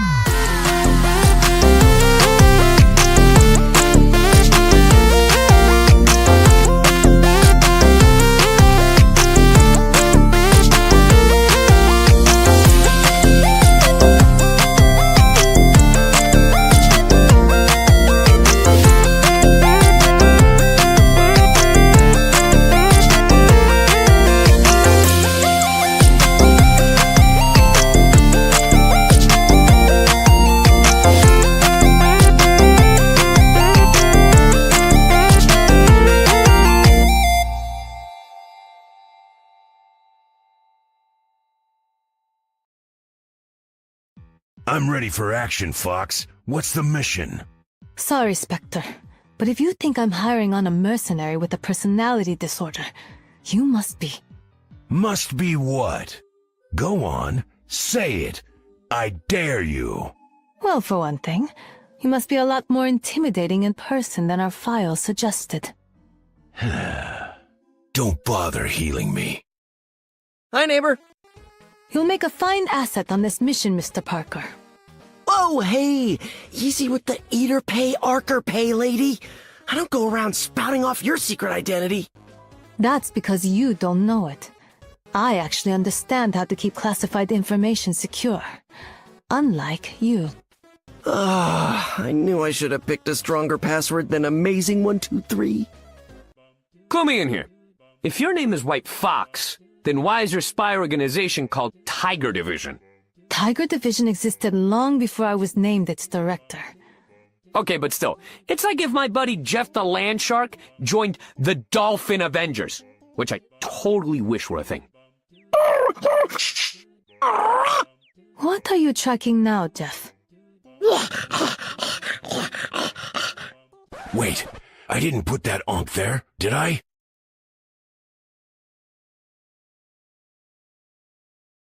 The moon haunts you! Heard you're helping Deadpool with his latest scheme. That true, love? All right then. But if Wade steps out of line, you have my permission to swallow him whole. Understood? Well, well. If it ain't the second best Monster Hunter in the known universe. Are you really putting yourself at the top of the list, Brooks? Bold move. The stats don't lie, Elsa. Not when you've racked up a body count like mine. Vampires are a dime a dozen. When you've slain a McLuhan, then we can chat. Sounds like a blast. But have you ever taken out an ancient god of vengeance before? Not yet, but I'm always up for a challenge, mate. Why? No reason. But if that ever changes, I'll be sure to hit you up. Wanda Maximoff! Wow! I loved your little sitcom with the vision. You deserved all the awards. I am not sure what you mean, but thank you. Ah, hey there, chum.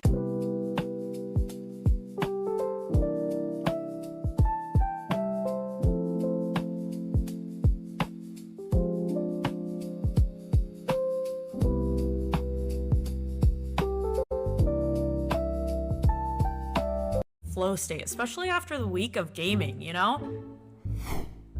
This is my favorite shirt, chat. It's not even that dirty. It's just worn once. I just got Clorox Refreshables. They're like wet dryer sheets. You toss them in the dryer with your clothes on low or no heat for 15 minutes. It eliminates odors, fights wrinkles, and comes out smelling fresh. See, chat? Fresh.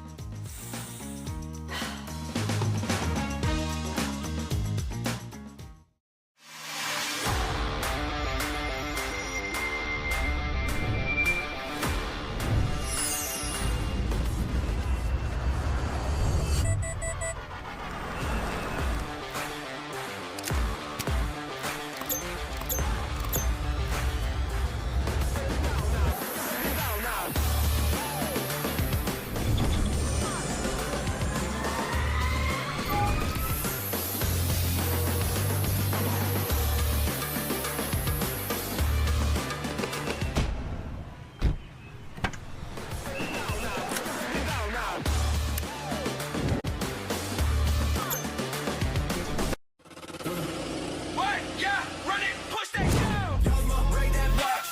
Yozma, lights turn off. Yozma, hey, don't talk.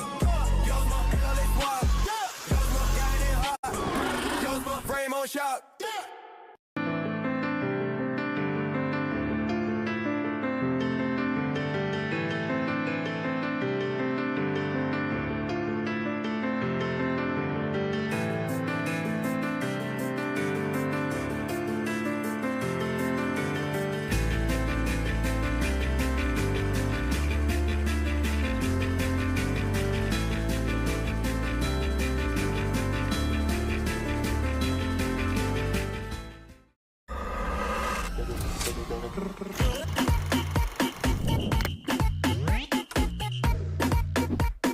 Taking down my hair, got your eyes on me.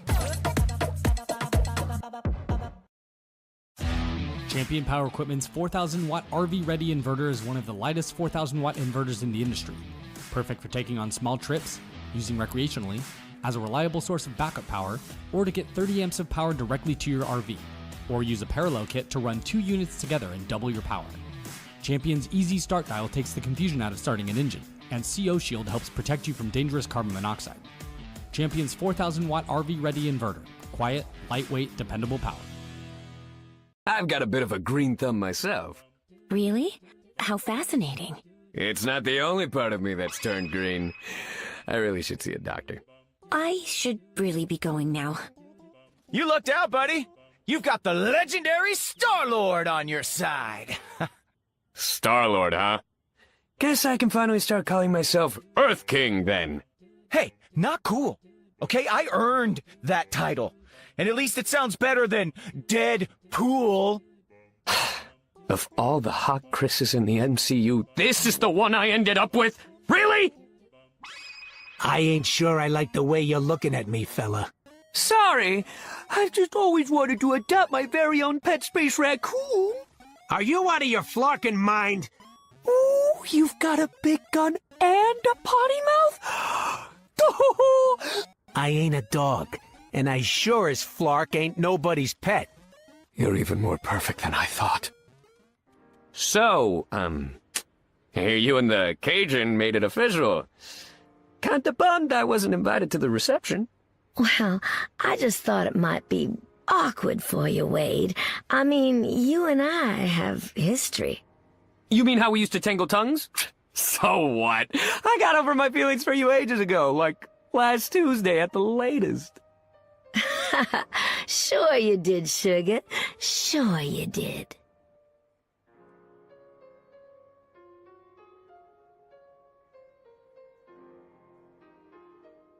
You're not afraid to get those perfectly manicured hands a little dirty, are you, Frost?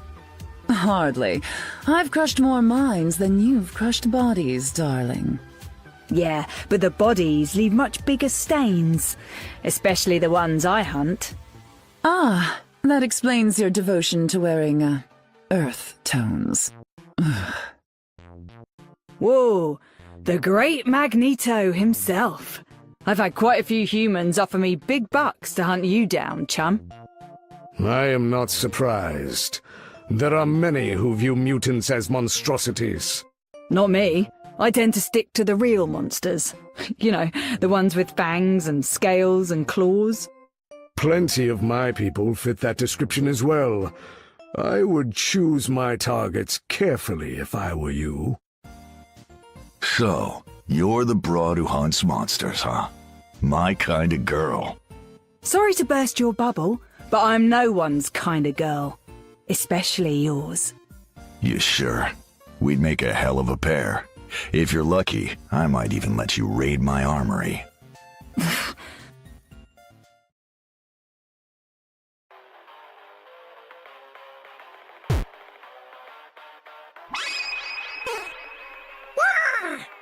Jeffy! I'm happy to see you too, you adorable little ball of murder! Daddy missed you.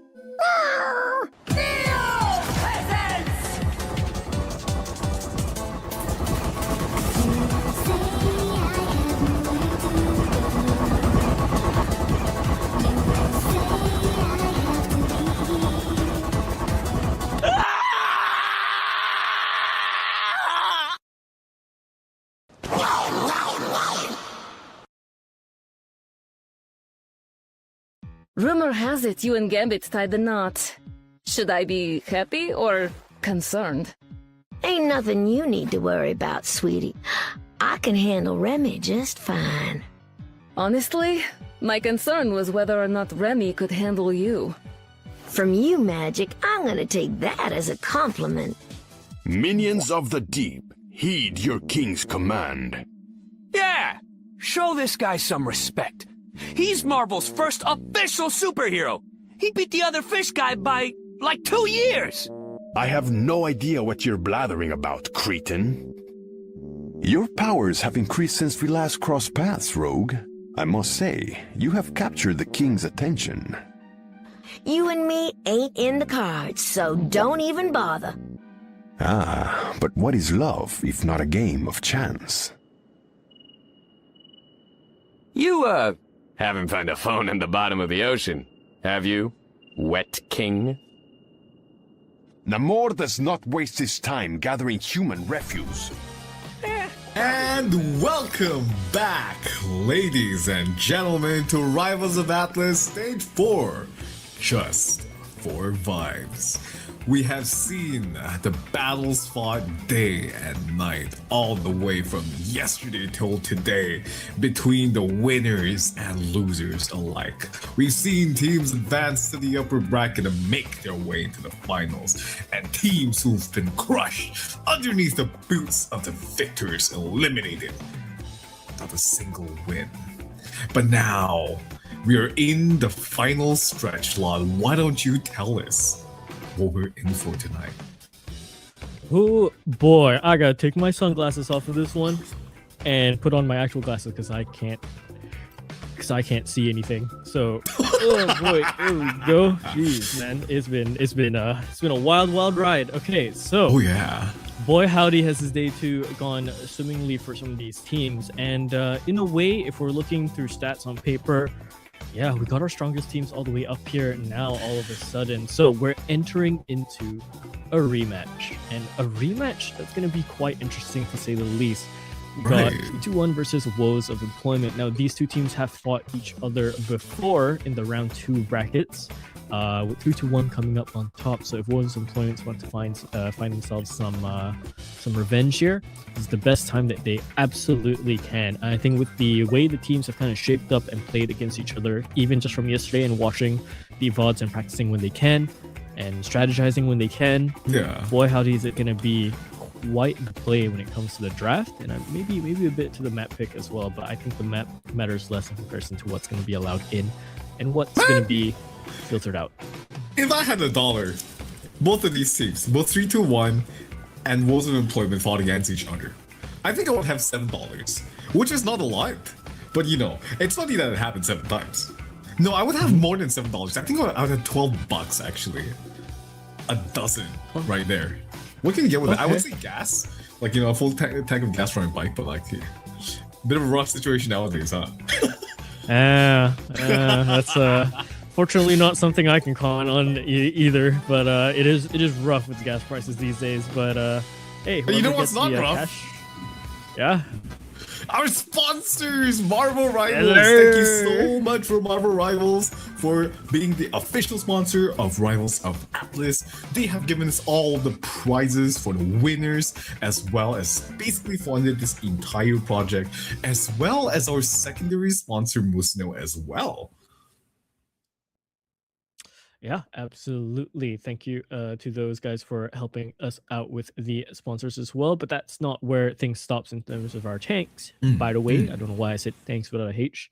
It's been a long one. I want to thank our co-streamers as well out there, Prison Moon Studios, Sweets and Wine, or Sterium, for helping us get more vibes into this tournament as we can. Not only that, if you guys have been around or if you guys are new here, you'll know that you can win some in-game units by typing the password in the chat. The password's going to change every single bracket. We're running out of brackets, so hopefully you jump in to make sure you can secure yourself some units, get yourself some of those new skins. Because there's still more. Wait, what is the password? What is the password? I need to drop it right now. You gotta take a look at the you gotta take a look in the chat. It should be pinned there, but yeah, password is Sunny Day for the last one. So if you haven't joined, go ahead and see if you can maybe cop yourself some units for you to get those skins as well. Some other things I do wanna say as well is you know, if you have your Twitch Primes and so on, and if you have your Twitch drops available as well, you know, keep those active. 6 hours of watch time can net you some exclusive Ignite Twitch drops as well, so make sure you get that. If you're a person that loves to watch the Ignite series as well, and the MRC championships, championships twice there, but the MRC. And then of course, you know, we've seen a little bit of a White Fox here and there, even a White Fox ban at one point. But if you're here to find out how the new hero plays out, well, there's a chance that you can also find that out too. And well, April Fool's is just around the corner as well, so there's a free Jeff Rodeo emote, I'm told, for that one to fool around. A Jeff Rodeo emote? Yeah.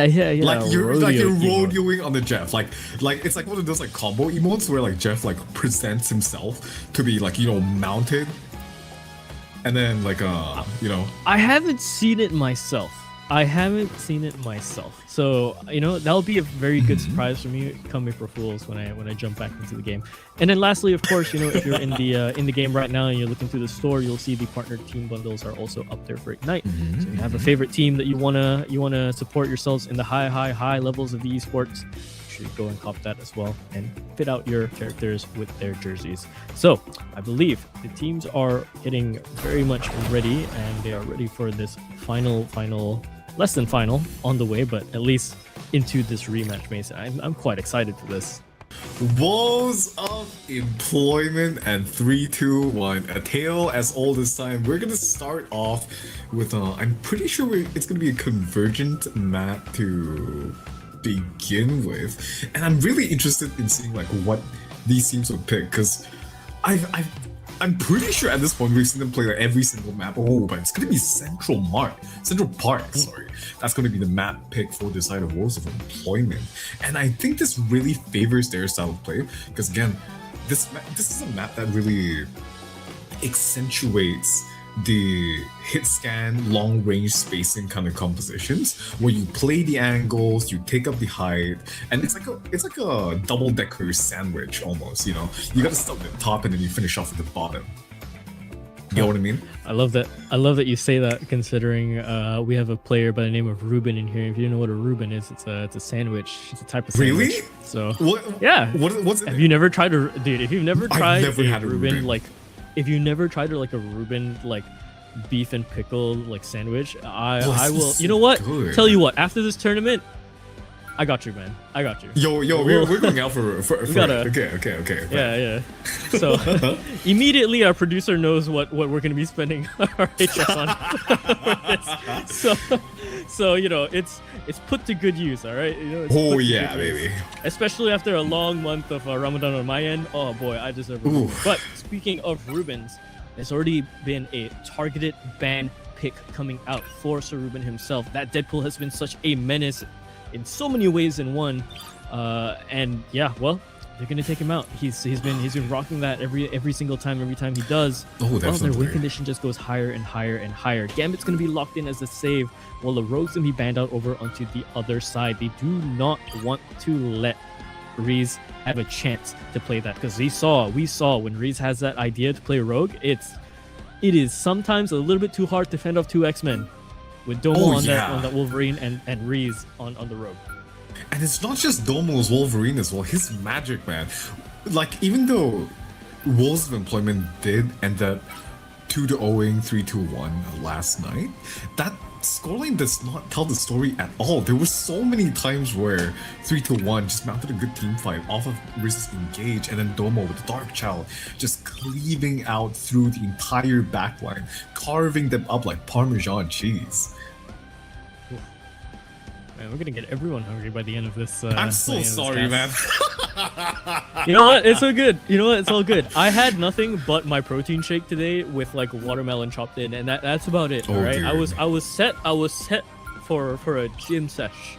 Fortunately, Marvel Rivals took ownership of the night, so all good. Well, I'm gonna spoil myself later tonight. So Cloak and Dagger is gonna be locked in as well. Daredevil is out. That's a very, very good ban to target Yogurt as well, because once Domo and Yogurt start to pair up their Black Panther and Daredevil, it starts to become an absolute mess for a team to try and look in 15 different directions, assuming you can even look half those directions if you aren't blinded. And then the Angela is going to go out as well, another targeted ban. I love seeing the tournament start to really shape up into this end of it, right? And when it starts to funnel towards the very, very top end of it, simply because the targeted bans, I mean, on one hand, they start to make a lot more sense. It's a lot more ideas behind it, right? The game literally already starts upon the first ban pick. Exactly.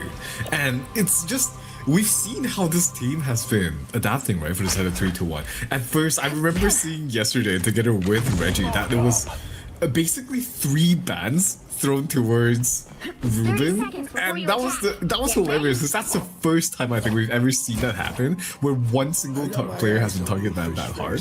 Meanwhile, though, now 3-1, they are very much respecting the options that are going to be available. The Deadpool Vanguard, we've seen being put to very effective use from side Ruben as well in the triple tank oppositions. I still think they're double DPS, like this poke-ish kind of comp where you just play the angles where they can't really mount a full-on engage with you, because that's exactly what 3-1 wants. 3-1 exactly thrives in these situations where they are able to like basically slow crawl on you on the low ground. It's like an impending doom kind of thing. They just stare at you, they just walk at you, and they just shoot at you, and you know they're coming. There's just nothing you can do about it.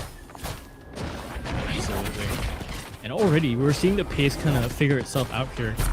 I have to mention that Hoshino K is taking in a play here as well. It's a familiar name we've seen in the previous ROA. One the most cracked bronze player of all time. Yes, sir. Yes, sir. Man, do I have a funny story if we ever have to go into intermission. But in the meantime, we'll see how this goes without any breaks whatsoever. So far, they're gaining just a little bit more ground as they go on. But as time is being spent, more time is being made up for the fact that ultimates are being prepped onto the board. And again, these ultimates have been neutered down ever so slightly. So it's not just pressing Q and winning out the fight just immediately. It's about getting those first picks when you can. Yogurt's the first one to do it alongside with Reese. Domo finds the third one. Ruben tries to fight back up onto that high ground, but immediately shotgunned out of the game. They have been reset. Was the opponent sent packing back into the office here, just looking to write up another plan. I wonder what the board of directors is going to think about this one. the next push, they're going to satisfy the shareholders for sure. Since he's going to be going in already, taking out, siphoning the soul of one of the tens. They need to break this choke point sometime soon, but Domo on that high, especially on that Punisher, they are going to need to have to deal with him before they can mount any sort of meaningful push on towards the side. So, Raging Royal Flush is going to be committed here from the side of Lilac Melody. The Ievac mode is going to be massive here, and Domo and Reese secure the necessary picks here, but Yogurt and Reese fall towards the backline as well. Balls of employment, sweep 3-2-1 from the under their feet. It's a 3-3 all-out brawl and trade right now, but Hoshi finds a triple. He cuts through the noise and finds the clarity here, but it's not over yet. There's a portal coming through on towards the point here. Reese, he has but a couple seconds to get this portal through, just in time for his team, and now comes the ultimates for live.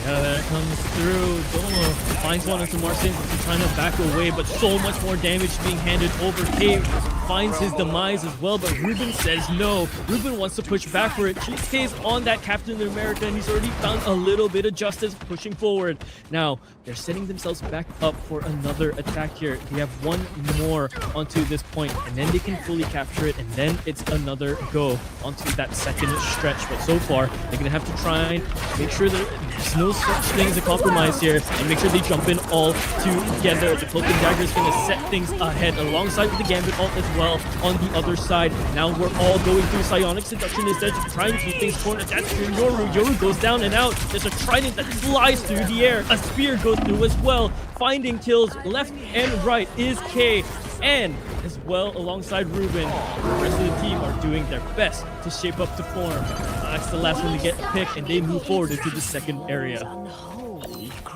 Walls of Employment managed to catch the storm that is 3-2-1's counter engaged there. Raging Royal Flush committed from the side of Nastia, but unfortunately, all of the damage is coming through from the side of Walls of Employment there. Unfortunately, not enough to cut through all of these players. So, Answer's Cloak and Dagger ultimate there, I really like it. That early ulti was actually really helpful towards it. Hoshino though, him falling here is going to spell disaster for the rest of Walls of Employment here. Look at how much space 3-2-1 are just going to be encroaching on top of Walls of Employment. They are just running them through right now. 3-2-1, they're just basically holding this forward point of the choke so far, but with the clobbering time available, no! Well, with Kia, the pins were lined up for him, but he was just unable to knock them down. Speaking of knocking them down, Domo is just popping them with buckshot in towards her face here, but Walls of Employment again, Hoshino K, the goddess of hell, trying to get some damage here. What is that?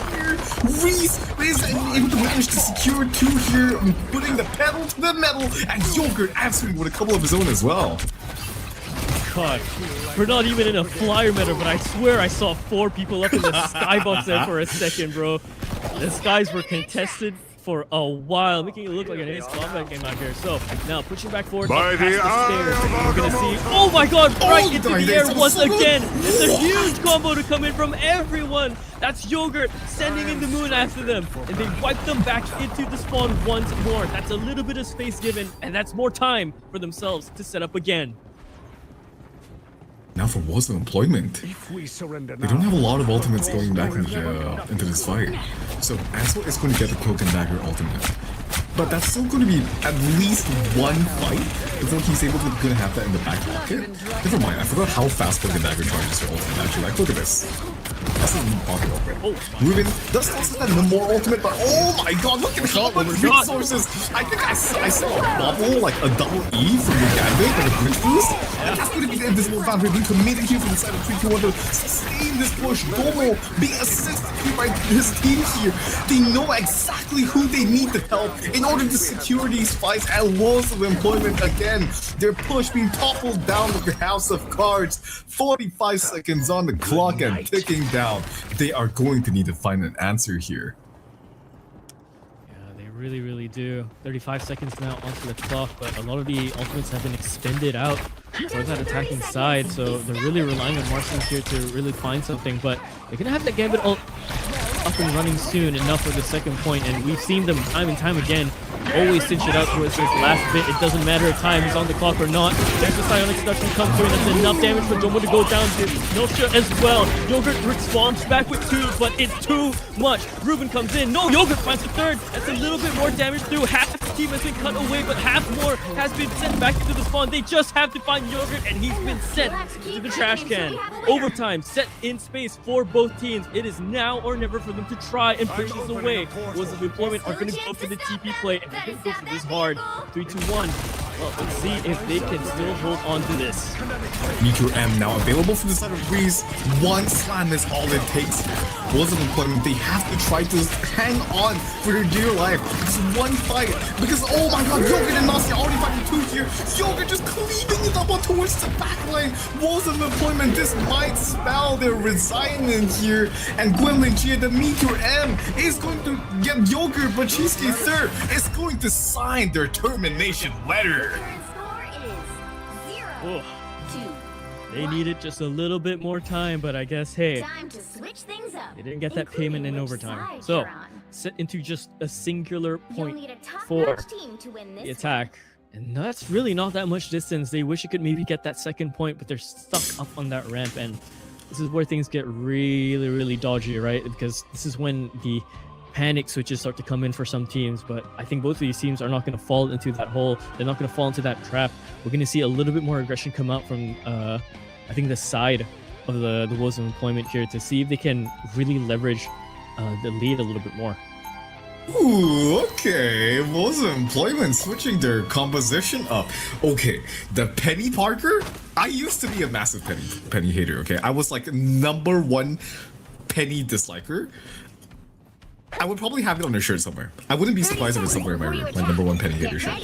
But this map is so good for Penny, especially back when she had the Rocket team up. And even now, without the Rocket team up, I would say, yeah, where Gia is placing his nest right now, this is exactly where I want to see it. If you can just control this high ground, it makes it so obnoxious. Because usually when you play in rank, you would see this nest go down on the main choke, but once the pillars are broken down, there is no real way to deny that nest from being shot. But when it is placed up here, it is so much more of a bigger obstacle because it allows your DPS players like Hoshitoke and Ruben to play up on this high ground and retreat back to it and even heal if needed. Yeah, absolutely. Yeah. And I mean, we've seen some of the pennies work out and we've seen them not work out too much. I saw last time a penny that was used here and it got immediately dumpstered, so they really have to be prepped for their game plan here, stick all together to make sure this penny is going to be the win condition for their defense. Because look at this, they're already trying to route all the way towards this left side. If I like this. The buildings start to be made up, yeah, they could just slowly go and sneak in towards this left side. Now they have to worry about a whole new angle of attack. This is a bit of an odd one. We don't usually see this oh my god, team comp just go up here. This is a whole twist in terms of the tail, and now all of a sudden people sitting on the high ground now have to look even higher. They're gonna have to try and scrap away at the fight in a very, very small room that really goes heavy-handed for 3-2-1. They've already found 2 picks and they're looking for a third. Senju goes down. Now they're waiting for this reset to come in. Lilac's caught out of position. She has to make sure she gets back to her team, because if not, they're all just gonna go down. Martians is out. K is out. Lilac last to fall. 3-2-1. Find their way in. What an insane execution for their attacking gameplay. Yo, this is what we like to see, especially when you're in the lower bracket semifinals. One step away from the grand finals here, and 3-2-1 are throwing everything they have at the table here. Again, Yogurt already taking up towards this high ground here, playing the angles and trying to take down any sort of players that dare to show their heads. Hanzo Conchu is now going to be available for him, the first player in this lobby right now to have his ultimate available from them. And early ultimate from this player is going to be very strong, but he needs to be able to set up his play. Setup will be the question here. Yogurt nailed into the jump, has to utilize the grapple to get up there. Sends the Ankh down forward, but a lot of damage is still being done, and the healing is not following up just yet. There comes Conchu up into the sky and does take out one. But they're going to try and force the team back, try to maybe feed them even more frags as they go, and they will absolutely do that. They've sent them back, packing all the way, and unless they can make this in time, this is going to be 4 minutes on the clock for 3-2-1 to cinch this away on this first map. So they have to rush this. They only have 2.96 meters. There is now being contested by Ruben. Pops the butterfly, but no, it doesn't get away with it because it doesn't proc him to stand on the cart, and no one else is that there. is so unfortunate. Oh man. 3-2-1 again on this grudge match here. Looking, they're coming back with a vengeance. Cheesecake third this time around, showing us what he's made of on that Doctor Strange. What a play, honestly, from all of the team. Looking like there's so much cohesive today compared to Woes of Employment.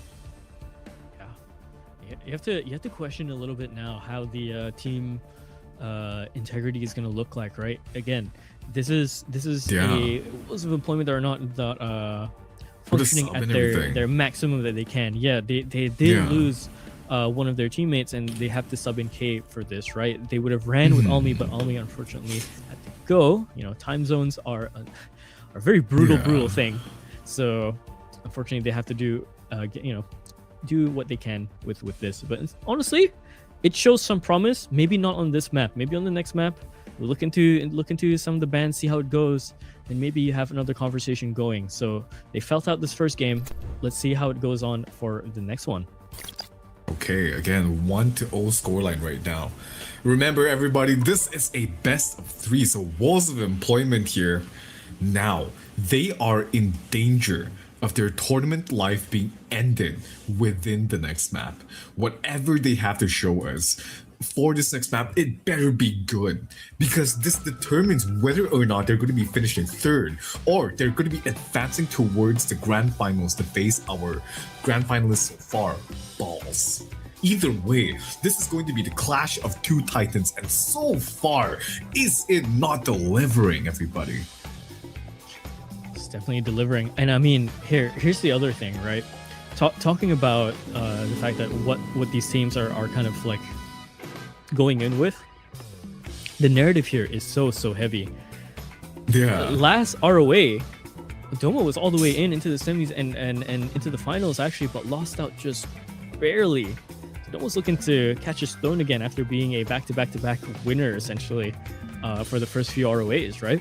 Yeah. Only falling short against what was it? It was Akito and his team. And Akito was a menace on that Hela the last time we saw, but Akito's not here anymore. We have some other familiar faces that made it up, and in that sense, I really love to see the competition always beating each other out. There's always something new every single draft, every single team comp that comes in, and every single season.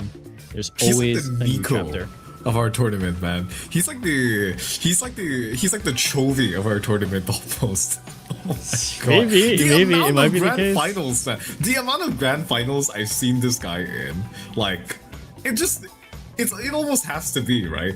And if Woes of Employment actually make it in towards the grand finals, I think that would be even crazier that we don't see Domo in the grand finals. Like, what? Yeah, he's got to get there, and I think he's prepped to get there as well. Both teams should be prepped here for this next map, so yeah, let's see how we're gonna get into things as well. So into the round 2, and backs against the wall for the Woes of Employment. Let's see if their contracts are really writing themselves up soon, or maybe, just maybe, they're gonna get a raise. Okay, and second map is going to be Convoy here. So far, we've seen a lot of. What map do you want to see here, actually, from both of these teams? Indulge me a little bit. I want to see.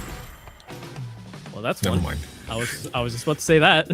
Yeah, same. Actually, this is the map that I want to see for both of these teams. This is probably going to be the closest, I think. Oh yeah, as it gets, because I've ran Midtowns before, you know, with you lads, Midtown. with the MRC lads, with the MRC boys. Every time we've ran Midtown, you know, we've had heart attacks back to back. It's love always Midtown. someone trying to make a play in our MRC games, man. Yeah. Midtown is the place. Especially in like 6v6 organized settings, Midtown is so fun because you can play like such a puggy map because of how wide and open these angles and these fights can be. But you can also be so tactical about it with how you route your team and everything. Like we've seen the Penny Parker Diddy Blood room all the way towards the bottom right of the defense side. But at the same time, you can also play up towards the high ground there, and there's just so many ways to navigate this map, especially on that first point. And with how far the spawns are for the defense side, like that first fight is going to basically decide the entire pace of the map. my opinion.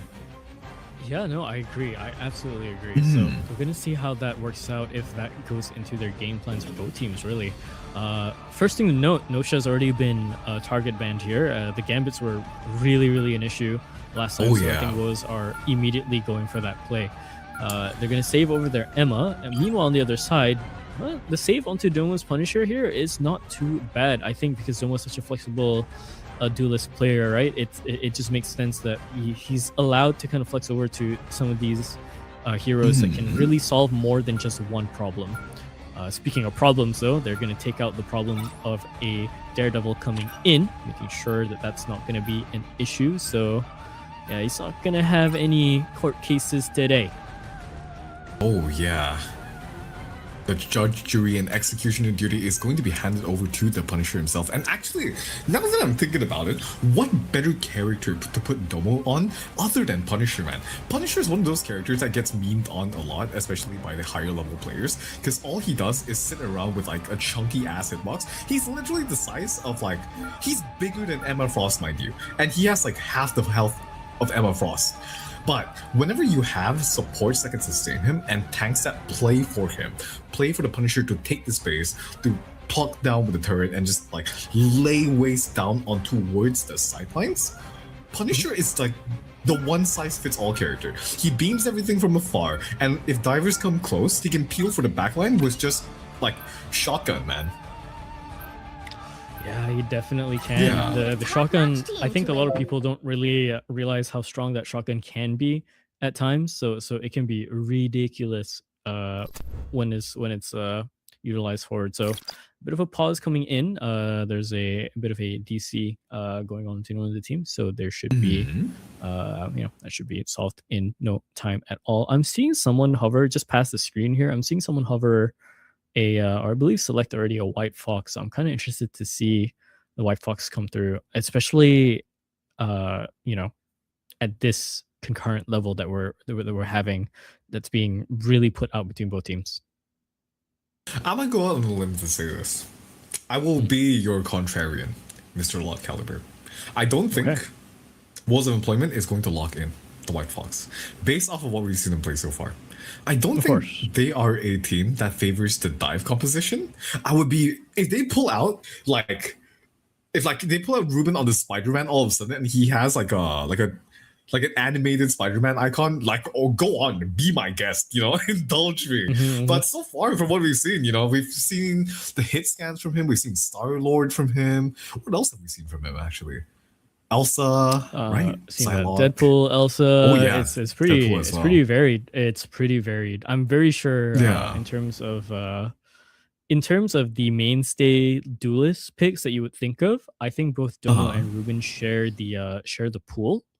Kind of, but yeah. I think with the extras said about it, I think there's some specialist roles that both of them are very keen to get, right? So in this sense, like Domo can always swap over to a Wolverine if that's needed, and then if Deadpool is in band, Ruben could do that too.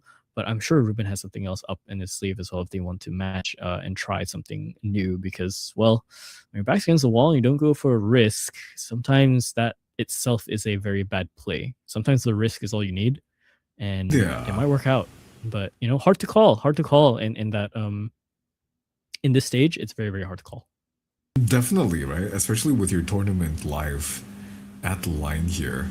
Will you risk it all to try to throw a curveball on your opponent, or will you stick to the old faithful, what's worked in scrims? Again, we've seen both of these teams like just scrim each other, and I think they've played at least 2 sets of scrims with each other. So I wouldn't be surprised if they know each other like the back of their hands at this point, like these two teams.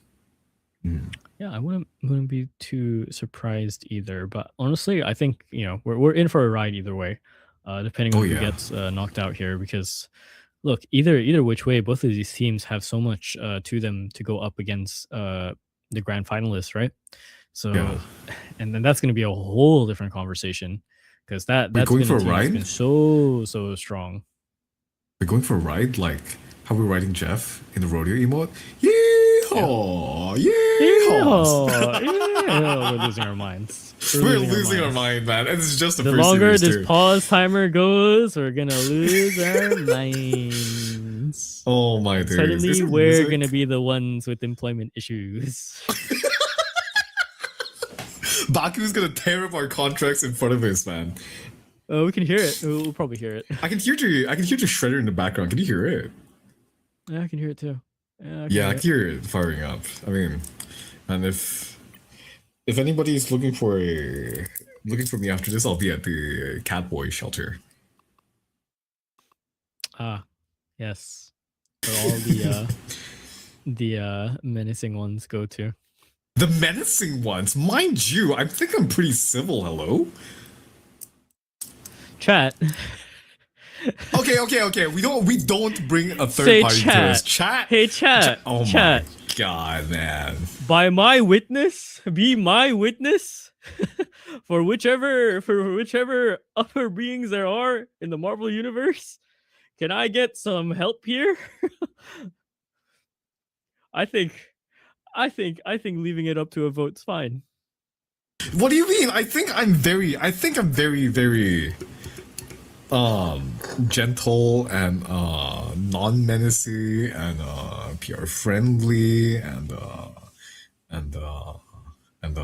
unbiased as a caster. Never have I swore on broadcast. Man, what do I feel? Like a slight burn at the back of my head. It's like there's laser beams being blasted for some like eyeballs. Anyways, we're hopping back towards the game here. Never mind. I take that back. We've been baited. Okay. So for an update onto from production, we need to we are going ahead. Okay, so we're gonna go ahead here. I think one of the players are having issues, but we're gonna go ahead regardless because we have exceeded the 5-minute break limit here. Yep. And so 3, 2, 1 are going to have all their players available on board here. While Walls of Employment, I think they're gonna be. Oh, it's gonna be Ruben actually, who's disconnected. The most pivotal piece here. I think you went for a full restart as well. Oh my god. Hopefully they can make it back. We'll see. I would say it's a little bit easier for them though because they are 30 seconds before you attack. they are on the Get attack ready. if that's the case. So if they're on the attack, then it's a little bit easier to work with 5 on the attack than 5 on the defense. Right. So we'll see. But we're still gonna get another pause here. We'll get more confirmation as we go on. I know you're hearing the sounds on the stream, but you're gonna have to keep looking at our ugly mugs as we go on. Yeah.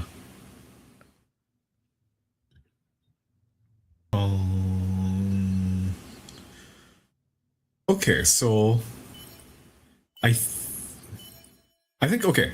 Anyways, while all of this is happening in the background here, I would like to give you guys a reminder to check out our hashtag Rivals of Atlas. Again, if you have any sort of clips that you want to post, any funny moments, any kind of action-packed moments that you would like to share with everybody on Twitter, post it and hashtag Rivals of Atlas to make sure we all see it. Your friends, your family. Think of how proud they'll be of you. Holy crap! My son posted that hashtag Rivals of Atlas clip of the Momo getting a 5K. Whoa! Don't look at me like that.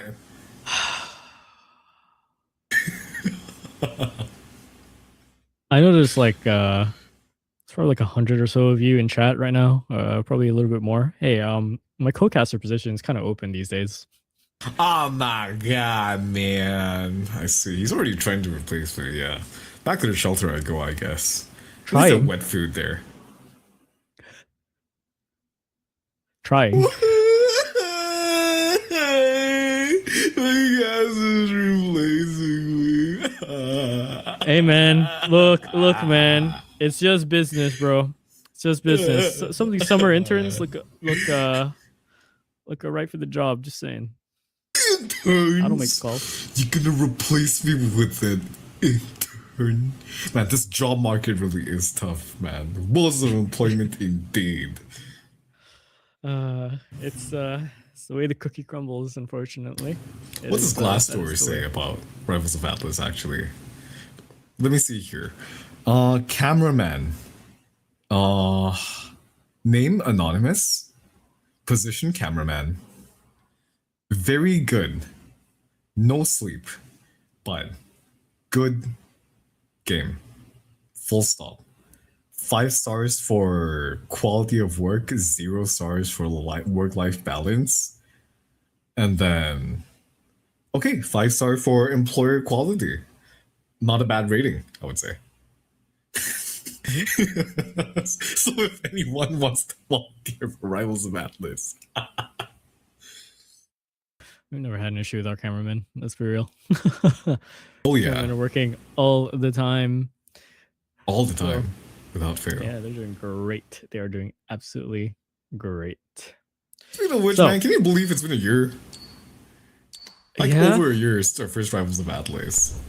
Oh yeah, it's been a wild ride as time goes on, but time is definitely something that we're not gonna have any more on our plate because timer is ticking down into 3, 2, 1 into their defense. We'll see if they can go for this. Enemy in front of us. Okay, Walls of Employment now on their attack with their full force available to them. Okay, the Storm pick is something that I like on this map because you're going to be on that main choke anyways, just spamming together with your team. But paired up together with an Elsa Bunsen, I think this is lethal almost. Hoshino K already making my point, cutting through Domo like hot butter, but Yogurt and Reese basically replied back instantaneously. Yogurt is almost uncontested on towards his high ground so far, just bouncing off his arms, just cleaving everybody here, as the rest of Walls of Employment are just going to be sucked back towards the drawing board.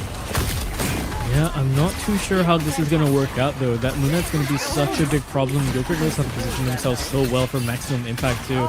So they're going to have to really find some weird angles or some weird windows to make sure they can fight this off. And already, that's what's available for Yogurt. It looks like they're going to try and tempt it. They're going to try and use it. Yes, they will. Marsens finds Domo though, however, and they are going to have to back away. The damage trade actually isn't that good. Gia finds the spacing needed, but Yogurt once again, every single time, if they just heal up Yogurt and keep them protected, unfortunately the damage trade going in is going to be way too lethal for them to survive with Yogurt just sitting in the back. But here's the thing, 3-1, they've been taking so much damage here, but Walls of Employment, since they've been unable to secure a lot of these frags here, they already have 2 of their strategist ultimates available in their back pocket. Nostia with the Invisible Boundary, Queen Yoro as well, with the Cloak Dagger ultimate, but Amsa with the only ultimate to be allowing them the space to try to walk up here, but oh my god! Wait, is he gone? No, he's still there. He's still there towards the payload. Again, he's still alive, thankfully. But however, Hoshinoke is not going to have such a good fate here. Meteor M is going to go out a little wide so far. It's just blasting out towards the backline. You're cleaving everybody up as Reese tries to trade for the opposing backline, but he's not going to be so successful with this. Surely. Tornado going out here, Cyclone going wide, but somehow, I think this is still contested to the side of 3-1. They are holding so steady, and the Iron Curtain wraps around and steals their fate here as Lilac Melody puts down the Invisible Boundary to try to sustain this push even further, and finally, Walls of Employment are going to get the wheels rolling on this payload. That is insane, man. For a second, they had both Vanguards split down the middle. Both were so far from each other, so far from their strategies to get the heals that they needed. and they still managed to just hold that out for some time. A minute, 10 seconds left. This is looking a little bit dire, but I'm sure they can hold out for it. Yogurt has their ult. Psionic Seduction is there as well. They have to be so careful. Heaven's falling as well. Spears on the ground, but Hoshinoke and Ruben find their picks that they need. Yogurt's not going to get anything done with that ult as well because everyone has managed to vacate the area. Yoru goes down. Cheesecake's up trying to fight this storm up into the sky, but it's not going to happen when you have a head filled with buckshot from Ruben. Lilac finds that last pick with Cheesecake. Yeah, it is all but good for them to secure this first point. Most of employment, we've seen what this team is capable of doing when they're at their best, and so far it looks like the engine is finally roaring to life, all cylinders firing. And now, looking at the ultimates here, 3-1, they're going to be still quite far away from their ultimates, maybe a fight or two, probably closer to like 1.5 here, but Ruben, he has his online on the back pocket already. We've seen what he's been able to do with this L-Support Soon ultimate, and it could be so huge here. Gia already looking to set it up here, trying to take control of the high ground. What? Hoshinoki gets taken away from the skies here. This is some hostile airspace here. They reminded as to why he shouldn't stay still in the sky. And Ruben, he's fighting for his life right now, trying to get as much damage down as possible. The ultimate already being committed here, but no one going down so far. 3-1, slowly steady on towards his defense here, looking absolutely impenetrable on their defense. Really what a catch earlier, but Kay's already back in. Oh, that's a huge root ult, but there's so much sustain for it. Kay goes down finally again and again. They just pummel them with whatever they can. Gia's gonna try and make up the difference here now that they're back into combat. Marcin's still alive as well, up into the sky. This airspace is completely hostile. The Eye of Agamotto comes out as well. Lilac goes down, Marcin's is out, Ansel falls as well, and they manage to hold on to it. Oh my days, 3-1. As soon as they found their footing, they were just unshakable. Walls of employment now, looking like they're going to have to draw up their plans once more. Marcins does have that same seduction building up, and Gremlin G as well. Look who's here. Forward if they can. Okay, there comes the tornado. It's a big storm here, but everyone's hunkered down and ready for it. So not really much of an issue. Just a little bit of a fan coming in terms of the air. Here it comes the Psionic Seduction once again, but so far there's a magical barrier in their face and another wooden wall as well to make sure that's not the case. But Ruben finds a little bit more impact with their ult, but not really any sustain to give themselves any sort of give. Now woes are slowly gaining ground as they go, as they keep picking away at the defenses of 3-2-1. Cheesecake has been at half HP forever. Domo comes in, spirals like the man that he is, but doesn't really get too much done either. It's going to be the additional damage pickup from Reese to really do something. Domo hunted down again by Ruben. Now Heaven's going to be falling down into the ground. Osha takes the hit, and Gia's the first one to find that one back away. That's one of their strategies lost. Cheesecake goes down out as well. Worlds of employment, they're actually doing this ever so slowly on the trade back and forth. That's a huge ult coming from the group, however, but Ansel's managed to find the pick that they need. They're going back and forth. Worlds of employment 3-1. They've lost it. That might be the most aggressive cloak and dagger ultimate I've seen. It's just clutch the game for his entire team. And now, with centimeters away from overtime, Ruben and Marcins are just cleaning up the skies here. Cheesecake, the Eye of Agamotto is going to catch up Ruben. But look at Marcins, what an insane save from him. Hoshinoki commits the ultimate. Lightning doesn't strike the same place twice, but when it does, his backline is going to hold steady. As 3-2-1 falter here right before the end of the second point line.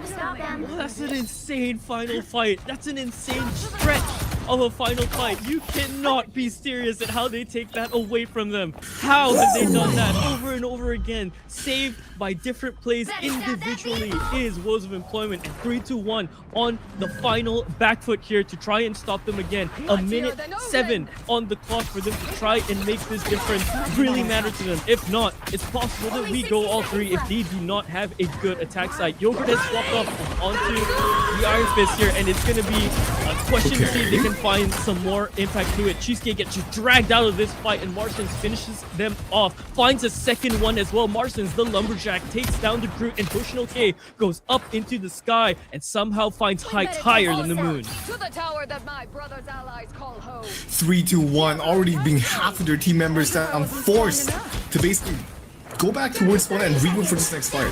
Walls of employment with 30 seconds left. There's basically, this is all just building up to this final fight here. What's going to happen next is probably going to be the longest fight we're going to see, or it's going to be immediately falling flat upon its face. Domo already finding one up towards Marcins, and that already spells disaster here with 15 seconds left on the clock. Both of these teams just hanging on towards this point so far. It is still rolling towards the spot. Somehow he manages to find those two, and this might just go all the way towards the spot here. One enemy remaining, and he closes it out for his team while taking the entire enemy backline. Ruben, is there anything you can't do? Including which side? What was that sequence from Ruben? In every single fight. Finds Domo, finds Cheesecake, finds the last one as well. Doesn't even need any help for it. Yeah, he has his teammate there, but without a doubt would I have thought that Ruben could have done it, but he does regardless. What a falter coming in from 3-2-1, and I think they're just as shocked, trying to really find their pacing here, because I think Walls of Employment somehow, some way, found their pacing a little bit better. Every time Ruben's on my screen, like, I can feel my vocal folds just brace in terror. Because they know they're about to be abused, man. Especially that last sequence. Just the way he navigated the chaos of that fight. The insane presence of mind to have that amount of clarity in such a chaotic situation. But that's enough praise for one man. 3-2-1, valiantly held on their defenses there. But the last few ultimate traits is where they faltered. And now 3-2-1s are going to be the ones attacking here. They are looking for this dive composition that they have with the Venom and the Black Panther. And I'm very interested in seeing how Walls of Employment are going to answer this curveball. Say it's either going to be a headstrong attack, or this is looking like some sort of desperation for them to find some pacing, because Walls of Employment can definitely hold this for 4 minutes if they're given every single chance and no mistakes are made. But in this case, it's about who makes the lesser mistakes here into the fight. Domo already struggling a little bit here to find his spacing into the space with the Star-Lord, but they are going to give the corner just a little bit more. Cheesecake is there to go in for the dive, and Ansel's trouble here just a little bit. They have to turn around, they have to look for it, and Reese is taking so much damage up onto the front line because Barson's already fully charged up with the Emma beam. And yeah, he's just going to be crystallizing them as they can, as they come into it. And look at this, 3-2-1. As much as I want to say that this was against the group, this attack is looking a little bit sloppy from what they usually can be doing. Yogurt goes down, K finds that pickup. There's another dive from Cheesecake, but he's going to take so much damage into it, and he's going to fall as well. No. Now 3-2-1, their attempts at their dive are being completely shut out. They benched the Black Panther for now. I think this is the pick that it has kind of been back and forth for some of these teams, so they're going to go back to Punisher instead, and Cheesecake is going to be granted the Captain America. Still going to be on that dive tank. Especially important, I think, is going to be his ability to contest Ruben on these off angles. So I like this play from them, but that's two! Out, and he catches out Yogurt, actually, Domo as well, in his clutches. Unfortunately, he is going to be able to get out here, and the rest of his team, just such good heads-up play from Nausea and Queen Yogurt to keep their carry alive here. Hoshino K on this flanking angle, trying to get their backline, but he's in a hot place right now. This is not where he wants to be. But Yogurt, what has happened? Ansel, how does he just get these hits? Where is he coming from? The invisible boundary comes up to the side of Nausea. Marcins drops the psionic seduction, trying to pull desperately to get his enemy team to get off the point here. 3-2-1 are just unyielding as Domo with his Galactic Legends finding 2 so far, still hunting for his targets. That is beautiful coming out from Domo. He had to patch up the fact that Reese couldn't finish off his meal there towards the end. He's hunting down Ruben, hunting down Ansel as well.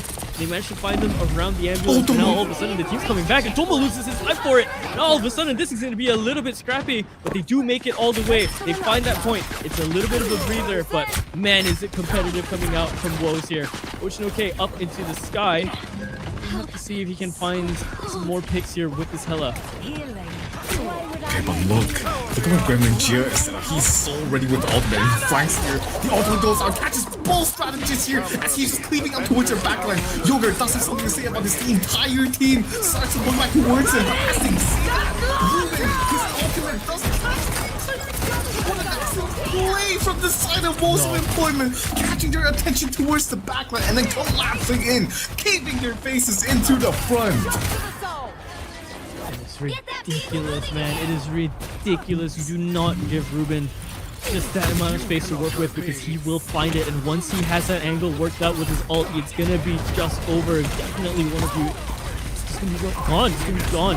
Chomped out. Oh, but Yogurt's coming out with the judge, jury, and executioner. But who's gonna fall here? Who's gonna lose the court case? So far, it doesn't seem like anyone's faltering for it. Gia's caught out all the way towards the back here, but there might be an angle for a flank that's possible here. Marcin's the first one to go down into this fight. This is looking a little bit bad for Woes Employment and their defense. That's so much damage to save from Tomo and his E with that Starlord, but they somehow managed to back away in time and get the heals that they need. Oshinoke has been spotted out down below into the crack, and he has to fight away, has to burn away, make sure he can get out, but he can't. Can he get out? No, he can't get out. Yogurt shuts him down, and now all of a sudden, he's looking for this huge ult. He's going for it. They've lost sight of the strange. He's coming up into the sky. The Ion Goblin. Oh my god, he managed to push him away. That's just in time. Cheesecake gets absolutely rocked in this world. Now all of a sudden, someone to try and pick up the pace all over the place. He's going guns out everywhere that they can. Invisible boundary now up, now into the sky. He has all the aim that he needs. Domo finds 2-3. Found by Cheesecake. He didn't falter. Domo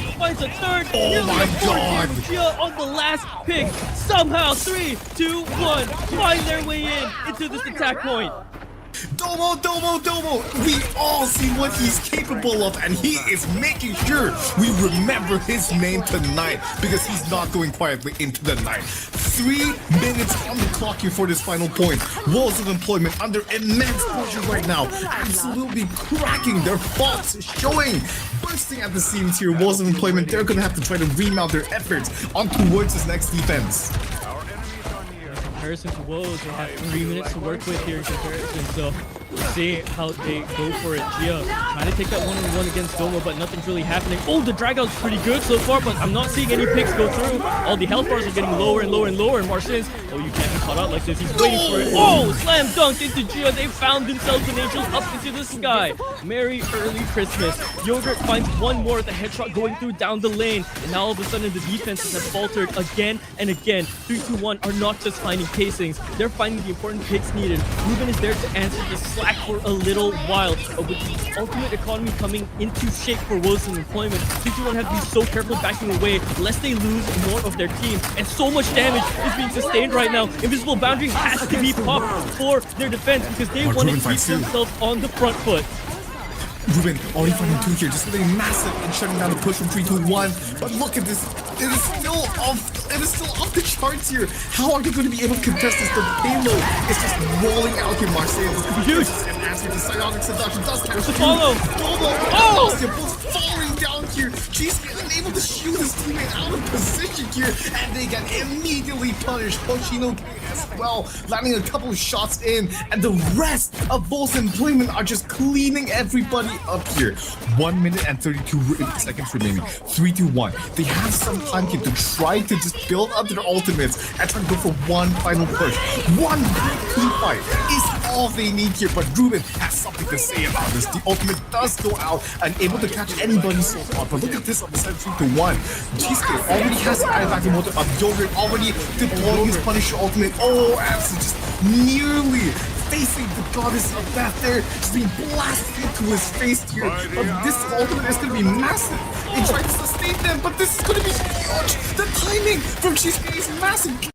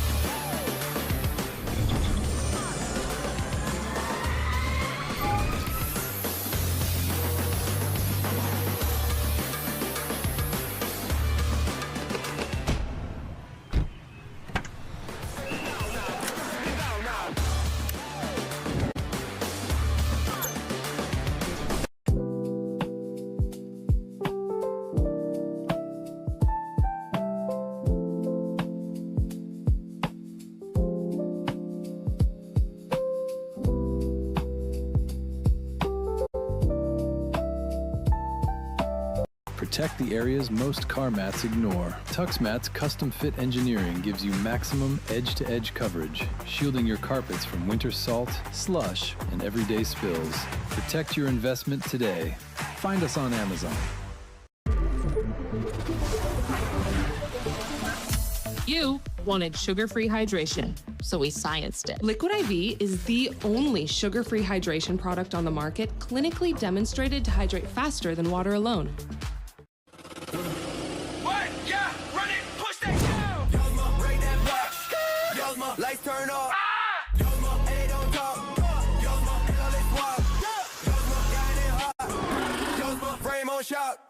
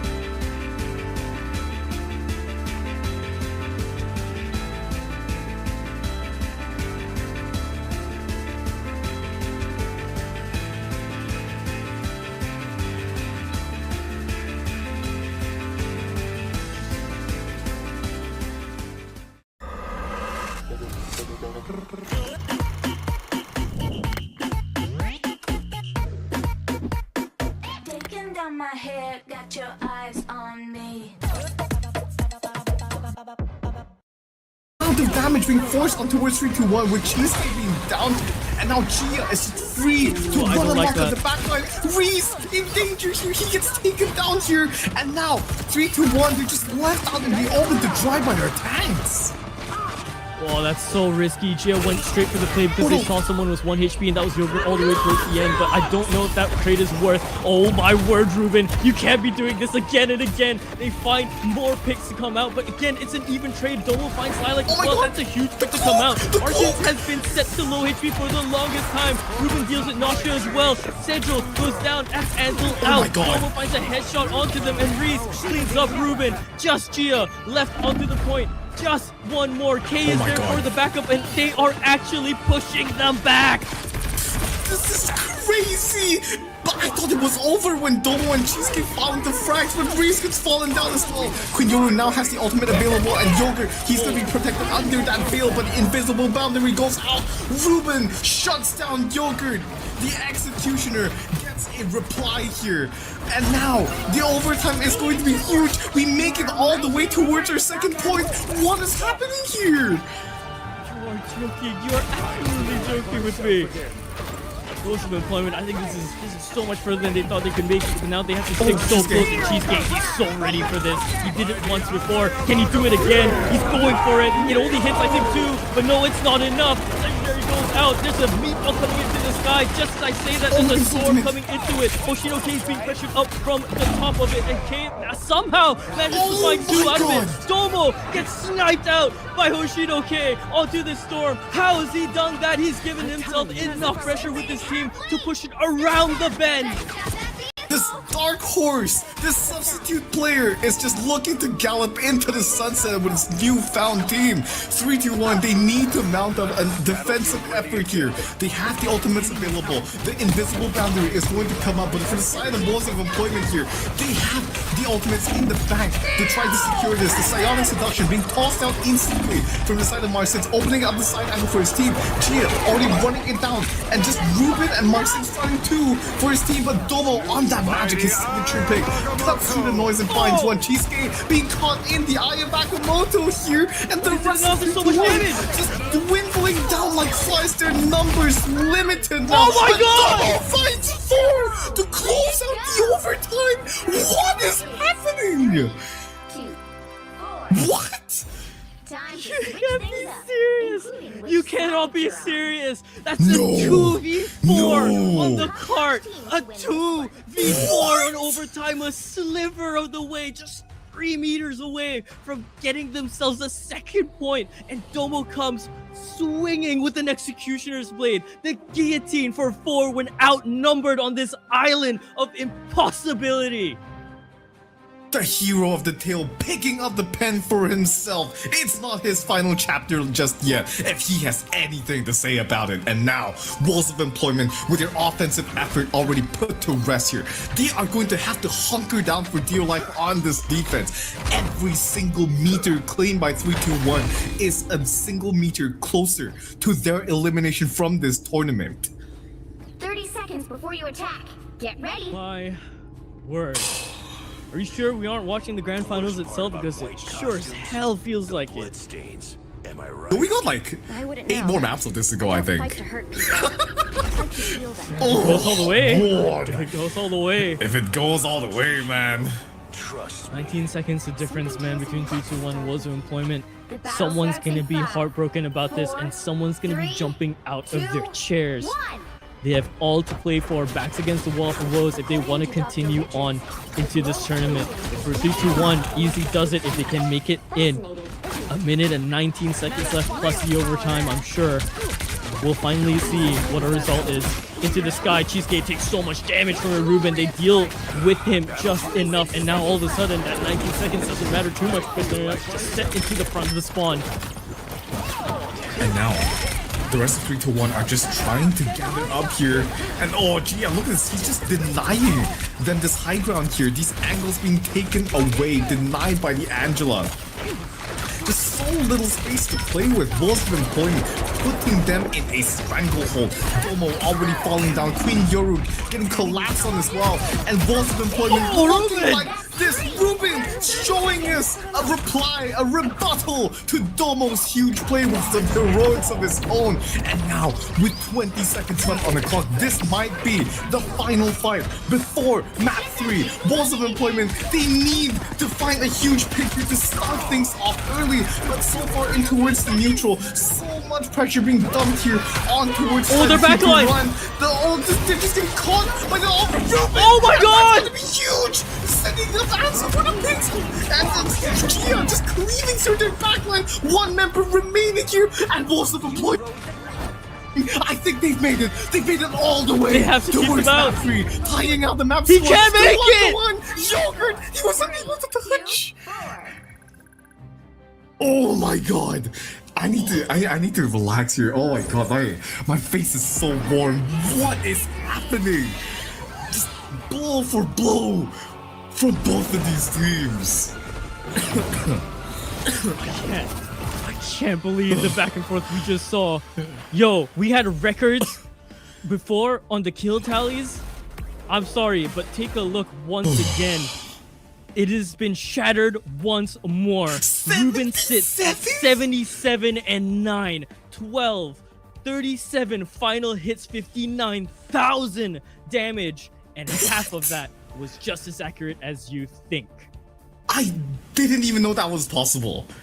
That might genuinely be the single most amount of damage I've seen a non-Moonlight or non-Squirrel Girl player do. 60k damage almost. Do you know how crazy that is?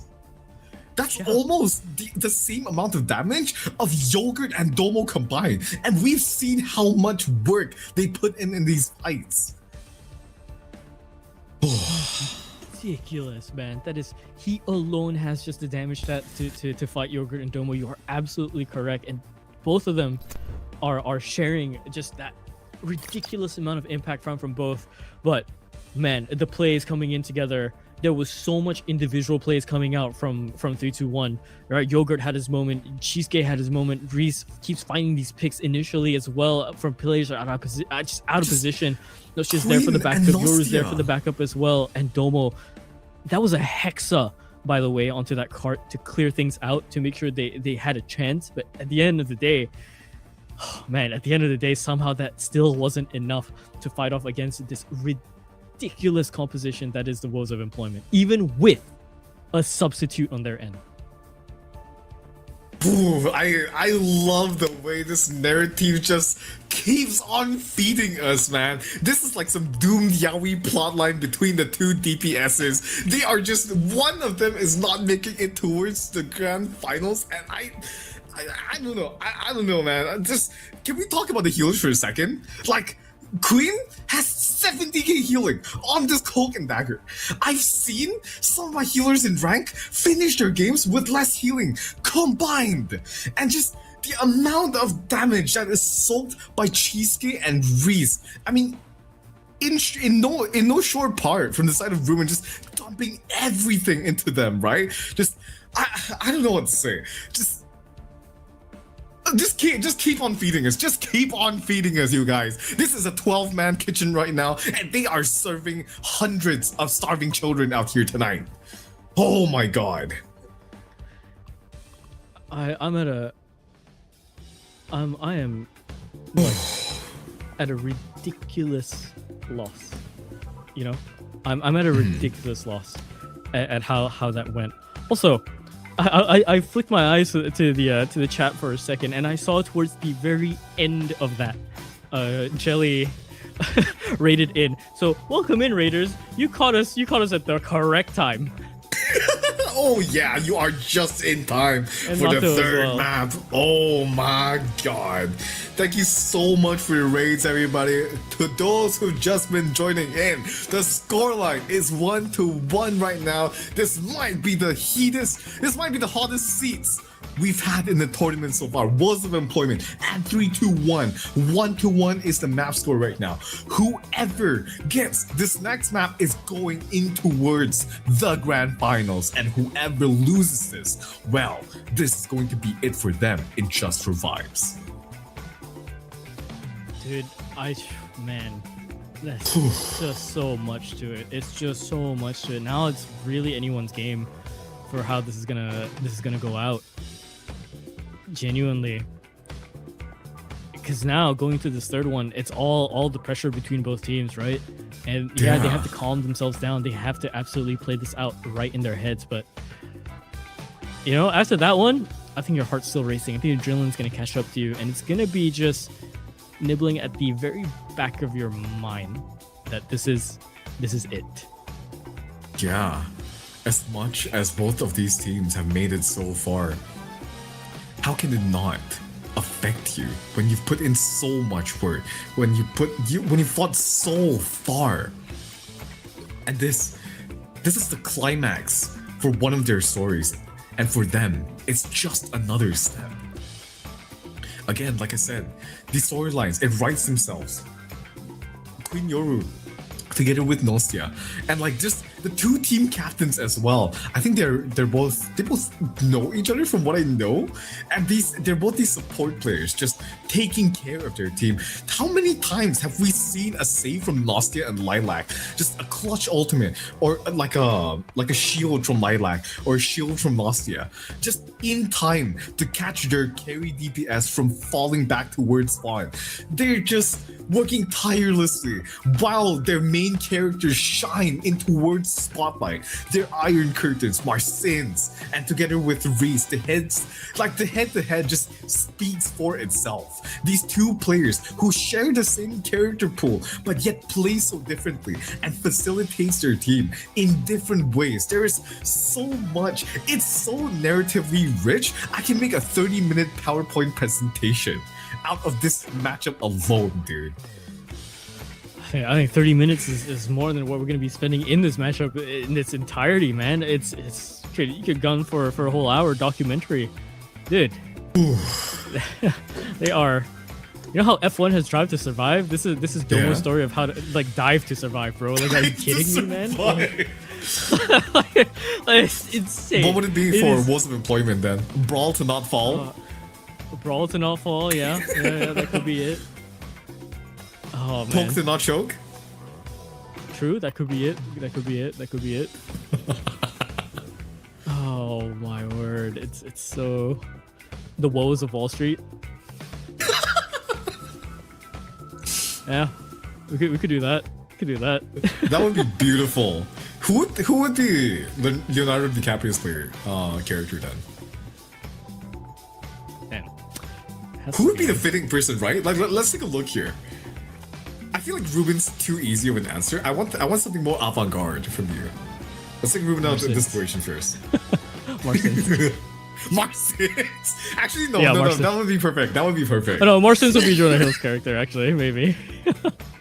No, you're so right. He would be Jonah Hill's Marsins character. would be. So that be Ruben's instant locked into this role, bro. So you heard it here first, folks. If this is a movie, Ruben's now being equalized to this by Macy's words, being equalized to Leonardo DiCaprio's as an actor. So, Dr. Ruben. Wait. Did you see that shine on my hair? With Elvive Glycolic Plus Gloss by L'Oreal Paris with glycolic acid for instant high shine hair. And my hair shines, I shine. Elvive Glycolic Plus Gloss by L'Oreal Paris. They're worth it.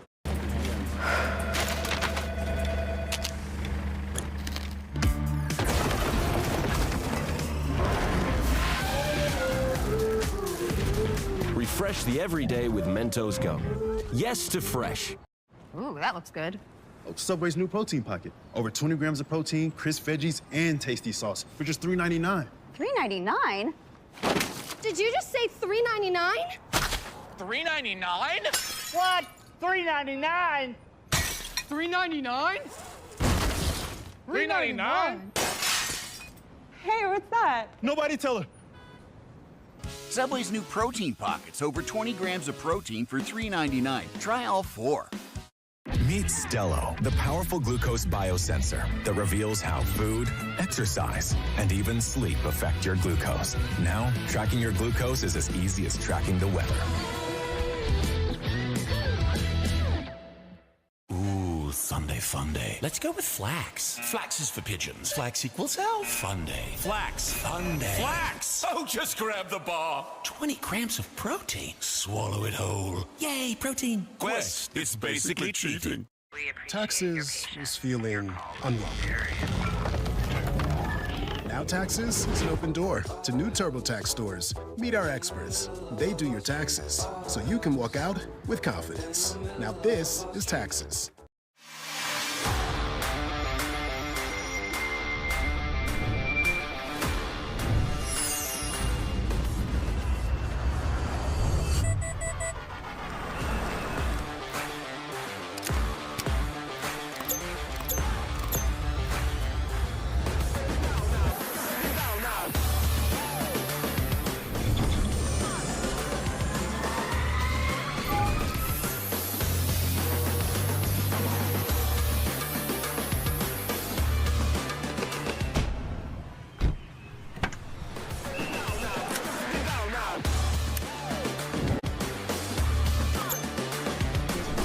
We know why you've put off your best smile.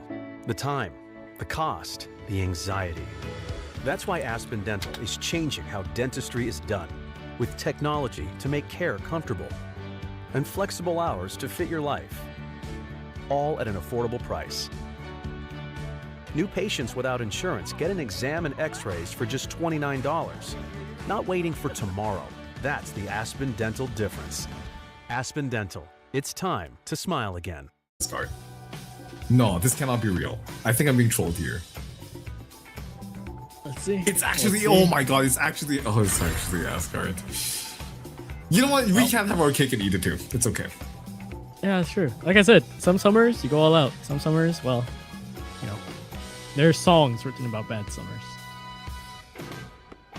So we'll see. We'll see how this goes for Royal Path. I want to say, okay, yeah, it's gonna be extremely technical for this team, but I think it's gonna go really swimmingly for some of their picks, and that's gonna be the one that's gonna change things up.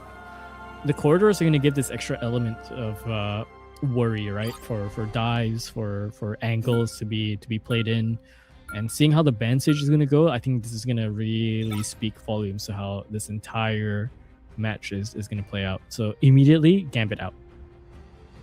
Oh, thank goodness. I think my heart rate slowed down by like 10 BPM there. Yeah, I can see it. I can see it on the screen. And then okay, you almost pulled the Amane on me. Like, you know, you saw how dead Amane was yesterday. The one frame of him. I've seen the picture. It was hilarious, man. What even happened there? I have no clue. Honestly, I'll be very real with you. I didn't know that was the case. I was blinded by my sunglasses and my hat, and he just happened to come back at the exact moment I cued him in. Anyways, so it's going to be the Punisher as well as Elsa Bloodstone being saved here.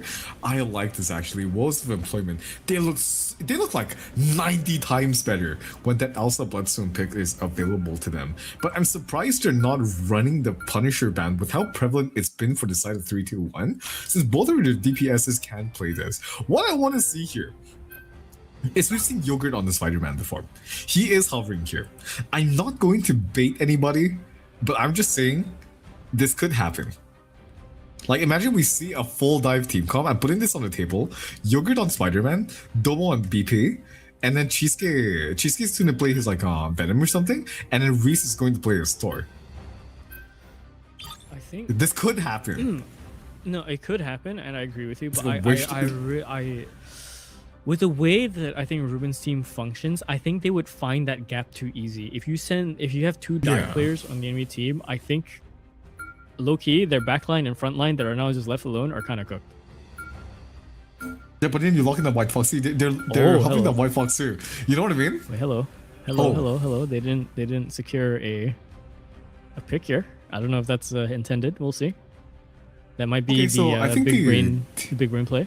No, the teams are talking about it here. They meant to save ammo, but I don't think they managed to save it in time. And so Rogue is going to be the final ban here. I think this is a good ban from the side of Force Employment. Every time the Rogue has been brought out, they seem to be struggling with their alt tempo.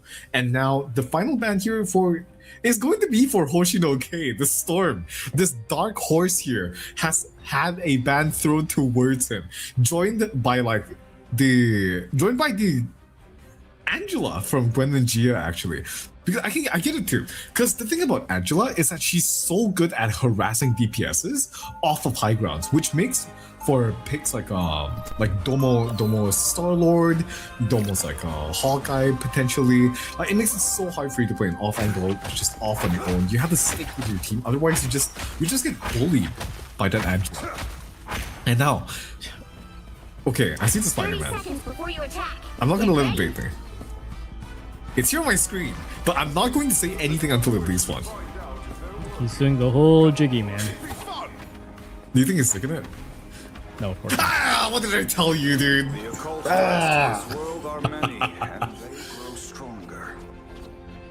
It's just for us, you know. The Spidey shake was just all for us. It's for the audience at home, you know, the audience at home.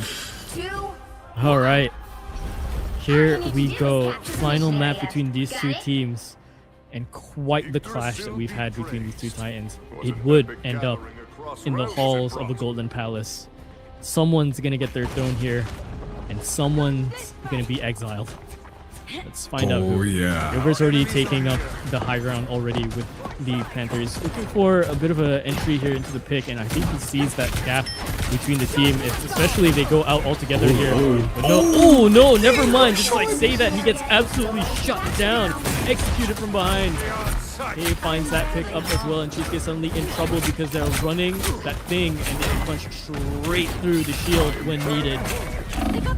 Reese already jumping back towards his team here. Cheesecake though is going to find Hoshino-K as he steps up a little bit too far, and that's going to be an equalization so far. Woes of Employment, they make themselves the way towards point, but the high ground control is still in the hands of 3-2-1. So an interesting position right now. 3-2-1 technically still have the better position to try to find a wing here, but look at this.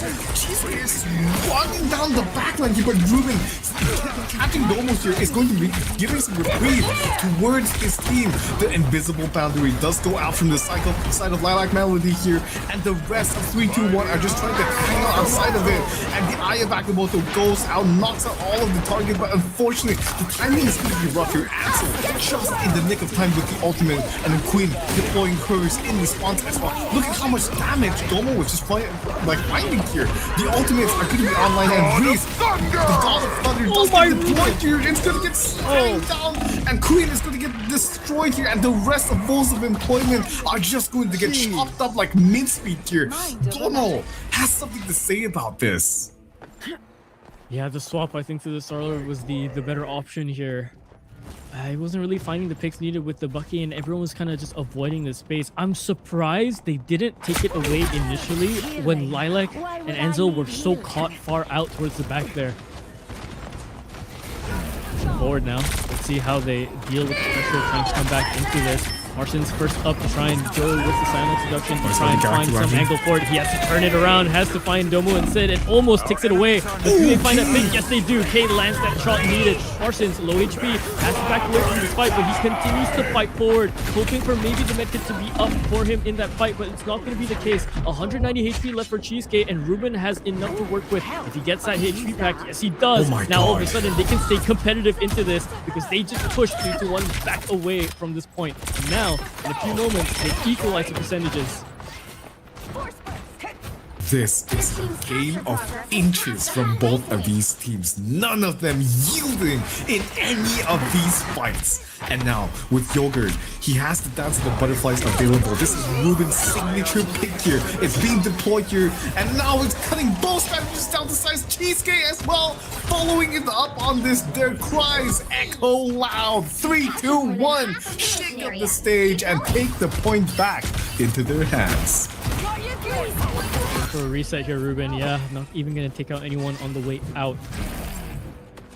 I wouldn't be surprised if this swaps over another 10% for them, and then it goes back another 10% for them, and it just slowly eats its way out into an overtime between both teams. And this is just the very, very first point. And this is such a horrible angle of attack for K to be taking too, because he has to try and group up and find picks here, and everyone's here on this angle. If he were to go out the other way, he risks getting taken out by Reese or by Domo, and he knows about it. Reese still just sitting up there waiting for a pick to come clear for him, but so far nothing's going to happen. A lot of damage being traded both back and forth between the teams here. Invisible Boundary is now gone between both of them, but another ult takes his place. Does that find any lands? No, it does not. And Reese now jumping into the fight. Hammer swinging around. Mjolnir has to find some impact, but no, he's not going to find any nails just yet. Goes up into the sky. Let's see if this executes one. No, it finds 3 in total. Domo is there to help out. It's going to be 3-2-1, locking away this first point. Checkered flag for the first map here. The throne room is going to go into the hands of 3-2-1. And now, man, what an insane sequence on that last fight. They just waited, ticked in towards overtime, waited for the support ultimates a little bit more, and then they just slammed it all down towards Wolves of Employment here, who had none of their ultimates online to answer for that fight. And now Cheesecake, he still has his hands on the Eye of Akamoto. They can go for a very, very early engage here and just completely sweep out the point from under Walls of Employment's feet. I want to see how they opt to take this, because this could potentially be the final map that we see from the side of Walls of Employment. Yeah, and I think the whole thing about it was that it came down to K. It came down to K, right? Because they banned out the Storm, and now all of a sudden they've been heavily neutered. Look, Ruben can't even play the Bloodstone anymore. He has to swap over to the Namor, deal with Domo, as well as just forcing this team play to come in with K. Yeah. Looking at this team composition here, Gia swapping over towards the Thing actually. Looking to answer the dive comp, the ball comp actually, from the side of Reese. That Thor, we've seen how much impact that it's been able to have. And now the Wolves of Employment are looking to fight fire with fire. He's out of back, gets instantly pushed back. But now, Yogurt, he is left on towards the backline. He's just cutting them down towards size. Hoshino K finds Reese, but look at this, the backline is just being eaten alive here for the side of Walls of Employment. Their foundations fall right underneath their feet. Because K has to back away now. This is struggles. This is struggles that we can see coming in from the ban phase already. It is just the unfortunate way of having such a limited hero pool, and unless K can bring out something else or bring out some crazy shot to amp this up, then maybe we're gonna see something different. But just like say that, Marcin finds that pick out open. Ruben as well finds another pick away. Gia coming in, fist slamming into Reese as well, and K finds another one somehow. Just as I say that, they make me eat my words. Woes of employment, they are serving us a buffet here. Oh my god, 2 ults is all they needed to secure that point. And now, ooh, the portal comes out early. They're looking for a TP bomb, potentially towards their backline here. And the portal comes out on towards the stairs to try to take up this high ground here. Reese, he's going to be wrapping in around here, trying to find an angle together with the side of Yogurt. Marcin, Sionis Seduction comes out for the counter attack here. But we're going to have to see what they have left in store here, because Marcin's actually catches up with the strategies, and now 3-2-1 is in the world of trouble. No healing at all, 0 reprieve as the rest of Woes of employment. Ruben, his shots ring true. That's ridiculous. Somehow that didn't work out for them. I thought it really would. I thought they would have to jump, but somehow Woes of employment make that one come true instead. Now, back and forth once again. They're playing a little bit more confident up forward. No off angles being taken either, because they know that's a risk that if they do, they can secure a frag the other way. And oh, it's really close coming up from the horn of face. That's not going to be landed. Domo up here into the sky and already getting tagged down to half. The statue's not going to give him any more cover now that it's been completely cut away. But he gets lower and lower. And oh my word, that's a huge one from Cheesecake, but there's no secure just yet because everyone managed to get the healing just in time. That's a huge play coming up from the strategist. But now, all of a sudden, Yogurt's looking for it. Oh, and they're all grouped up. He finds one, might find another here with the damage. It's so close, but it's gonna be done away instead by Milsha. Domo finds another one as well, but Ruben secures a headshot with the trident. I say that headshot secures the other way. Gia, Marcin refuse to die, but they will falter. They will fall, but not without holding this all the way up to 94%. That team fight had layers to it. Just beating out the support ultimates, grouping them up together with Galactic Legends, slamming them down with the Thor ultimate, and then just waiting for all of that to be over, and then just the Eye of Agamotto coming through. But then again, the ult-timer isn't over yet, and then just barely allowing 3-2-1's ult-timers to just cross the point here. And now re-engaging is going to be Marcin's taking Cheesecake Turner back into his team, but I don't think they're going to be in any danger right now. Lilac Melody as well as Ansel both falling down, and now it's going to be Woes of employment 4-2 right now, and the rest of them are just dropping like flies on towards this point. I just cannot believe what's happening. Holy! It's ridiculous, the back and forth, and they managed to hold off that second wave on that reset. I'm opening a portal. Again. Open up this portal, let's see if it goes through, but Cheesecake, he's so close to this ult alongside with Domo. This might be it if they can secure this. A final fight into the very heavens and hells itself, and we're not even on that map. Oh, into the sky, gets shut down, but Ruben's the first one to find Yoru instead, and that's huge. Cheesecake went all the way through into the portal to make sure that both of their strategists could not get out, and that might be huge because K goes down for it, but no, Domo, Nosha, Reese, Cheesecake do not survive this fight. Yogurt, last one alive, no longer.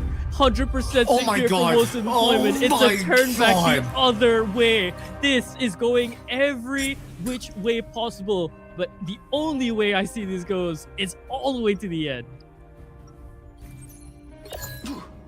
I can't watch this, man. This is going all the way into the distance, all the way up until the last words. The authors for the Just for Vibes script is absolutely cooking right now. What are we being served? Okay, now whoever wins this last map is going to be punching their ticket in towards the grand finals. But even then, after this grueling series, I will be so worried for whichever team that wins. Whoever that wins this next map is essentially going to have a chance to take it towards balls here. 4, 3, 2, 1. Let's see. All you need to do is capture the mission area. This is semis, right? Just checking? Like, I'm remembering this correctly? Yeah, this is semis. This is semis. We ain't in the grand finals just yet, but damn, does it feel like it. Oh, instant portal into the engagement here. Okay, not gonna waste any time. This is a whole new plan of attack here, and I kind of agree with this, but With the way that the map's made up, they can always secure themselves more space going the other way. There's like 4 different points, I guess, of entry into the site. So let's see if they can head into it. Oh, instantly pops the butterfly, but is that enough damage? Oh, they are managing to sustain. They are sustaining somehow. No one gets picked out from that. Invisible boundary is there as well. And Reese going for the play, but slants into nothing. He may be on home ground, but he's not going to find any sort of impact. Now all of a sudden back into the fight with Gia, and he's trying his best. He's trying his absolute best to find some sort of impact with the whip, with the magic that he can in his hands. Goes for the play, goes for it. It is huge from Gia, but where's the follow-up? There is no follow-up. Majority of the team are down.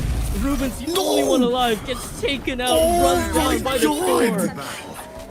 Walls of employment, it looks so good for them, but unfortunately 3-2-1, they were able to prevail, and now they're going to be the ones who are the victors of this first team fight. But it's not over just yet. Again, the rest of Walls of Employment, their ultimates are still here, and Ruben is going to have the more ultimate coming up soon, and Marcin's the Sayami seduction is going to be coming up in the next 1 to 2 team fights as well. This neutral is going to decide everything. Cheesecake gets immediately caught out, and this is going to be a huge boon for the side of 3-2-1. They find Domo as well, and this is exactly what the Doctor ordered in order to find this point. As the rest of 3-2-1, they're trying to vacate this point so far. I don't think they can fight for this, but Reese, he is trying to hang on to this point for dear life, but gets taken out. Is Queen Yoru here, as well as Reese. He gets caught here. They get staggered. This is huge for the side of Walls of Employment. So much time on the clock is going to be burned for the rest of 3-2-1 to try to regroup for this next engagement. Crazy K found 2, Ruben found another one as well. That's dumpstered their plans here, and this should secure themselves maybe another 20% if they can really go all the way. But again, the ult issue, it's always going to be about the ult issues. We're going to see who's going to pop off here. Oh, Jokert's looking for it again. If they let Jogert slip, it's going to be huge. And oh my word, there comes the whale just in time. And I think that manages to shut down the play just a little bit, at least slow them down. Because they had to waste so much resources to go into that. Oh, but here comes Yogurt. He finds one, finds a second as well on the damage. Reese finds another. It is a full team wipe here. It is basically a team ace secured, I believe, from the side of 3-2-1. Oh my god, unfortunately, not respecting the Psylocke there, and Yogurt, as soon as he gets the dance of the butterflies, popping it right on top of Kay and Ruben, just wiping down, just completely disarming the rest of Walls of Employment. Oh my god. The Sayami seduction gets dropped by Marcin. The Queen of Hell as well finds Nausea. That's going to be one of the strategies down already. And now Domo, he's trying to run away. He's trying to, is he juking it all? He somehow managed to juke all of his souls. And he's going to be left alive here. But Ruben finds Queen Yura, and that's most of the strategies down already. 3-2-1 collapsing like flies on towards this point. And Hoshino K just beaming down Cheesecake. And suddenly, Walls of Employment capture the point once again. Dude, I would not be surprised if Ruben's mousepad has been worn down by just the intensity of these past games, man. He's been landing headshots and over again with this Namor on the Trident out of all things. You think you see that with Kay, but Kay is getting his shot coming in. Look at that! The secure again! And Yogurt is out. Now all of a sudden, they might have to think about going back here, but ooh, okay, overstepped just a little bit. Into the 5v5 we go, and they're gonna risk it. They're gonna risk it for all the marbles. And speaking of one, there's gonna be a huge one if it's secured, but no, it's not gonna land proper. They're now gonna try and chase Cheesecake out of the point. No, but somehow they get no shot through the back. That might be all they need, actually. Gia's going for the play. It's a huge one, but no, all of a sudden it's coming back the other way. Oh my god. On blue in the feed. 3-2-1, secure it once again with 99% secured for Woes. All the way, BC. All the way. Oh my god, and they secured this just in time too. And remember, Walls of Employment, they've already used their Strange Portal. 71 seconds remaining. So they're not going to have this for the next fight. They have to stage their next push so carefully here. Already pulling out Marcin's on towards this Venom. It's one of his pocket picks. We've seen what he's been capable of doing. As soon as he gets his ult, he's going to be such a menace for the backline here. And this is going to allow them so much more mobility on the point to try to touch this. But instantly, Cheesecake Inosuke engages with the Eye of Akimoto. Ruben answers his call instantly. Then the War Ultimate goes huge. What if I Joker, I lost you. Domo finds 3 somehow.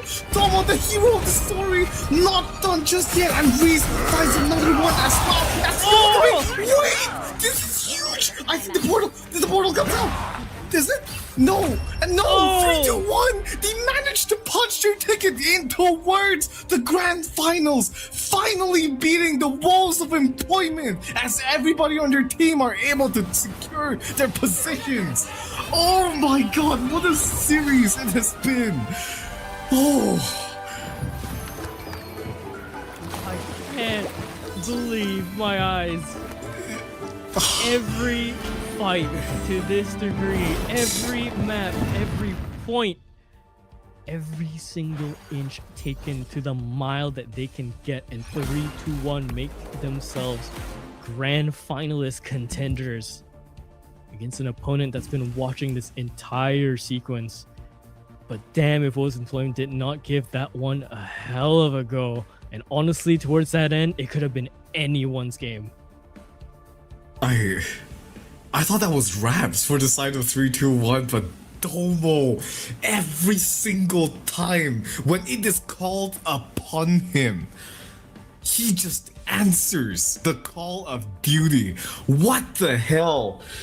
There's a guardian angel overwatching him, just making sure he gets into every single grand final. He has all the plot armor that he needs to make it into the finals here. What the hell is he doing on our battlefield, man? Holy. And again, we were so worried about his narrative in that sense, right? He missed out on winning another ROA, but all of a sudden he's back in contention for doing it again and again and again. My GOAT just said, I got one more in me, and he meant it. That is ridiculous. And I mean, look, man, I think if Woes of Employment really pushed in towards that last bit, really got just one more pick, I think that would have been Raps for 3-2-1. The margin there comes down to 50 different factors in how that last fight would have won. But we live in the timeline that Domo manages to become the guy to push it all the way through on a Wolverine pick, on a final swap. And that's the way they do it. Balls versus 3-2-1. I believe they faced against each other before here. So yeah, Balls and 3-2-1. Let me see here. Oh, that was the upper bracket. The upper bracket. Oh my god, this is so picturesque. This cannot get any better, Lion. Oh man, I think it definitely can if it goes all the way, because here's the thing. For one of the teams, sure, sending yourselves into a best of 3 and you win it out in 2, you have all the information that you need just from that point on. With the best of 5, you have a little bit more of a safety net to play into your map picks now all of a sudden. Try out new things if you need to, and then maybe go for, dare I say it, a reverse sweep if you're really that down. Oh my god. That could be anyone.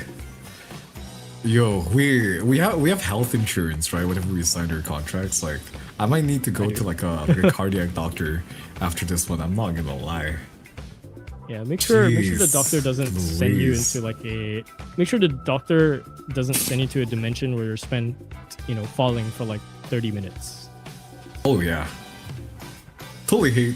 You get the reference. You get the reference. It would be perfectly strange. All right. So, ridiculous sequence all aboard from every single one of these players. But congratulations for 3-2-1 for making it through and being grand finalists. But also awaits them essentially. That is a sentence I just said. And now, commiserations to the other side. They lost out, but then they give us a show. Our grand finals awaits us a best of 5. Don't go anywhere. Make sure you get your drinks, your food, all that you need. We'll see you right after this for more Rivals of Atlas.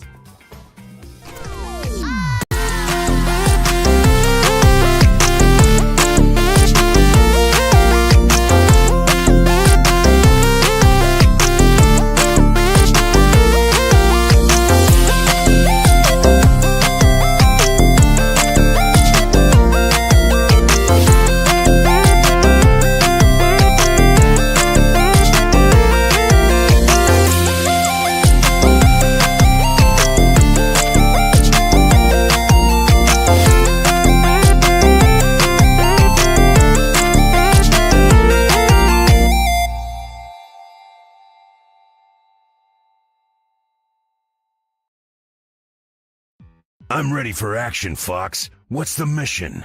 Sorry, Spectre, but if you think I'm hiring on a mercenary with a personality disorder, you must be. Must be what? Go on, say it. I dare you. Well, for one thing, you must be a lot more intimidating in person than our files suggested. Don't bother healing me. Hi, neighbor. You'll make a fine asset on this mission, Mr. Parker. Oh, hey! Easy with the eater pay, arker pay, lady. I don't go around spouting off your secret identity. That's because you don't know it. I actually understand how to keep classified information secure. Unlike you. I knew I should have picked a stronger password than Amazing123. Clue me in here. If your name is White Fox, then why is your spy organization called Tiger Division? Tiger Division existed long before I was named its director. Okay, but still, it's like if my buddy Jeff the Land Shark joined the Dolphin Avengers, which I totally wish were a thing.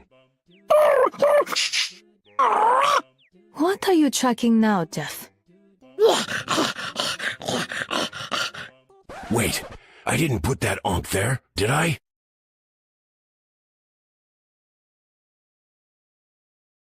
The moon haunts you! Heard you're helping Deadpool with his latest scheme. That true, love? All right, then. But if Wade steps out of line, you have my permission to swallow him whole. Understood? Well, well. If it ain't the second best monster hunter in the known universe. Are you really putting yourself at the top of the list, Brooks? Bold move. The stats don't lie, Elsa. Not when you've racked up a body count like mine. Vampires are a dime a dozen. When you've slain a McLuhan, then we can chat. Sounds like a blast. But have you ever taken out an ancient god of vengeance before? Not yet, but I'm always up for a challenge, mate. Why? No reason. But if that ever changes, I'll be sure to hit you up. Quantum Maximov! Wow! I loved your little sitcom with the vision. You deserved all the awards. I am not sure what you mean, but thank you. Ah, hey there, chum. Squirrel Girl and Tippy Toe at your service. What can we do you for? Please tell me your catchphrase isn't really about eating nuts. And kicking butts, yeah. Oh, why? Is that a problem? Did somebody else already use that one? Wow. It's truly amazing what gets through since we ditched the comics code. You're K-pop sensation Luna Snow. I'm so excited I could scream like a little girl. You know me? I don't just know you. I know every piece of your choreography. Wanna dance while we fight? Sounds fun, but I have an image to maintain, and you don't fit it. I am vengeance. I am the night. I am... Whoa! Deja vu! I teamed up with a guy just like you not so long ago. Sweet cape, fancy gadgets, grim demeanor, long pointy ears. Huh. Sounds like a cheap knockoff to me. Uh-huh, yeah, you just keep telling yourself that, Mooney. Whatever makes you feel better. Since Weaponites gave me your healing factor, it's kind of like you're inside me every day. You don't quit your yapping, Wade. You'll have a lot more of me inside you real soon. Logan, I'm not that kind of girl. At least buy me dinner for— Oh, I'm sorry, you meant your claws. We doing this or not, Wade? I'm itching for a sequel too, buddy. But we have to wait till at least Phase 7. Wait! I changed my mind. Daddy needs his residuals. Let's go! Reida-san, ready to team up for some hardcore action? Before I reply, I need to see some ID. You sound way too PG-13 for my brand of humor. Sure, I may be young, but that won't stop me from saving the world. I'm all good with the world saving. I just want to avoid another awkward meeting with HR. I could make great use of someone with your skills. What say you? I'ma see. Gambit's done made deals with enough devils in his day. Despite what some may tell you, I am no devil, Mr. LeBeau. Funny, that's what the devil always say. Hey, make one move I don't like, and I'm dropping you on the spot. Oh, Oh, a threat. How exciting. I'm watching you.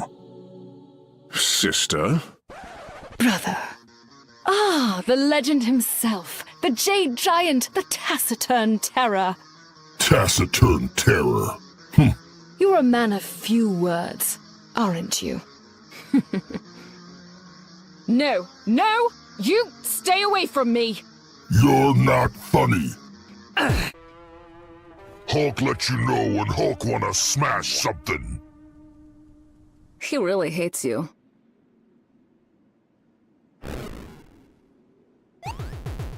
No, my baby!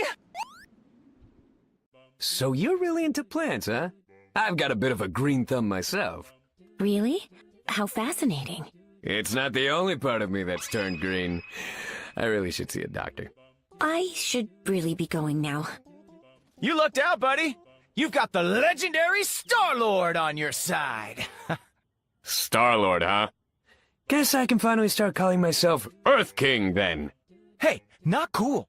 Okay, I earned that title. And at least it sounds better than Deadpool. Of all the hot Chris's in the MCU, this is the one I ended up with? Really? I ain't sure I like the way you're looking at me, fella. Sorry, I've just always wanted to adopt my very own pet space raccoon. Are you out of your flarkin' mind? Ooh, you've got a big gun and a potty mouth? I ain't a dog, and I sure as flark ain't nobody's pet. You're even more perfect than I thought.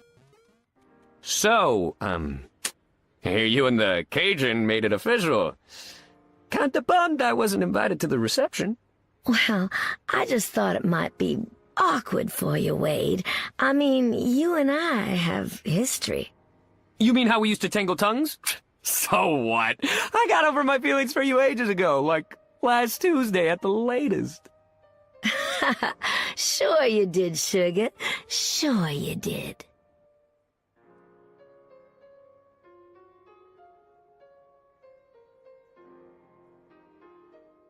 You're not afraid to get those perfectly manicured hands a little dirty, are you, Frost? Hardly. I've crushed more minds than you've crushed bodies, darling. Yeah, but the bodies leave much bigger stains, especially the ones I hunt. Ah, that explains your devotion to wearing, earth tones. Whoa, the great Magneto himself. I've had quite a few humans offer me big bucks to hunt you down, chum. I am not surprised. There are many who view mutants as monstrosities. Not me. I tend to stick to the real monsters. You know, the ones with fangs and scales and claws. Plenty of my people fit that description as well. I would choose my targets carefully if I were you. So, you're the broad who hunts monsters, huh? My kind of girl. Sorry to burst your bubble, but I'm no one's kind of girl. Especially yours. You sure? We'd make a hell of a pair. If you're lucky, I might even let you raid my armory.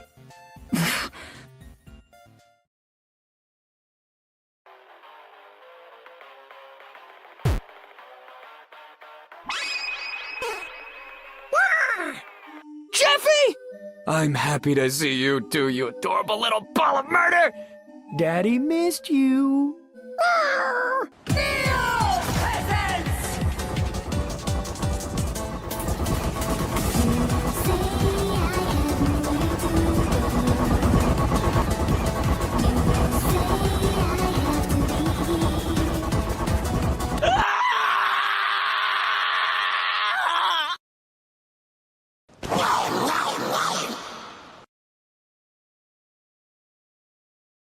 Rumor has it you and Gambit tied the knot. Should I be happy or concerned? Ain't nothing you need to worry about, sweetie. I can handle Remy just fine. Honestly, my concern was whether or not Remy could handle you. From you, Magic, I'm gonna take that as a compliment. Minions of the Deep, heed your king's command. Yeah! Show this guy some respect. He's Marvel's first official superhero. He beat the other fish guy by Like 2 years! I have no idea what you're blathering about, cretin. Your powers have increased since we last crossed paths, Rogue. I must say, you have captured the king's attention. You and me ain't in the cards, so don't even bother. Ah, but what is love if not a game of chance? You, haven't found a phone in the bottom of the ocean, have you, Wet King? Namor does not waste his time gathering human refuse. Probably for the best. I dropped it after a crazy night on Dazzler's yacht. Some real compromising pics on there. Then again, I suppose I could keep my eyes open for when I return to the deep.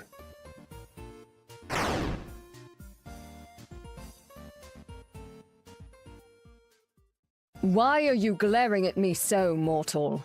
I find it unnerving. Just wondering if all the angels are as lovely as you, Cher. Indeed, and just as deadly as well. So watch your tongue. Oh, I have heard about you, Gambit. Oh, your reputation as a thief has spread all across the stars. Remy LeBeau has pulled some impressive heists over the years, c'est vrai. Oh, well, that explains the hefty price on your head. Oh, wait till I tell Rocket that I found you. You're a thief? Please don't tell me you steal music, too. Gambit ain't no pirate, Cher. He only take what deserve to be taken. Even the Sorceress Supreme cannot win this battle alone. Then how about you and me make a little magic together, eh, Cher? I will gladly fight by your side, Remy, but nothing more. That's all I meant. Ain't my fault my accent makes everything sound so suggestive.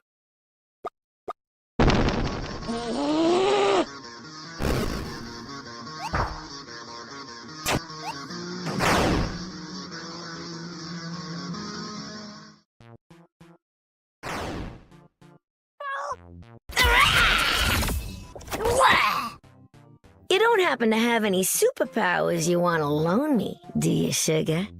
Sorry, all my skills were developed the old-fashioned way. Hard work and training. Even with all the powers I've absorbed, nothing beats blood, sweat, and tears. Yeah, given plenty of those over my years. Trying to keep up with everyone. Whew. The way you siphon off people's powers, you're almost like a vamp. I ain't nothing like those nasty old bloodsuckers, Blade. Good. Because I'd hate to have to drive a stake through your heart. And I'd hate to have to break every bone in your body when you tried. Your powers. I have never seen them at this level before, Rogue. Are you all right? Don't need to worry about me, Eric. You ain't my husband or my daddy. No, but I am your friend. I could take them away once and for all. Give you the life you always dreamed of. Isn't that enough? Oh, I've already got that. And I wouldn't trade any of it, the good or the bad, for the world.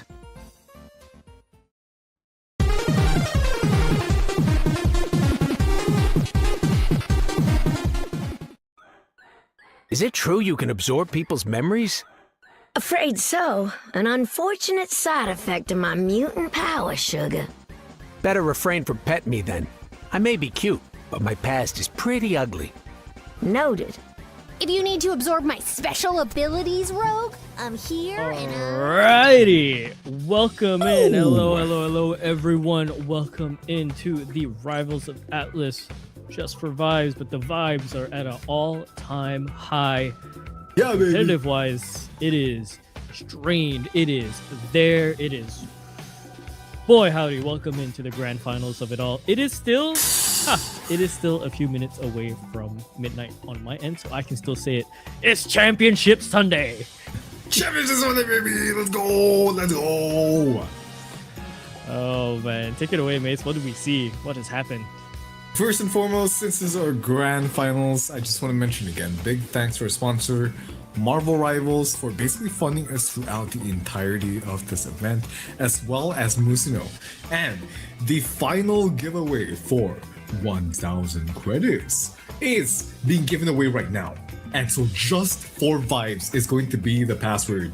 And all you have to do is type that in the chat and you will be put into the pot to be selected for 1,000 credits. 1,000 credits, what can you buy with that?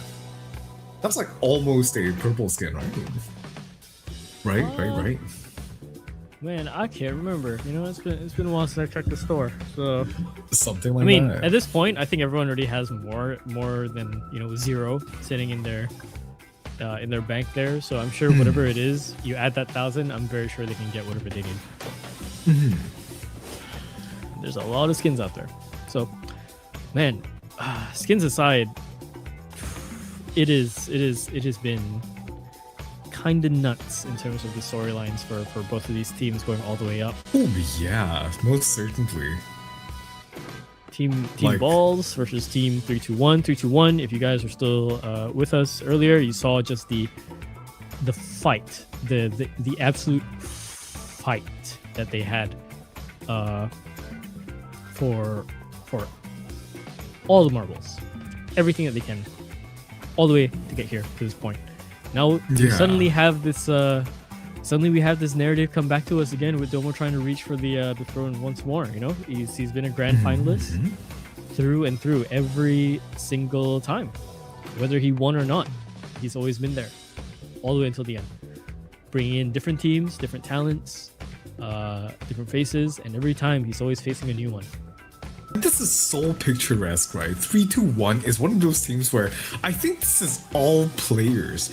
Besides like their captain, Lady Nausea, I think all of these players have participated in at least one previous of Rivals of Atlas, if I do recall correctly. So for all of these players, it is their chance to lay their hands on this trophy. And that is that 420 high prize pool. Just everybody has their eyes set on it. 12 players are going to enter this server tonight, and only 6 are going to leave victorious.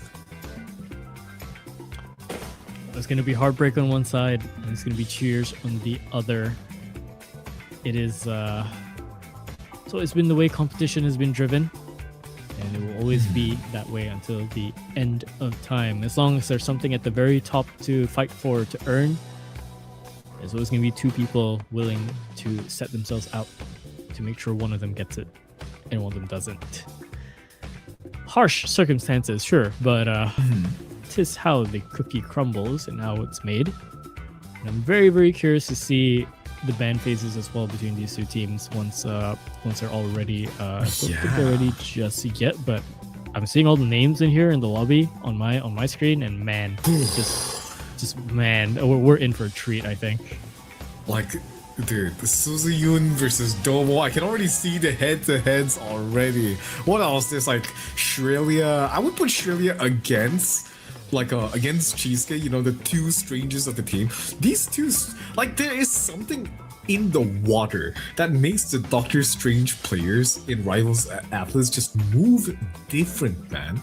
And from what I'm being told here, I think the players are just about ready to head into the map picks anytime soon for this grand finals. Everybody watching at home, make some noise. Put your predictions inside the chat. Who do you think is taking the crown? Is it 3-2-1 across the checkered flag, or is it Balls just going nuts across the grand finals? Boy, do we have questions, and they're about to get answered on this immediate first map pick. And where would we go first, unless it's going to be the Empire of Eternal Night in Central Park? This has been the map that keeps coming up, and I think it's really taken over, at least for ROA, it's definitely taken over as this next Asgard's map, right? Because we kept seeing the Asgard map before for Payload, but for this one, definitely shown way more presence, a little bit more in this sense. Okay, so Central Park, we've seen this already earlier tonight. This map, I actually favored this map for both the teams, since Balls and 321 both have, number one, a very good dive composition, and number two, a very good poke and spacing composition, both of which I would say are some of the strongest looks to play out this map. And the first man from the side of Balls is going to be that Wolverine from the side of Domo. They've seen what the magician can do with this wand in his hands, and they do not want any part in it. Meanwhile, for the side of 321, banning away the White Fox. Ooh, this is another one of the specialty picks from the side of Balls, and it's going to be taken away from their hands immediately. Yeah, and that's it's kind of expected. Love the save as well coming out from 321 on the mag, because that's definitely been quite a playmaker as well. Not one you usually see saved over, but yeah, definitely one to consider. Ban on the White Fox, so we're not going to see the newest character around in the park. And I mean, when it comes to both of these teams, I wouldn't be surprised if they have a comfortable pilot sitting for that character somewhere between the both of them. Oh yeah. And the Elsa Bloodstone is going to be the next save here. I like this pick here for the side of Balls, actually. They've been working really, really well on towards this pick. And now Gambit is going to be the final ban here on Balls. Yeah, I get it, man. Gambit is just way too crazy on these maps where it's just a linear choke point, just straight up team fighting across the board. I mean, in that sense, right? Just to talk over the mechanics of it, he still kind of brings over the whole issue that we had with the you press the button and then you suddenly win the game, right? So in comparison to the rest of the other strategists that exist, you know, there's always some risk to do it, or at least it's not as severe these days, especially with the way they have kind of gone about rebalancing the way the ultimates kind of work and the time it takes to even get them. So, you know, it's not always just a gazillion ultimates going off at once. It's maybe like a million ultimates going off at once. Yeah, maybe just a little bit, but now, okay. 321, they're pulling out the Black Panther, actually. Okay, on this defense is a little bit... I don't really like it personally, but I can see it working. Especially if Balls is trying to run the Venom team composition. This could be an angle where they're both trying to trade on towards each other's backlines here. And now, with the barriers starting to drop here, both of these teams are clashing for the final time in all of this Rivals of Atlas. We'll see who prevails. Almost just waiting up there, waiting for his chance to strike. So make his position noted as well. And, oh, instantly contested up top and loses half his HP for it. It does manage to get out though, so not too much of an issue. Susan's going up top for it. Ooh, shots being fired. There's the Black Panther coming in and nearly getting a frag for it, but they didn't have a dash to secure it. Domo's going to fight up Nev all the way towards the back there, but not before Nev gets one in return. And Hana's also going to find that pickup. Suzu's finding another one. 3-1. They're faltering on their defense. Oh my god, and already immediately so many players falling here. 3-1 Balls is just on a different level tonight. The portal does come through from 3-1. Yogurt is just trying to desperately swing out towards the backline, but Strella and Tunir showing them why they are the upper bracket finalists here. Just stomping out the life from 3-1's defense as he tried to portal and desperately touch on towards his point.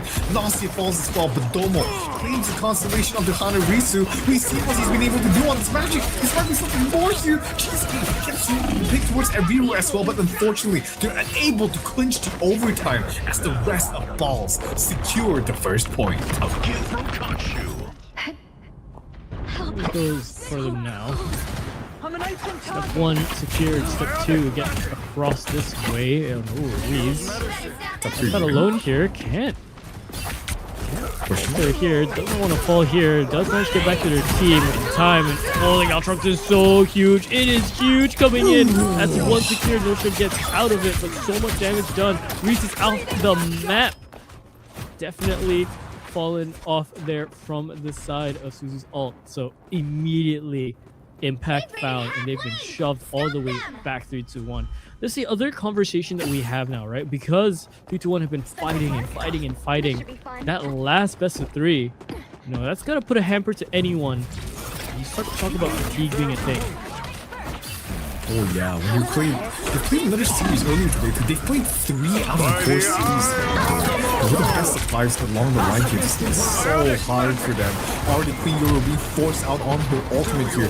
Domo trying to desperately find something with that dark shot. This miracle worker. His team needs to call upon him once again. Reese does find Suzuyun. The hidden keep already getting taken down here, and Nostia deploys their invisible boundary to keep their team up here. But that's what the butterflies is going to find 2 here so far. Shrilly and Hanarisu already being cut down to size here as 3-2-1. They find their footing, but again, at what cost? It has taken them all of their ultimates in their back to make this happen, and Yogurt falls as well and falls. They are just getting started on the second point with 3 minutes and 30 seconds on the clock. Still a lot of time. Still a lot of time. How they can pair up for it and make sure they use every single second to their advantage. The Moon's gonna come in, Conchu's fist raining down towards the backline, but I think that's enough damage to secure a little bit more in terms of just pushing the line here. Re-secured for them, and they immediately send them back into the spawn. Drella with another one taking out Yoru. Instead of chasing and chasing and chasing, I think they should be able to secure their second. Okay, and now balls. 3rd point of Central Park. You're notoriously hard to push out. It's just so hard to take angles as you're attacking the sidebar. Doesn't even matter when you're just running them towards the blood. What the hell? Suzuyun just blasts Domo in the face here, taking the melee against the Magic, and Cheesecake just left to hold his shield against his corner and wait for his team. Never seen, already being set up here, waiting for his team to try to execute on towards his dive. They don't see him. They don't see him at all, and he's just going to be left to just catch Nostria out off guard here. And she's in a world of hurt right now as the rest of their team is trying desperately to try to pull her out of this situation. Too near, does find Cheesecake there, and Reese does basically reply back towards a frag with him, but he gets pushed away here. An excellent 10 from Australia, but 3-2-1, an excellent save to try to win themselves back in towards the storm. 3-2-1, the kill feed lights up blue. Finally, they're finding some footing in towards their defense. Reese just set himself off for that. What a Hail Mary play. I was watching that over and over again, just in the corner. I was like, is he gonna take out Drella or not? And then he says, you know what? Screw it. I'm closer to the spawn anyways. Yo, it's the most Bucky, man. You seen this? Oh yeah, it is. But hang on. In the meantime, Yogurt set up his butterfly forward. Oh, that's so much damage coming through as well. The Galtrox, does that get anyone? No, it does not. I don't think so. Again, set into this deadlock in between the both of them. It is so hard for them to find any sort of spacing, especially on this high ground, low ground factor. Into the dive, into the backline, this might be the difference maker. And Domo makes the initial pick out forward, finds a second alongside with his teammates, ends it with the third. It's a triple, but it's a full team collapse, especially if they finish off Suzuyun.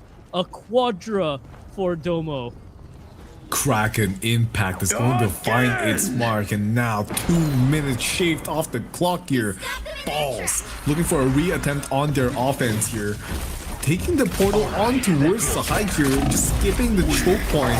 The cutscene is going to be navigated smoothly, and now too near with 2 from the hands of Conchu. Both of the strategies down, and now Reese White, he is going to be in a world of danger. Suzuyun cuts him down to size. Domo catches out Nemesis, but that's just going to be about the consolation prize here, as the rest of balls are just sending this payload up and towards the final choke point of this map.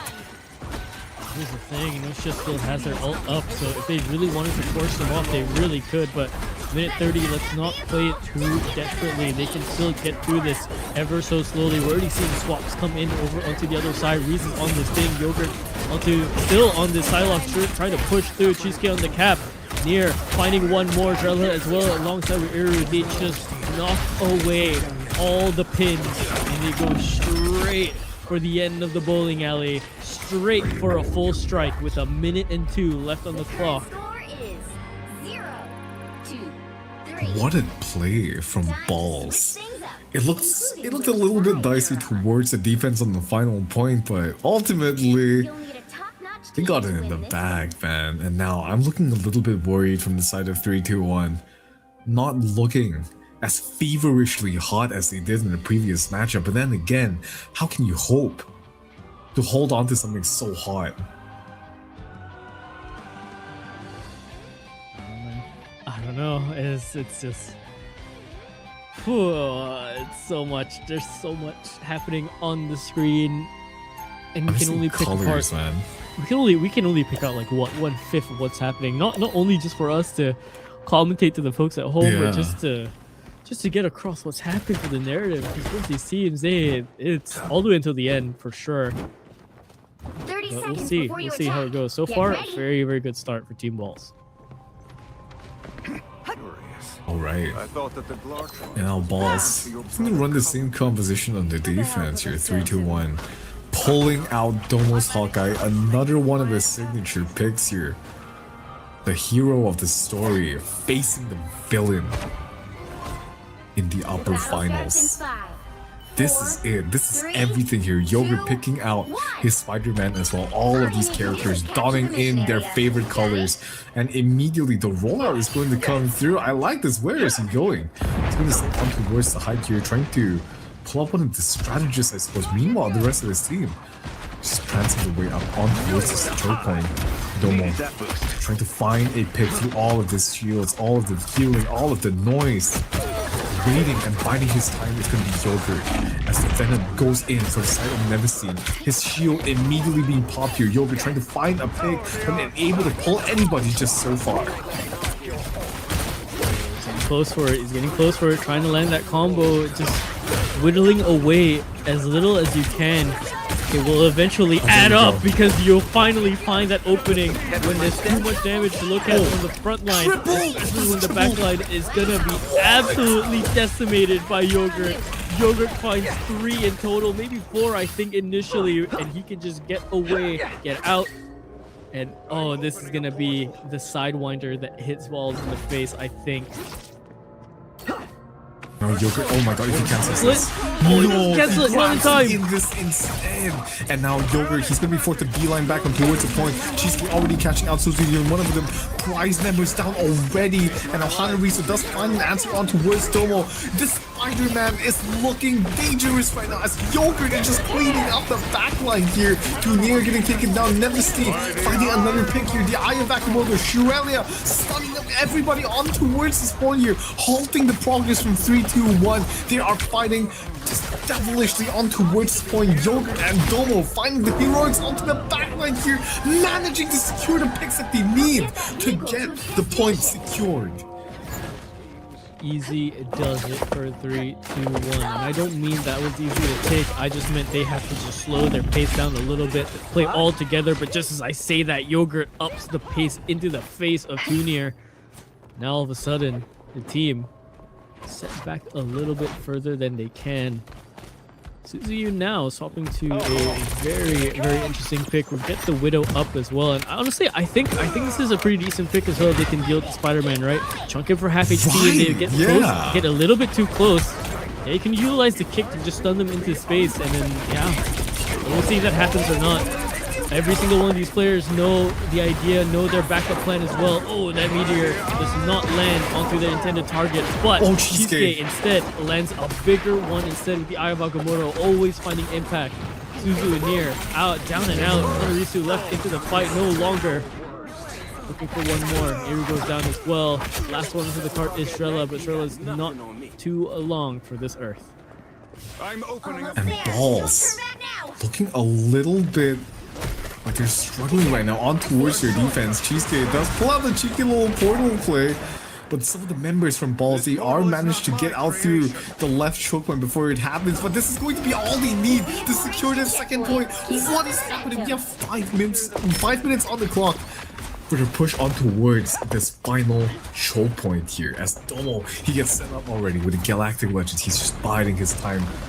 up towards his height, backing up towards his team first. I have a lot of time to play with here. Inside the 3, 2, 1. The world is their oyster. Yogurt. Let's dive in here. Ooh, trying to pull a venom. Dude, that's probably not the one that you want to be going for. But look at the angles that Domo are taking. Just opening up the fights for his team. So Suzu targeting the Spider-Man already, ready to blast him out of the sky. Too near. What a shot coming up from Yogurt. Just blasting him, taking him, clipping his wings away. Shrelia though, finding the main tank that is Beast Fox Knight as the red of balls are just sending it in towards 3, 2, 1. Beautiful shooting from Tunier so far. Found the pick on Yogurt earlier and then finds that one on Domo as well. High impact. Secure the space still. I like to mention that Suzu went for their ult, but I think immediately the trajectory was lined up with Reese's bubble just in time. Speaking of an ult coming through, did that handle itself well? No, it did not. But Reese has to try and sneak the ball underneath, and he does it! That's a score downtown, finds 2, finds Arisu and near. Iru goes down as well towards the back end. And oh, balls. They do not live up to their name when one is being thrown at them. And now, look at this, 3, 2, 1. They have 4 ultimates in the back here, and they're just keeping them in towards the spawn. They don't have a chance to reset the resources here. And this Dance of the Butterflies is going to catch a Hanarisu and Shrelia as well. Too near commits the Phoenix, but it's going to not catch out what a anybody. combo. All 3 ultimates being deployed to your Domo, as well as Cheesecake cleaning everybody up. And 3, 2, 1 on their attack. I think they found the kryptonite against balls. Time to switch things up, including which side you're on. Man, 3-3, but look at the gap in the time. To win this one. They had a close game the last time in the best of 3, right? 19 seconds was the buffer. This is a whole minute plus. Ooh, the magic. Together with the venom? Okay, I see where this is going on the attack. I think in overtime, this might be exactly what they need here. Domo's pulling out his gun for Big this time on his buggy, and it's going to be the Moon Knight, I think. I don't think we're going to see the Spider-Man on defense here. Yeah, the Psylocke is definitely going to be a better pick to fight off these side angles in case one of them decides to pick a flanker. You'll have a better time on the 1v1 here. But oh, I take everything back, man. Yogurt's feeling it on the Spider-Man today, and this is what we like to see. This is the ranked Spider-Man on your enemy team. Boy, oh boy. Let's see how this one goes out. Honestly, Yogurt's been such a key component in this the entire time. Because they just do not have the time to look back at him. And I mean, I'm not too sure who's going to be able to deal with him now. Near has to land a heck of a Bucky hook. Only 60 seconds left. He has all the information gathered. Let's see if he goes for a pull here. It's definitely doable for him to do so. Looking for it, but I think he might just go for damage instead. Oh, finds Eru, gets the drag out of the way, has to immediately fade away. So that's already a cooldown step forward. They could pressure just off of that. You're already getting taken down by the enemy support, no less. Queen getting the cleanup stun by Yogurt. Look at him, he's just bouncing on them like a bouncy castle, just cleaning up the damage and knocking everybody up. This Spider-Man pick is paying dividends so far. Whew, we doubted and he delivered. Lot. And the portal is going to come out from the side of Shrelia. Wait, did he get the pull? Oh no, the pull didn't go through. The pull didn't go through. The portal is a go Lot. Okay. And oh, immediately though, it's not going to work out. Domo and Cheesecake went straight for a counter portal. That was all that they needed. They fell through the other side. I just barely caught that. That was so quick from Cheesecake. What is that? Suzu falls again. Domo finds another one. Cheesecake, I can't believe you've done this to them.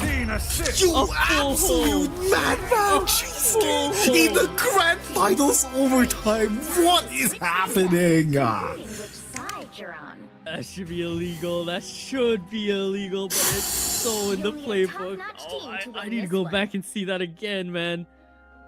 We were so concerned with Yogurt getting the pull there. We did not think that Cheesecake was able to set that up. A counter portal to send them off flying on the map, and you got what, 3 or 4 in total? A ridiculous scene. I can't believe this is happening. Like, genuinely, I can't believe this is happening. Like, how? I was just expecting everyone to jump on that timing, but it's just so hard here if you're on the side of balls now. Oh, we get it here. We get it here from Azur. Thank you so much. Oh, it's ridiculous, man. That is ridiculous. It's just you jumping out through the portal. What the hell? What insane chrono perception. Cheesecake, superhuman here on this range. Astral projection makes me feel. Can I get a clap in the chat for production, please? She did not have to do that, but she absolutely did. So goated for that. Oh my god, All Azzy, right. you are the In goat. 5, 4, 3. Let's get into this. 2 minutes 52 seconds, man. I don't know how they're gonna do this. Squirrel Girl, a Daredevil. It's looking very messy. And they're gonna. Oh, are they looking to just insta portal into this? I like it. I like the idea. Just catch them by surprise when they can. They have all the time to work with. Oh, what a way to route this. They are taking up the high ground first, opting to try to set Yogurt up as Yogurt routes around and tries to find his target here. Suzuyun on this Daredevil as well to try to find the counter engage. And Domo, with this magic, he immediately finds both of the supports here, trying to burst someone out here. Look at this. Cheesecake, he finds two. The counter engage on high ground goes awry here from the side of Balls. Oh, that's it. And That's 3, it. 2, 1, That's both of their strategists. All of them are just falling like flies, and the Strange is the last to fall too, meaning that there's not going to be a portal. Neverstein, he gets pushed away from trying to contest this, and 3, 2, 1, just like that, they claim the first map of this best of 5. We're not gonna get far with that one. The dive worked so well for them because they immediately went for the backline, and both of them were shut out for it.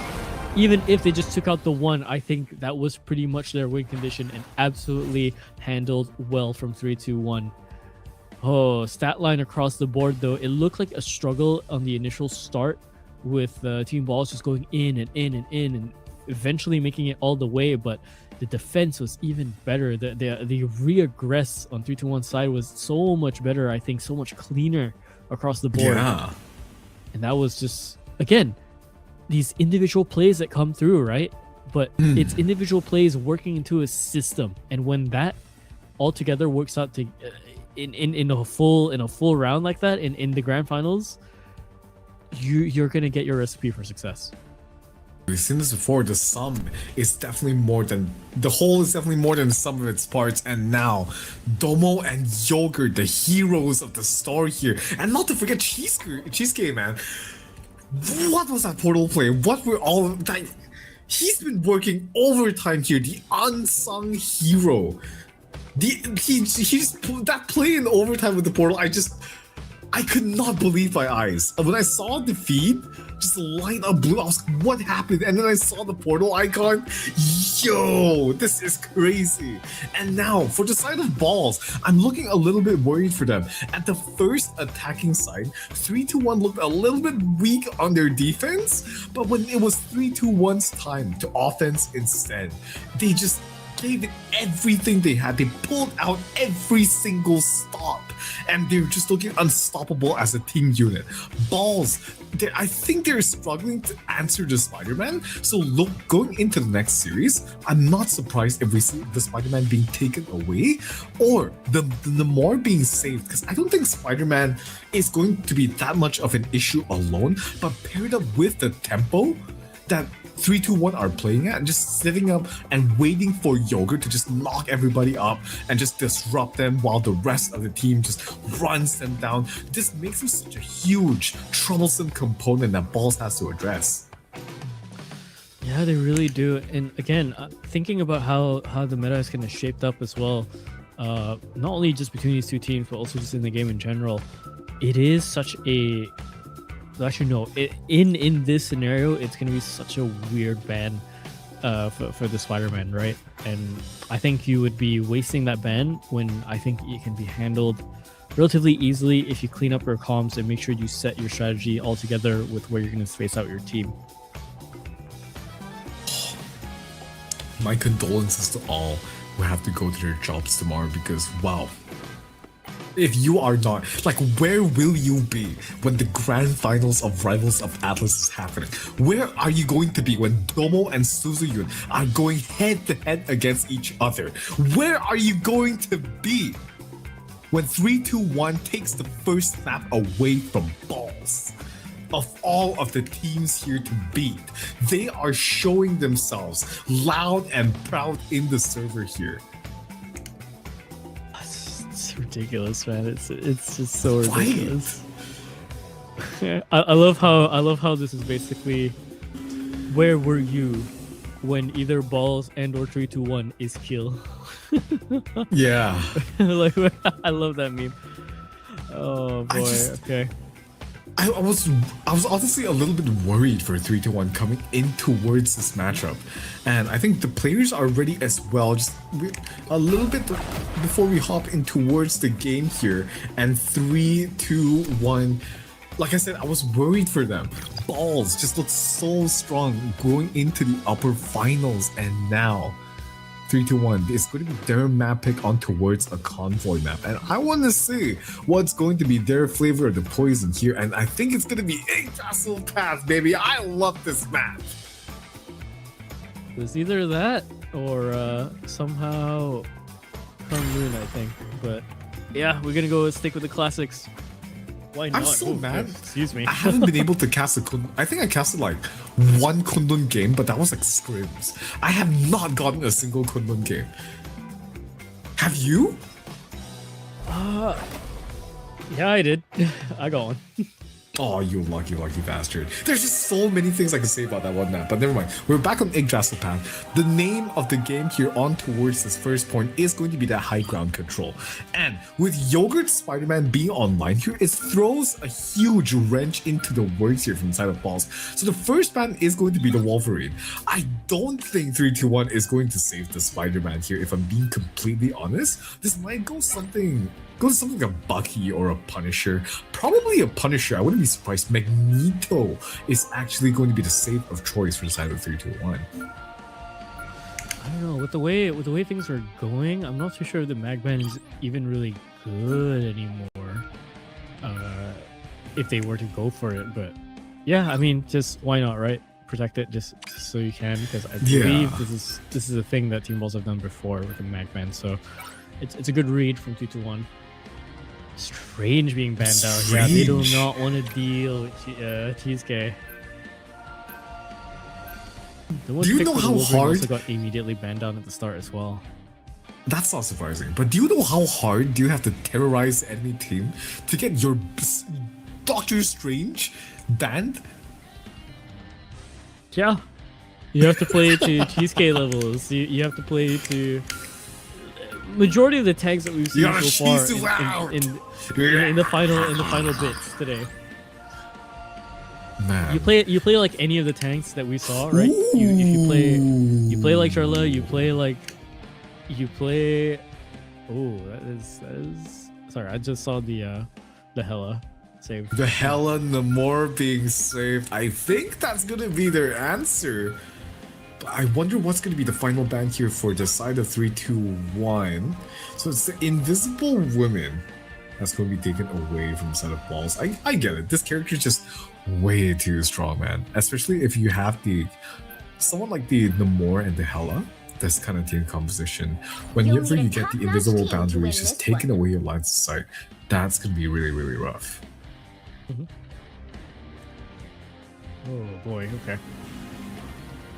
Let me see how this goes on. The way the band's kind of filtered out halfway into this is gonna change things, and it's gonna keep on changing, I think. But yeah, 3-2-1. They have all the momentum that they need. Team Balls have to be the one to really stop them. Here's the thing, though. They've let Reese through with a rogue pick. They have. That and the might Gambit be is the win open as condition well. alone. Oh my days, it is the Gambit Mag Rogue composition. I'm surprised I'm not seeing a Loki here, but... Okay, I don't know. From what I've seen, yeah, They might have just won this draft a little bit more, I think, in comparison to Team Balls. I genuinely Really? think so. No, Yeah, you're genuinely right. think so. Everybody got their pick. Nastia got their Gambit. Reese got their Rogue and Domo. Bucky's open. Hello? Our Lord is open. What else is open? His Hawkeye is open. So many things. But then return, So though. many things. Oh my god! But Suzuki. immediately, that's not a sight you see too much. Moon Knight headshotting the hella out of the game. Usually it's the other way. Emerson is there to contest Reason. Unless I say that, there is some show to it, I guess. A trade both ways, but someone is forced to spawn, of course, with this being the start of the map. So, yeah, the attacking team's going to have a little bit more upfront work lifted off of them with that pick. Now the rest of Balls are pushing hard towards this first bench here. This first bench is notoriously hard to try to capture, and Suzuyun and Yoga find themselves in the face of another duel. But Suzuyun, he's so low here. Look at this end. Riru is just going so hard to keep it in. But Reese is going to ring out with a triple here. The Rogue is going to just roll everybody over from the side of Balls, sending them packing towards spawn. If their first ult fight doesn't work out here, it's gonna be so much trouble, I think, for their second one, because they're gonna have to take so much time to build up what they need. Meanwhile, though, 2-3-2-1, they're getting closer and closer to their forms of success. Their recipes are almost done. Cheesecake 10% off to getting the Meteor, but Suzu finds that pick onto Domo, picked out of the sky. That's the start that they need to really aggress forward here. They're going to try and fight across the bend here. And Eru doesn't get to manage to pop the Gambit ult just in time. And Reese comes in. What a menace. Another triple into a quadra with Yogurt. Just filling up the feed once again. 3-2-1. They managed to secure a wipe off the loss of Domo. And this fight is going to decide everything. Look at this. Aribo has the Raging Royal Flush available. Hanarisu does have the Lunar Snow ultimate building up towards assist as well. But Reese, he's already up on towards the spike gun, ready to pounce on towards the backline here. And if they get caught, this is going to be very, very dangerous. Reese pounces on towards the backline, denies both of the supporters, the strat ultimates, and he's doing it again. Everybody up.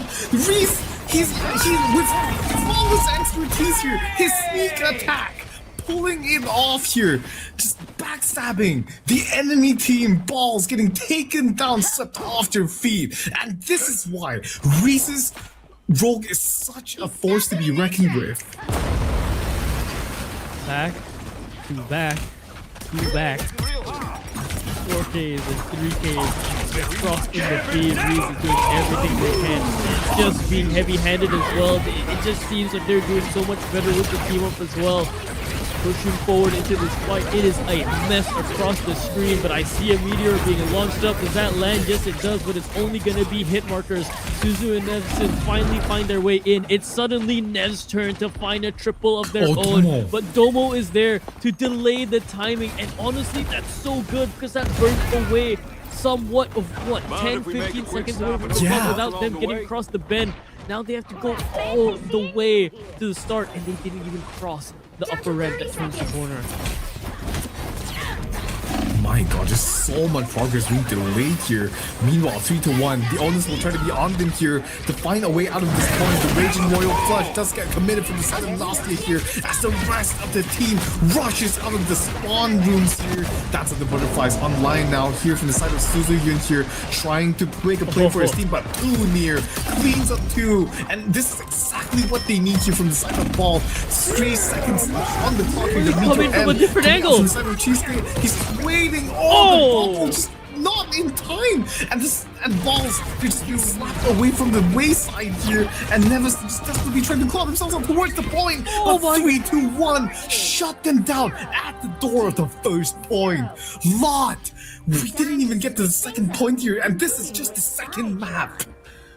Wait, hold up. Cheesecake came in from a whole different angle. He didn't come in from the main 2 stretches that you usually see. They came in from behind. Did they go all the way around? to get that ult in and then come into the fight. It threw them off completely. I think they cut the team in half. That's why they got that success into the... Dude, this is crazy layers between these two teams, man. What is happening from the side of 3-2-1? They are looking like a different team today. The team morale must be just absolutely off the charts here. Everybody bouncing off each other. Just plays on plays on plays. Oh, beautiful to see. You're telling me that they might actually pull this off and secure themselves a second point into this best of 5, put Team Ball's backs against the wall, essentially, and we haven't even passed the hour past midnight. Please just say, Lord. I just can't imagine losing you, Cher. Now, After I finally the rest of the balls here. The battle starts in 5. Suzuki, he's swapped over towards the Psylocke and set, but just still keeping the Nomore. Seems to be like a conflict pick for Tunir. I'm surprised they're not running the Moonlight here, actually. Moonlight is so strong towards his first point, especially against the Lights. 3-2-1. But Yogurt on another pick now. This is flexible as he can be. On towards this Daredevil now. I see a duel of the rogues here. Yogurt just pinging all of this information towards his team. Domo trying to find a shot back here. Towards the backline. One is all he needs here to catch up one of the strategists. If it's early, if it's a really early pick like this, it's going to be nothing but disaster. Oh my word, Reese is so aggressive with it, just zoning out the Brute, making sure they do not find any sort of impact forward past the wall there.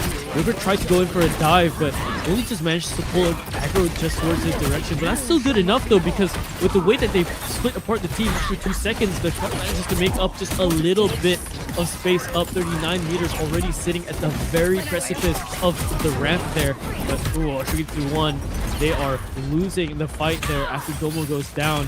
Reese has to be careful not to get completely ditched out and picked out by Suzu here. So for all things considered, that's a successful defense from Balls. 2 minutes and 48 seconds left remaining, and Yogurt is going to swap over towards the Psylocke as well. Duel of the Kunoichis is going to be on the back line here. Look at this. The rest of 3-2-1 are just jumping in towards the backline, but Reese, I think it's a little bit too egregious there. I don't think any of his teammates are going to be available to follow up from him. And the rest of 3-2-1, losing both your tanks, they're going to be dropping so much time here, pedaling back towards your spawn. That is much better. This is ridiculous, man. They're getting somewhat outclassed. Domo just spotted the very tip of the skirt, I believe, from the player model, and that was all that he needed, or he heard him. Regardless of any which way, he forces them back into the position that he needs to be with his team. Finds that pick onto Reese. Now all of a sudden Reese is not finding enough impact, but just as I say that, Domo and Cheesecake find 2 of their own. That's Anarisu and Suzu going down. Nev goes down as well. Domo finding a very, very good pick. Cheesecake goes down, but it's huge coming in from the other end. A double for Yogurt to secure even more space alongside with Reese. It was so back and forth, but somehow 3-2-1 come out on top. Oh my god, and with Doctor Strange being banned, there is no way to portal back in here. All you can do is try to walk on towards this point. Thankfully, Medicine is available to try to ult in here, to try to sustain his team, but both rogues are ulting. The bats and the butterflies are out for both of these teams. Suzuyun cuts the rest of 3-2-1 down to size here as Balls mount a successful counterattack, and this is exactly what they need to try to swing back in towards the momentum. And 3-2-1 with less than 60 seconds left on the clock. One final fight is what they need here. Domo, we've seen him pull up the clutches when it counts. Will he be able to bring his team towards match point early on? Twas but a stretch. He's done it before so many times. What's going to stop him from doing it again? We'll see. It's individualistic every single time when it comes down to it. With 35 seconds on the clock, and it's so close for themselves. It might actually not work out this time because Yogurt goes down. Reese as well taken out, and Domo all of a sudden sent up high into the sky to try and get himself a pick. He does find 2 alongside with Cheesecake. So maybe, just maybe there's a chance here, but there's so much damage being handled forward. They they have to touch in the next 12 seconds, because if they don't, it's gonna be given over to Team Balls. They have to keep fighting for it. They have to keep going. They have to keep on aggressing. Oh my god, this is barely touch. Oh my word, it's so close. Oh my god, this is over. Another double Suzy's ending fight here, making a triple. Drella follows up, Reese goes down. Team Balls, I think they have just done it. Tying up the map score 1-1 right now. Both of these teams just going toe to toe against each other, matching each other's freaks on the server. I think the story was really clear on that defense there. Shrelia on that group just gave the rest of 3-1 so much trouble here. Nevesty, the MVP, on that rogue pick. We talked about how 3-1 technically won that draft there. But that rogue pick from Nevesty favoring his team so much more, even though Riz was able to just extract so much value from those ultimates. Yeah, and I think that was just fair.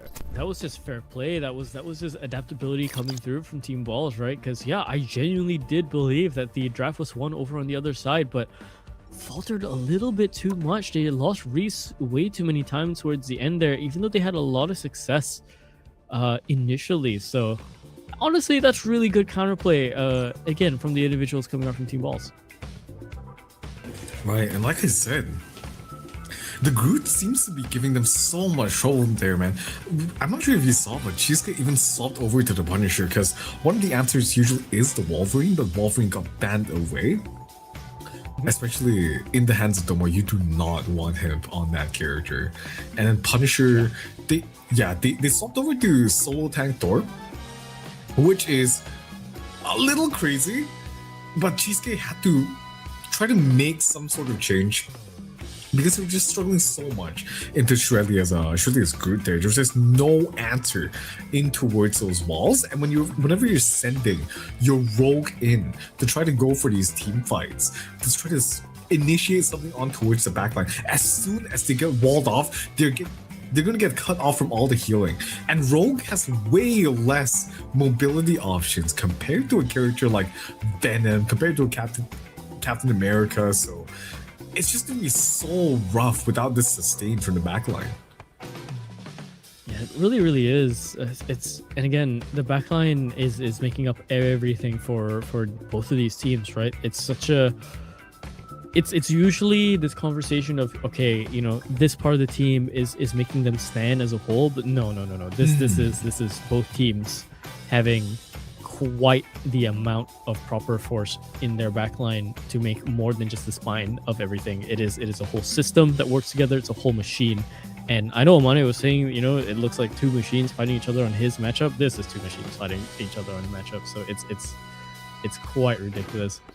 Okay. Anyways, I believe as we head into the middle of this, as we go into the third map, we're going to take a small little intermission. So if you guys need to go to the bathroom, refresh yourselves, get more drinks, go for it. Make sure you come back to us and watch how all of this is going to conclude, because, well, Team Balls just extended out this best of 5 a little bit more. So more Rivals of Atlas after this short intermission.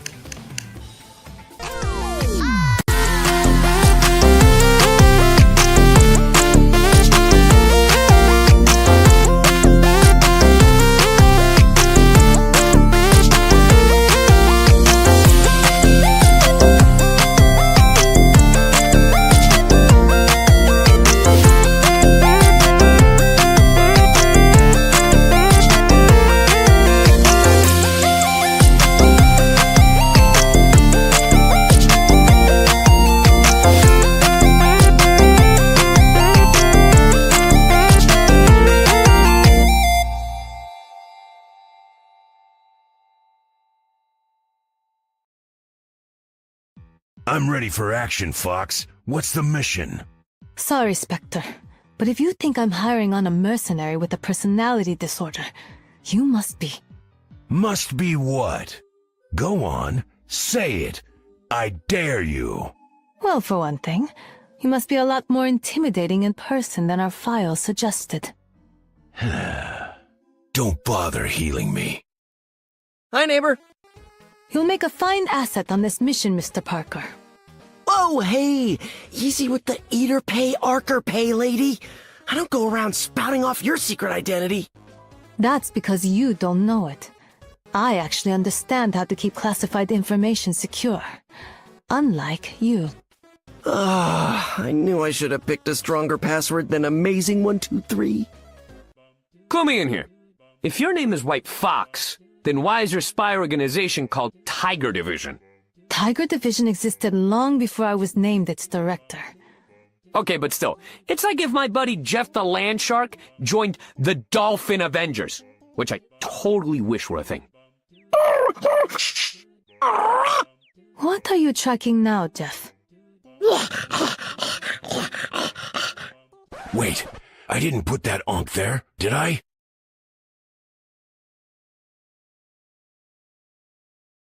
The moon haunts you!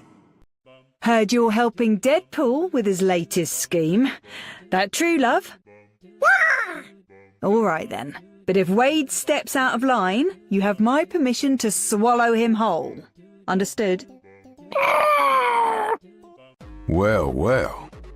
If it ain't the second best monster hunter in the known universe. Are you really putting yourself at the top of the list, Brooks? Bold move. The stats don't lie, Elsa. Not when you've racked up a body count like mine. Vampires are a dime a dozen. When you've slain a McLuhan, then we can chat. Sounds like a blast. But have you ever taken out an ancient god of vengeance before? Not yet, but I'm always up for a challenge, mate. Why? No reason. But if that ever changes, I'll be sure to hit you up. Wanda Maximoff! Wow! I loved your little sync-up with the vision. You deserved all the awards. I am not sure what you mean, but thank you. Ah, hey there, chum. Squirrel Girl and Tippy Toe at your service. What can we do you for? Please tell me your catchphrase isn't really about eating nuts. And kicking butts, yeah. Oh, why? Is that a problem? Did somebody else already use that one? Wow. It's truly amazing what gets through since we ditched the comics code. Your K-pop sensation, Luna Snow. I'm so excited I could scream like a little girl. You know me? I don't just know you. I know every piece of your choreography. Wanna dance while we fight? Sounds fun, but I have an image to maintain, and you don't fit it. I am vengeance. I am the night. I am... Whoa! Deja vu! I teamed up with a guy just like you not so long ago. Sweet cape, fancy gadgets, grim demeanor, long pointy ears. Huh. Sounds like a cheap knockoff to me. Uh-huh, yeah, you just keep telling yourself that, Mooney. Whatever makes you feel better. Since Weaponites gave me your healing factor, it's kind of like you're inside me every day. You don't quit your yapping, Wade. You'll have a lot more of me inside you real soon. Logan, I'm not that kind of girl. At least buy me dinner for— Oh, I'm sorry, you meant your claws. We doing this or not, Wade? I'm itching for a sequel too, buddy. But we have to wait till at least Phase 7. Wait! I changed my mind. Daddy needs his residuals. Let's go! Reida-san, ready to team up for some hardcore action? Before I reply, I need to see some ID. You sound way too PG-13 for my brand of humor. Sure, I may be young, but that won't stop me from saving the world. I'm all good with the world saving. I just want to avoid another awkward meeting with HR. I could make great use of someone with your skills. What say you?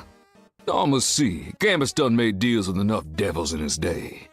Despite what some may tell you, I am no devil, Mr. LeBeau. Funny, that's what the devil always say. Hey, make one move I don't like, and I'm dropping you on the spot. Oh, a threat. How exciting. I'm watching you. Sister? Brother. Ah, the legend himself. The Jade Giant, the Taciturn Terror. Taciturn terror. You're a man of few words, aren't you? No, you stay away from me. You're not funny. Hulk let you know when Hulk wanna smash something. He really hates you. Right. 1-1 is the map score right now. Both of these teams are going toe-to-toe with one another, and they are just fighting fiercely for the finish. Our next battlefield is going to be the Hall of Vijalia. Lot. We have seen so many teams trying to fight themselves on many different maps. I think this is one of the picks that we've barely seen so far. Real quickly, before we go into the character bans, what do you think of this map? Would it be really funny if they banned the Black Panther here? Right here? Yeah, for this Actually, map, wouldn't it be really funny if they did that? You know, you go to Wakanda, but you do not see any BPs around. You know, funny That thing, would be I hilarious. hate Black Panther on this map, actually. I feel like this is one Really? of his worst maps. Yeah! Like, okay, on attack, right? You think about I call it the backstage, because, like, you have the point at the front, and then you have the backstage portion, right? Where the flankers can run around. I feel like Spider-Man has way more of an impact, because a lot of this is just open ground. With Black Panther, I feel like he lends himself better to those like more corridor choky maps, or like those like domination maps. I'm not too big of a fan of Hall of Vijalia for him. There is opportunities to stage his dives, but I feel like Spider-Man just does way better on him. You've seen the amount of clips on TikTok, I bet. Like just people getting pulled off out of nowhere, just a Spider-Man zipping along. Since the inception of this game. Man. Oh yeah. I think you and I you've definitely seen me being pulled off the map before while we were playing ranked. I still have not had that happen on this map specifically because I am one paranoid player when it comes to that. I always let everyone walk out first. I've learned to bubble myself as Magneto when I walk out of spawn. That's all I'm saying. Fair enough. Fair enough. Hey man, I play the characters that don't really need that to be an issue, so I just wait. Yeah, sometimes waiting is going to be exactly what you need to do. But wait a minute, Gambit. Okay, Gambit is going to be taken off the table. I was gonna say there's no. Wait. Did you see that shine on my hair? With Elvive Glycolic Plus Gloss by L'Oreal Paris with glycolic acid for instant high shine hair. And my hair shines, I shine. Elvive Glycolic Plus Gloss by L'Oreal Paris. They're worth it.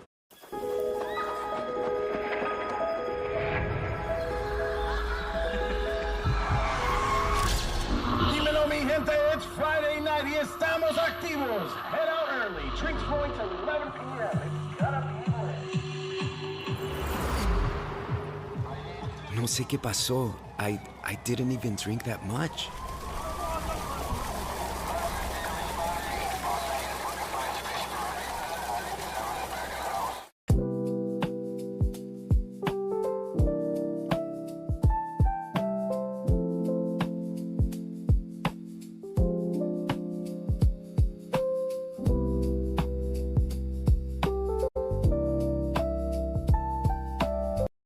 Champion Power Equipment's 11,000-watt tri-fuel wireless remote start inverter runs on gasoline, propane, or natural gas. The loaded power panel means you'll be ready for any portable power situation. Start up with the easy-to-use push-button electric start, or use the wireless remote to start and stop your unit from up to 80 feet away. And during an emergency, use gasoline, propane, or your home's natural gas supply to power your major household appliances and keep you safe. Champion's 11,000-watt tri-fuel remote start inverter, your perfect choice for dependable power and peace of mind.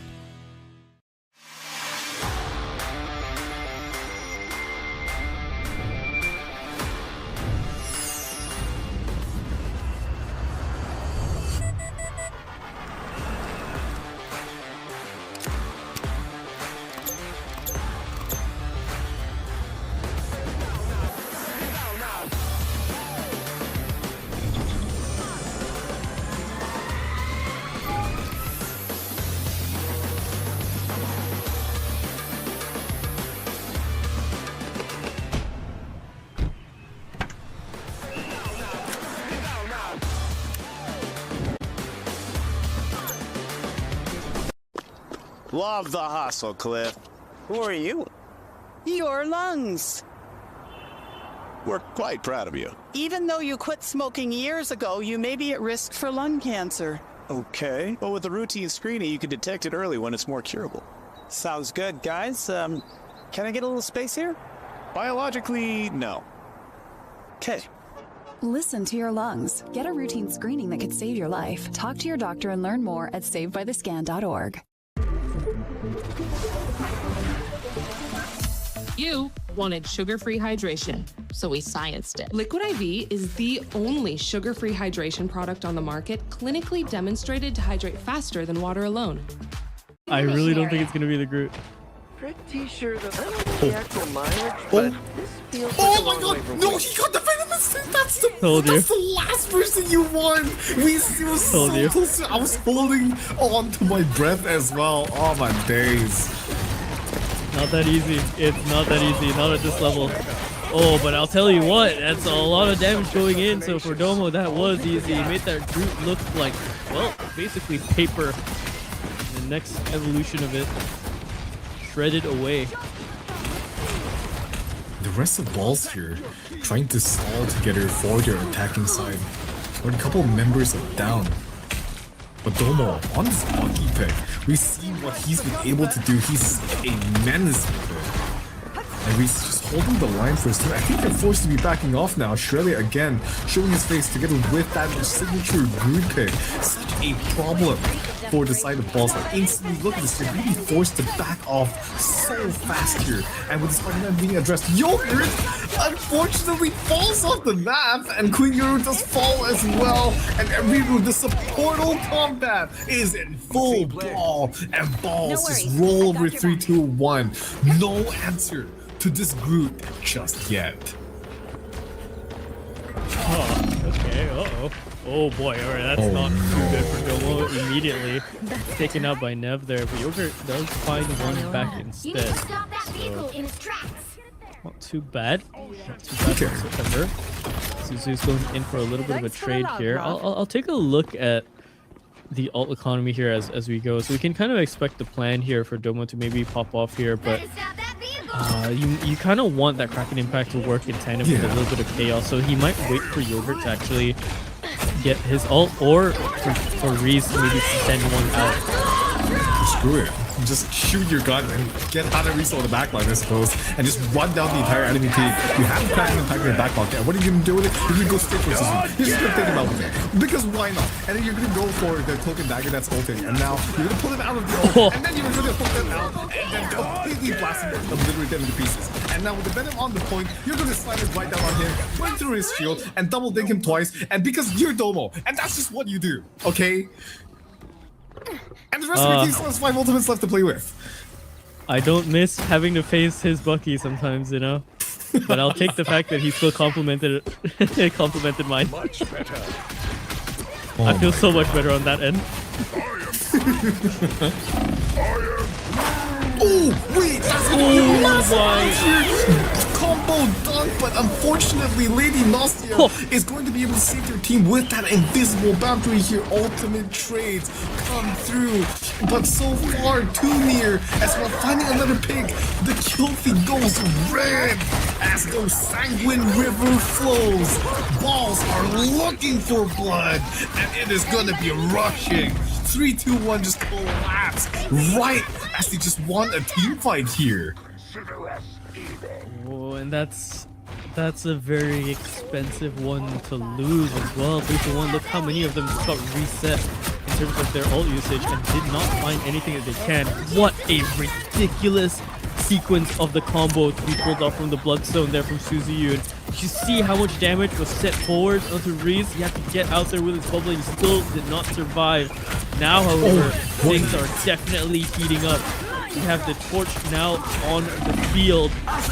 We're getting things even crazier with the backline being completely filled up by a Cloak and Dagger as well. They cannot hold on to this spot, mates.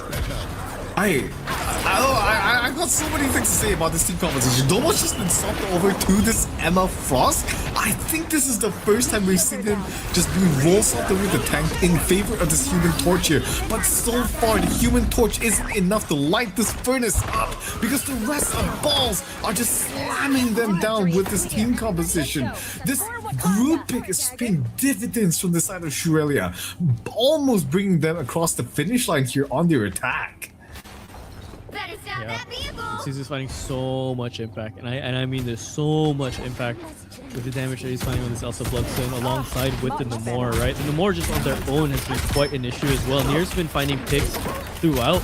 You have a Namor that can aim, that's one thing. Put him aside alongside with his squid turrets, you have a whole, basically 2 players to deal with. Yeah.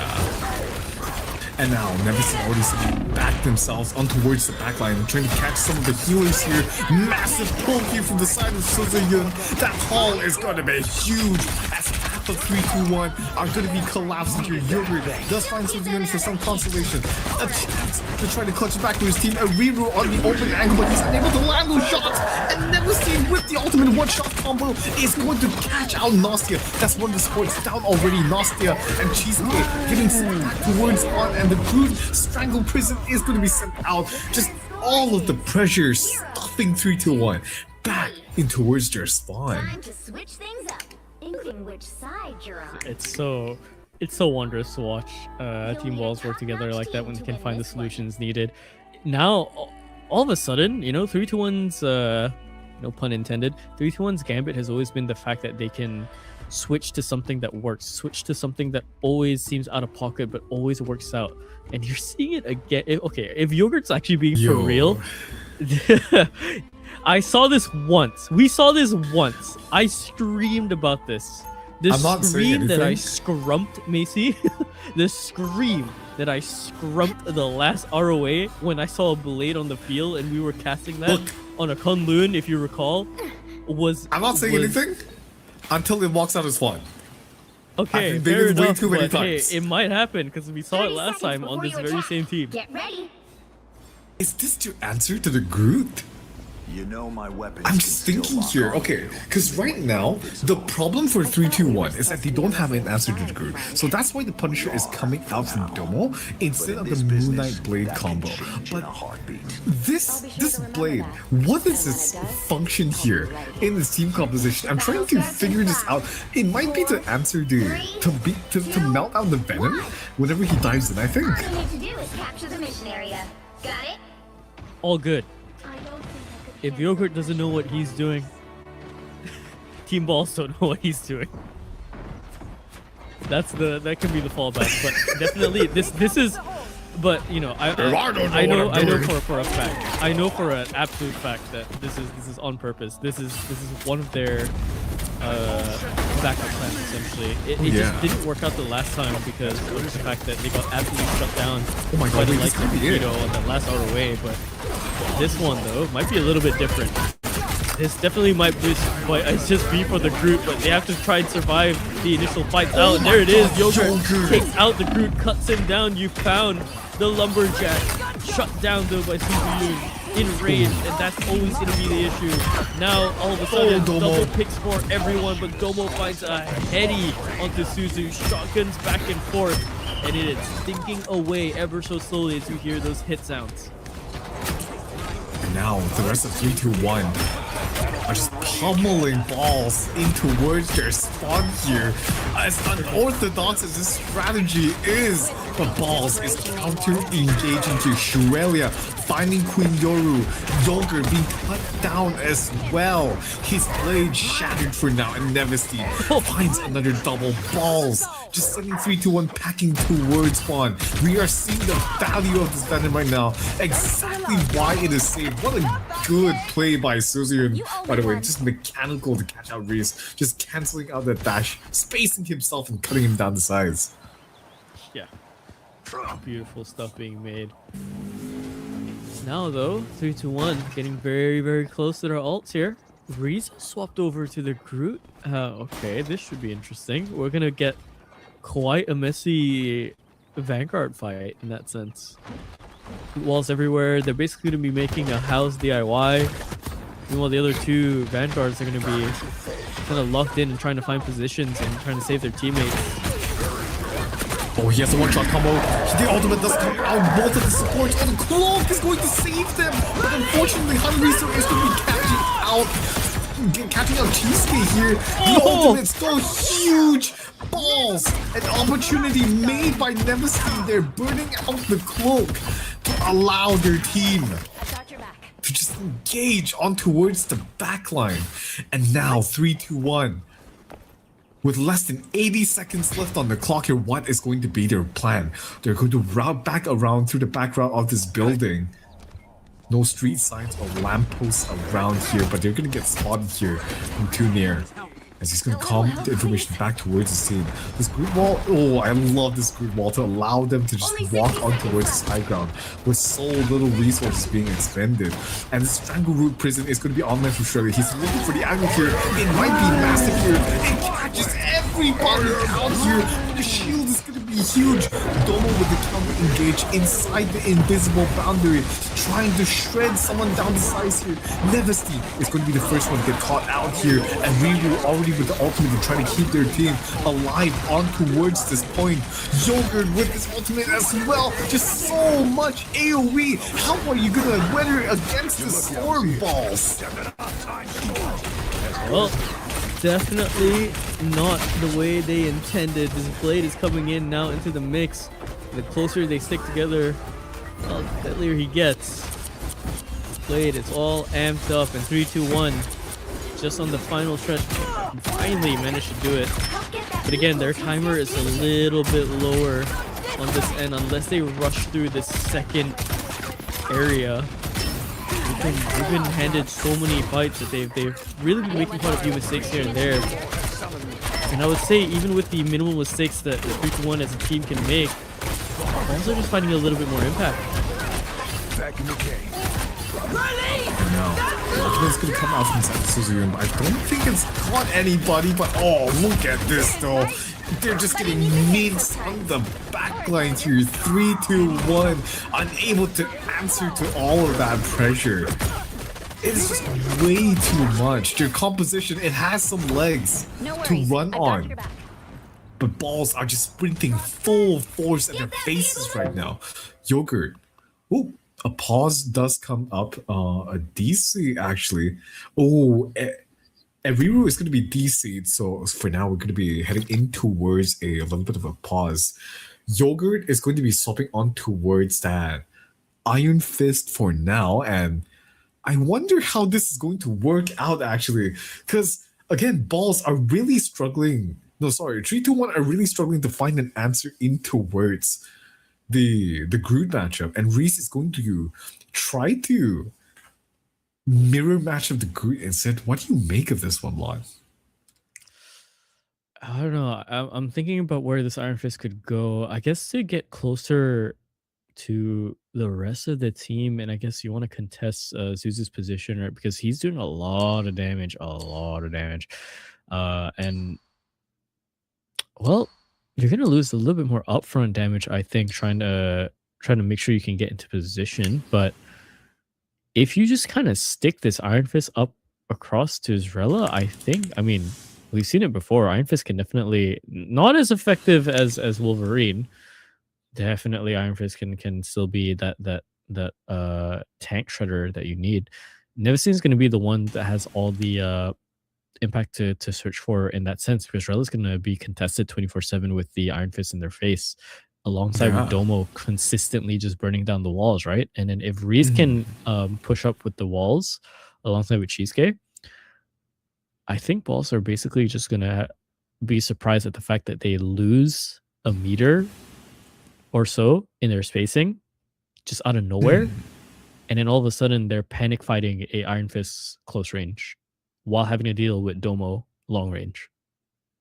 But here's the thing, right?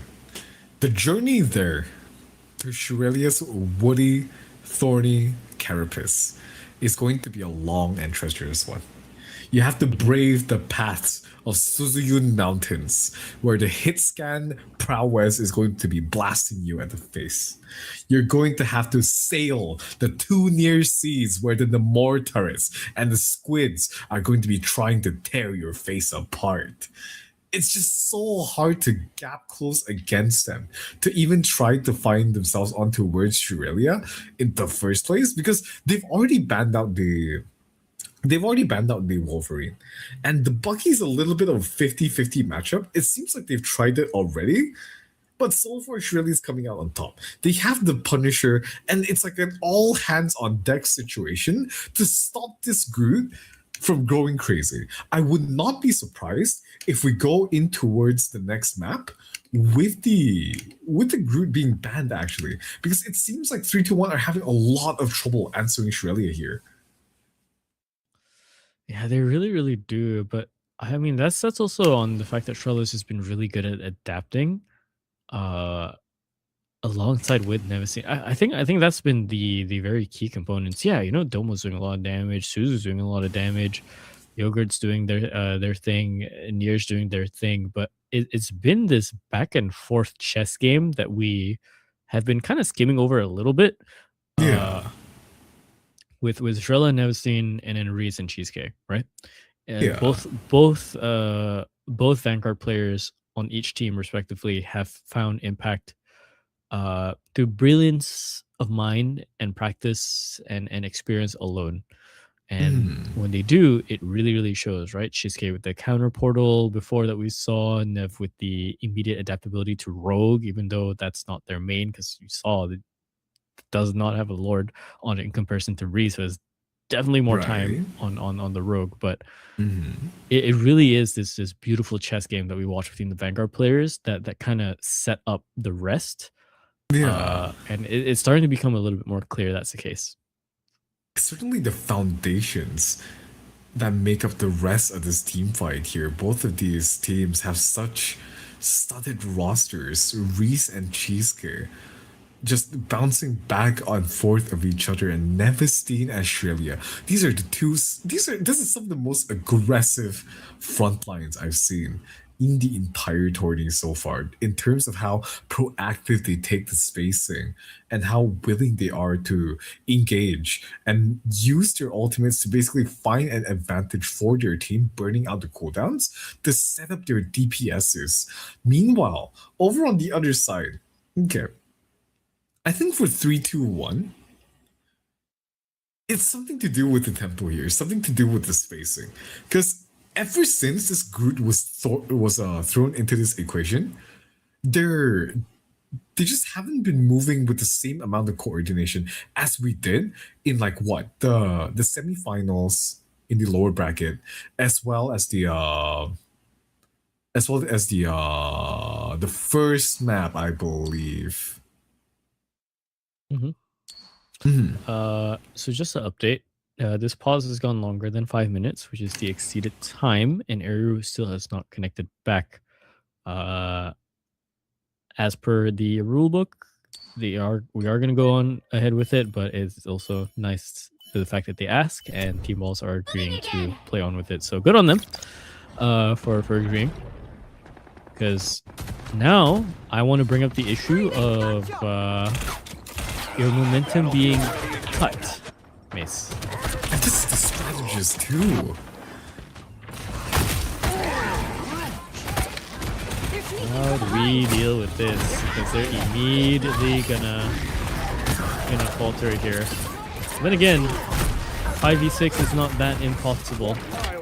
It's hard, it's doable, but not too impossible. Christine though falls down to Domo.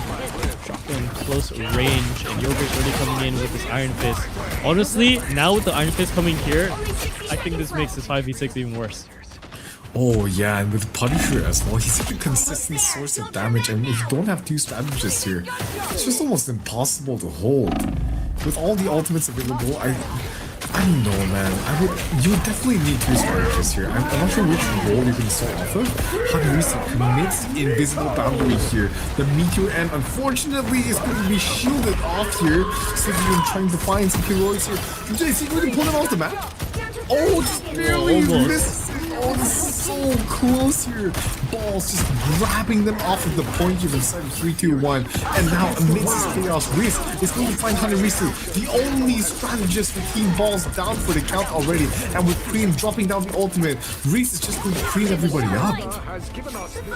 Yeah, you're truly feeling the disappearance of Eru here. Not only in the fact that, you know, they're down and out in terms of their... Sorry, excuse me. I had a little burp there.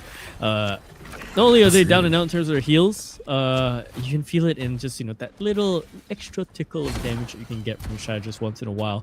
That would have finished off Domo there. That was 1 HP. That would have finished off another one. Helped out with Susie's ult there. But unfortunately, not going to be the case. And now Yogurt being sent on towards the backline, targeting Hunter Reese immediately. Oh, again, with their only strategist down, the rest of Balls are in huge danger here. Shrelia being immediately cut down to size. And now Balls sent backing back towards spawn with their 3 remaining members here. Reese getting too near as well, and now 3, 2, 1 in an unlikely set of circumstances. They find themselves pushing their payload with relative ease. Oh, it's a lot of damage still. He is finding one more. I mean, there's not much we can really cast on in terms of, you know, how this is going to go out for them because of the missing players. So it's really unfortunate. That is really, really unfortunate. I think, honestly, Balls would have helped that actually all the way. If that was Because you've definitely seen it, yeah. Oh, this is just so unfortunate. You'll need a top-notch team to win this one. Oh boy. Oh All my right. god. Well, Singtel, am I right? What do I can say? Oh, Aries back actually. Oh, just in time as well. I was about to say, man, I don't know who was going to swap this, the strategist, but someone needs to swap in here, and Eriru is going to be the strategist of choice. Back in towards their team. Cheesecake locking in the Hulk, and together with the Storm. 3, 2, 1. Like, how many characters have they cycled through so far? honestly, I think I'm trying to think about just the roster of characters that we have in Marvel Rivals, and I think we've seen nearly everyone. I think just generally. Even Human Torch, man. Yeah, we saw Torch. I could have sworn we saw Hulk at one point, but you know, not in this matchup, but not in this somewhere matchup. else. Yeah. There was definitely a Hulk. It was on Indomare, it seemed. Yeah, Deadpool came out, you know, from Ruben. Deadpool came out, yeah. I think we saw. Did we get a Jeff? No, we never not saw a a Matt. Jeff. We see the Jeff hovers, you know, the Jeff hovers. Yeah. Never see a Jeff. I don't think we saw an Adam either, right? No, I don't think so. It's a game of like strat spotting, you know? Spot the off-meta strats with your binoculars. Yo, I got this one screenshot of like a yogurt on Adam Warlock in ROA 3. It's foil. Hey, don't sell that just yet. 30 seconds though. 30 seconds, Mace. 3, 2, 1 for them to get this point. Can they make it? Ooh. Chances are going to be... The odds are slim, but it is never seen. Yogurt gets himself back towards safety, but Neverson gets shut down here. Domo trying to carry this forward for his team. The flag bearer of their hopes and dreams here. Yogurt as well assisting him on towards his backline. But this ramp that this crew has constructed is giving them a lot of reprieve right now for the side of balls. And Neverson just goes back from spawn. They saw back enough time just for them to re-engage into another fight, and with the ultimates coming back online, Queen does the Cloak and Dagger ultimates, waiting for the right time to use a Shrelia, does take down one. The Venom does fall from the side of Cheesecake here, and Domo has to crack an impact online now. The more ultimate, unfortunately, Nostia and Queen Yoro getting taken out, and this is just so unfortunate here as the rest of balls just run 3, 2, 1 over here. This was not even close, unfortunately. Oh boy, 3 minutes 7 seconds for this hold. That is a rough one. That is a rough one for 3-2-1. Oh, I don't know how they're gonna pull this off. But if they do, props to them. Man. I gotta wonder. You gotta wonder if fatigue's starting to set in. It's setting in for me, and I'm not the one playing. No, dude. I would say I'm falling asleep in my chair, but holy crap, with all of this action, with all of this drama on the line, how can you just snooze in your chair? Looking back at this 3-2-1, Cheesecake is going to be back on the thing, and Joker's going to be back in the start order. A much more vanilla team composition. The Punisher hasn't even worked out for them, and they are benching the group counter matchup as well. So far, Balls seems to be like really finding their tempo in this matchup so far across all of these maps.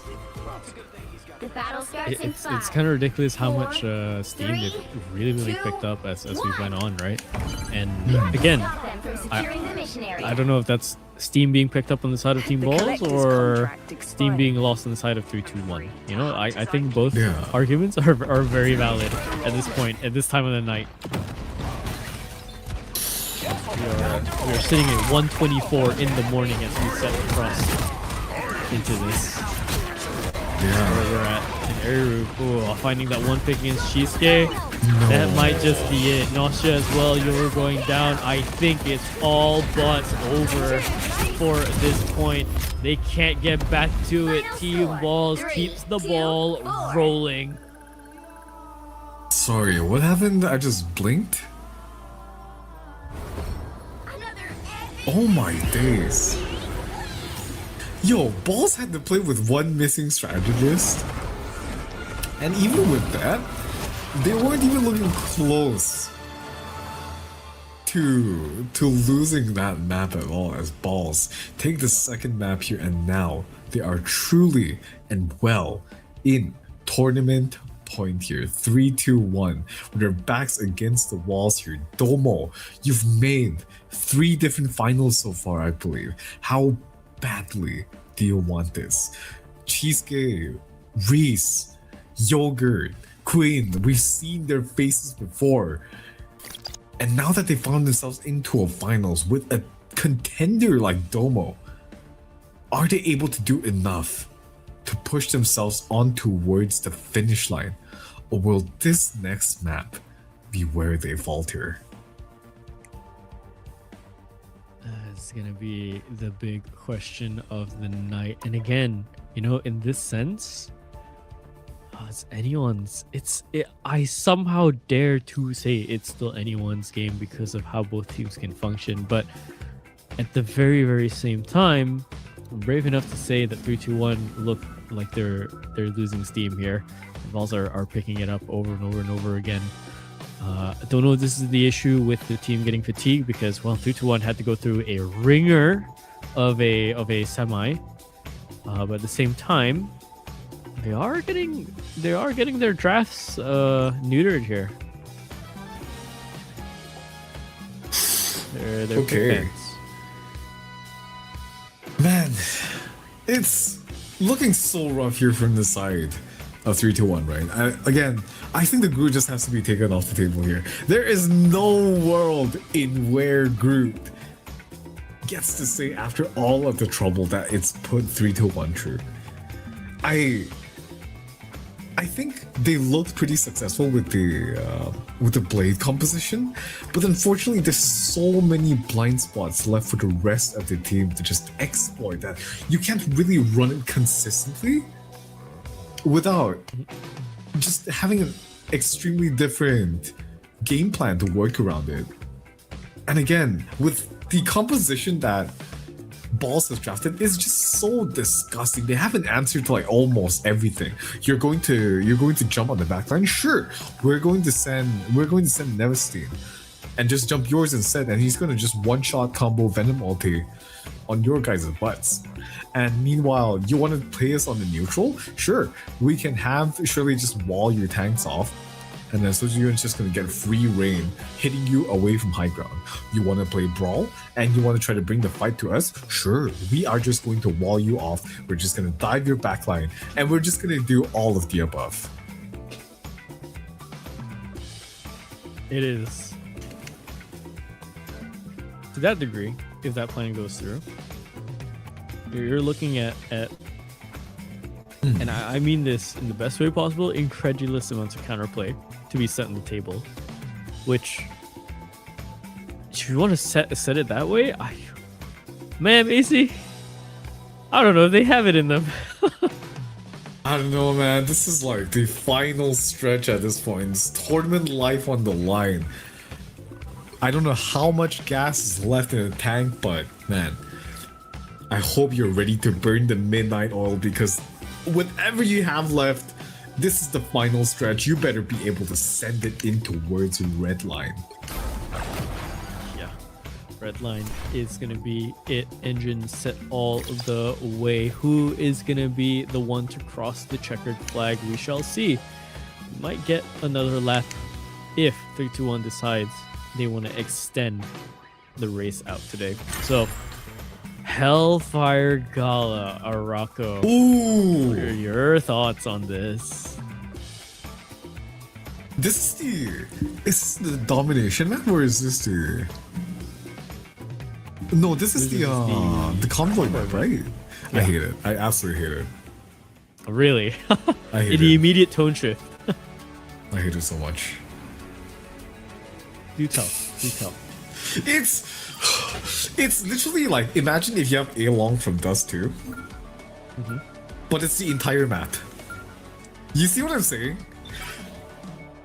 I don't see why this is a problem. I feel like your past would have loved that. Yeah, okay, but it's like, I can't believe I'm saying this, man. But like, as a tank player, this is so miserable to play sometimes. Clip that! Clip that! Someone clip that for me, please! Send it to me! Send it to me right now! I need that in paper and writing. I woke it up! Get away! I woke it up! I woke it up! They saved the strange! We might see a whole different game. Alright, ladies and gentlemen, that's all I needed for my co-caster. They banned out the mag. Oh boy, this is gonna be interesting. Oh, the Groot as well is gonna be taken away. Ban? Mag's taken away, Groot's banned away. Okay, like, I completely understand, man.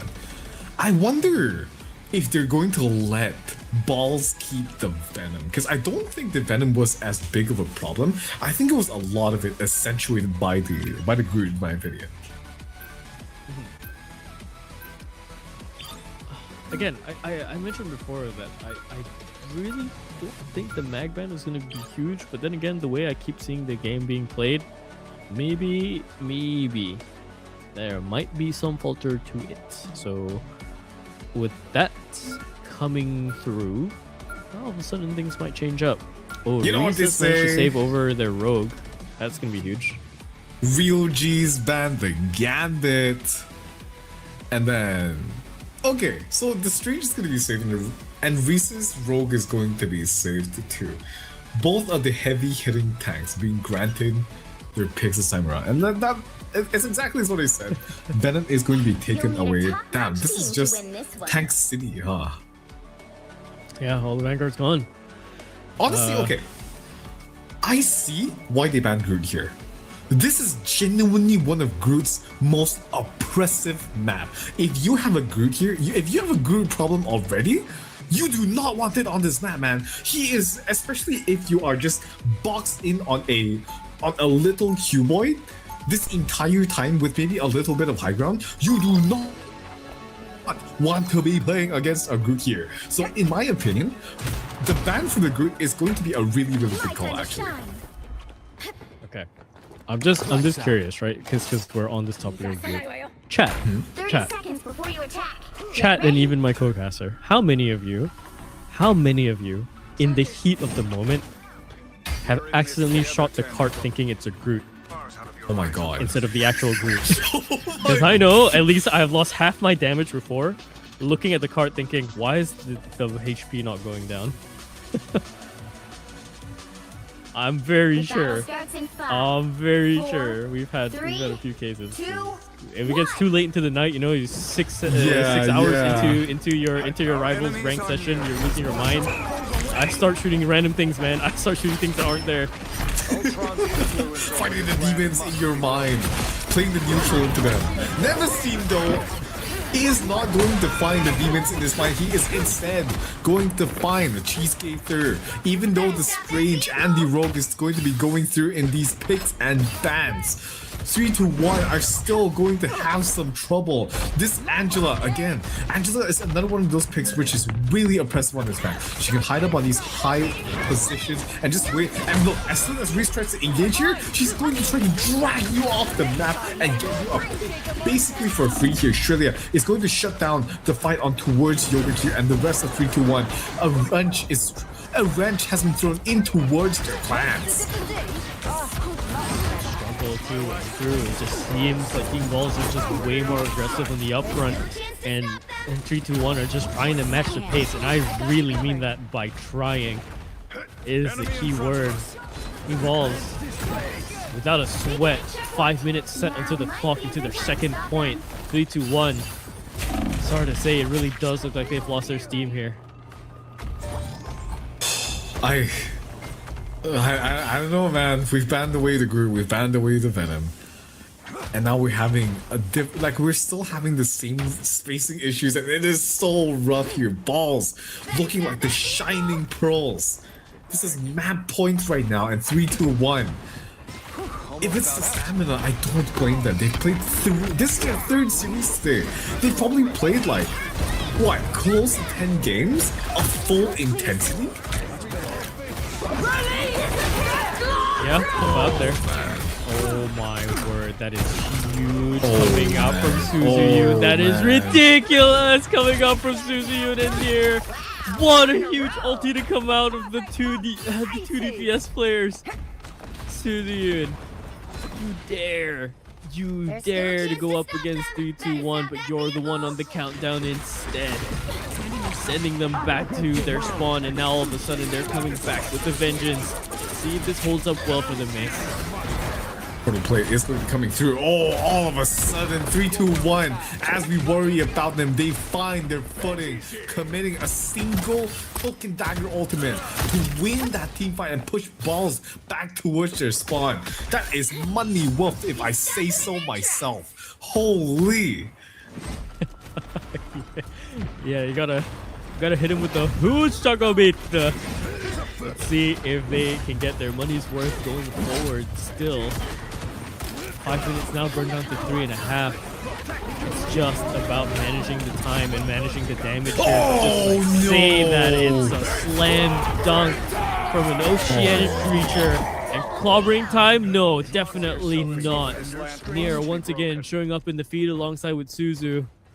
It is just heartbreak on the side of 3 2 1, but for Team Balls, this is the closest that they can get to just ever ending this on the best note that they can, which is a championship, and it's looking like they want to take it all the way, setting themselves up for success. Now going into the third point, they get closer and closer and closer with faster pace every single time. By the eye of Agamotto. This is no fairy tale. Unfortunately, sometimes the villains win in this story, but so far the heroes have managed to find one last stand here. Domo and his crew just basically keeping this together. Lady Nausea has assembled this team of misfits from the previous ROAs, and now they're trying to keep their hopes and dreams alive. 4 minutes almost left on the clock here. Will it be enough for them to weather the storm? Shurelia knocks out Yogurt, and I am afraid if that is going to sign their warrant here. Oh, the warrant's there, but we'll see. They're still staying alive the best that they can. Oh, it's a huge Angela ult actually that dragged them all the way in, and the amount of damage that was sustained there was way too much above the threshold, and once again it's gonna be Suzu and Nier just lighting up the feed with Henrisu chipping in towards the end. Man, it was a Yogurt Domo show prior. It is the Suzu to Nier show now all of a sudden. It is flipped. The script gone. If I had a piece of paper to rip in front of me to tell you that this script is gone, I would have ripped it up 5 minutes ago. What is this? What is this? Gundam Seed Destiny? Does anybody get a reference here? Wait, hold up. Clobbering time coming in. There's Proteus coming in as well, but that does land onto Nokia. Do they save him? Oh yes, they do for a second before Nier lands the final blow there. And Domo dragged away into the depths of the team. Not going to be able to sustain. Not even going to be able to land the Kraken impact. A Kraken without a voice. Team K dragged away. It is falling apart for 3-2-1, and it is all high notes for Team Balls. Balls now on the precipice of victory here, 1 meter away. They can almost grasp the trophy within their hands. Meanwhile, 3-2-1. Their tournament lives are on the line. Everything that they have gone through in this tournament, in this weekend, for the past couple of weeks. All the VOD reviewing, all the practice, all the scrims, I've watched them play. This team has grinded it so far. Meanwhile, Balls as well. They've also worked so far. This time, their prowess might actually be able to bring them through to the finish line here. Whew. Yeah. I'm just... It's a long night. Dude, like Suzuki was just looking like a different animal today, man. I'm being completely honest here. Like Shirley and Nevestein, I can't even say this is like a Suzuki show or any of like the players from the side of Team Balls, because it is such a joint effort. This is a well-oiled machine going against a battered 1983 Honda Civic. It's just rough to see. The engines choking, the carburetors. Cars are carburetors, right? The old ones? Yeah. Yeah. Carburetors choking. Man. I love the reference. I love it. Alright, pushing forward. Keeping things going. Keeping things even more competitive as we go. Domo has brought out a sword to his side. That's going to be the magic in play. This might be something that they just need. Yogurt as well onto the Daredevil. This seems like it's so desperate, but somehow it is working. Neveston finds Cheesecake, but Cheesecake's going to be right back up with that BRB in tandem. Hey, man. The Civic's got some life left, barely used, 9 out of 10, no accidents at all. The bumper is still holding on as they are rushing in towards the face of Balls, but Nevestein cashes out Cheesecake here, and Domo is just diving on towards their backline, trying to find their strategies here. The shield actually getting absolutely slapped upside the top of the face by Shirelli here, but the rest of 3-2-1, this payload is so halted so far. I think they're gonna have to regroup here as Queen gets dunked immediately. Just barely able to get themselves out of the cloak here, and the bubble is going to sustain them right for now. But Domo, he's getting caught here. He's being looked at by this Angela. This 1v1 is going to be avoided narrowly here. Man. You're out of the woods from the Groot, but what are you gonna do in the skies against Nevestein? Ridiculous. This has found so much impact, and just like say that.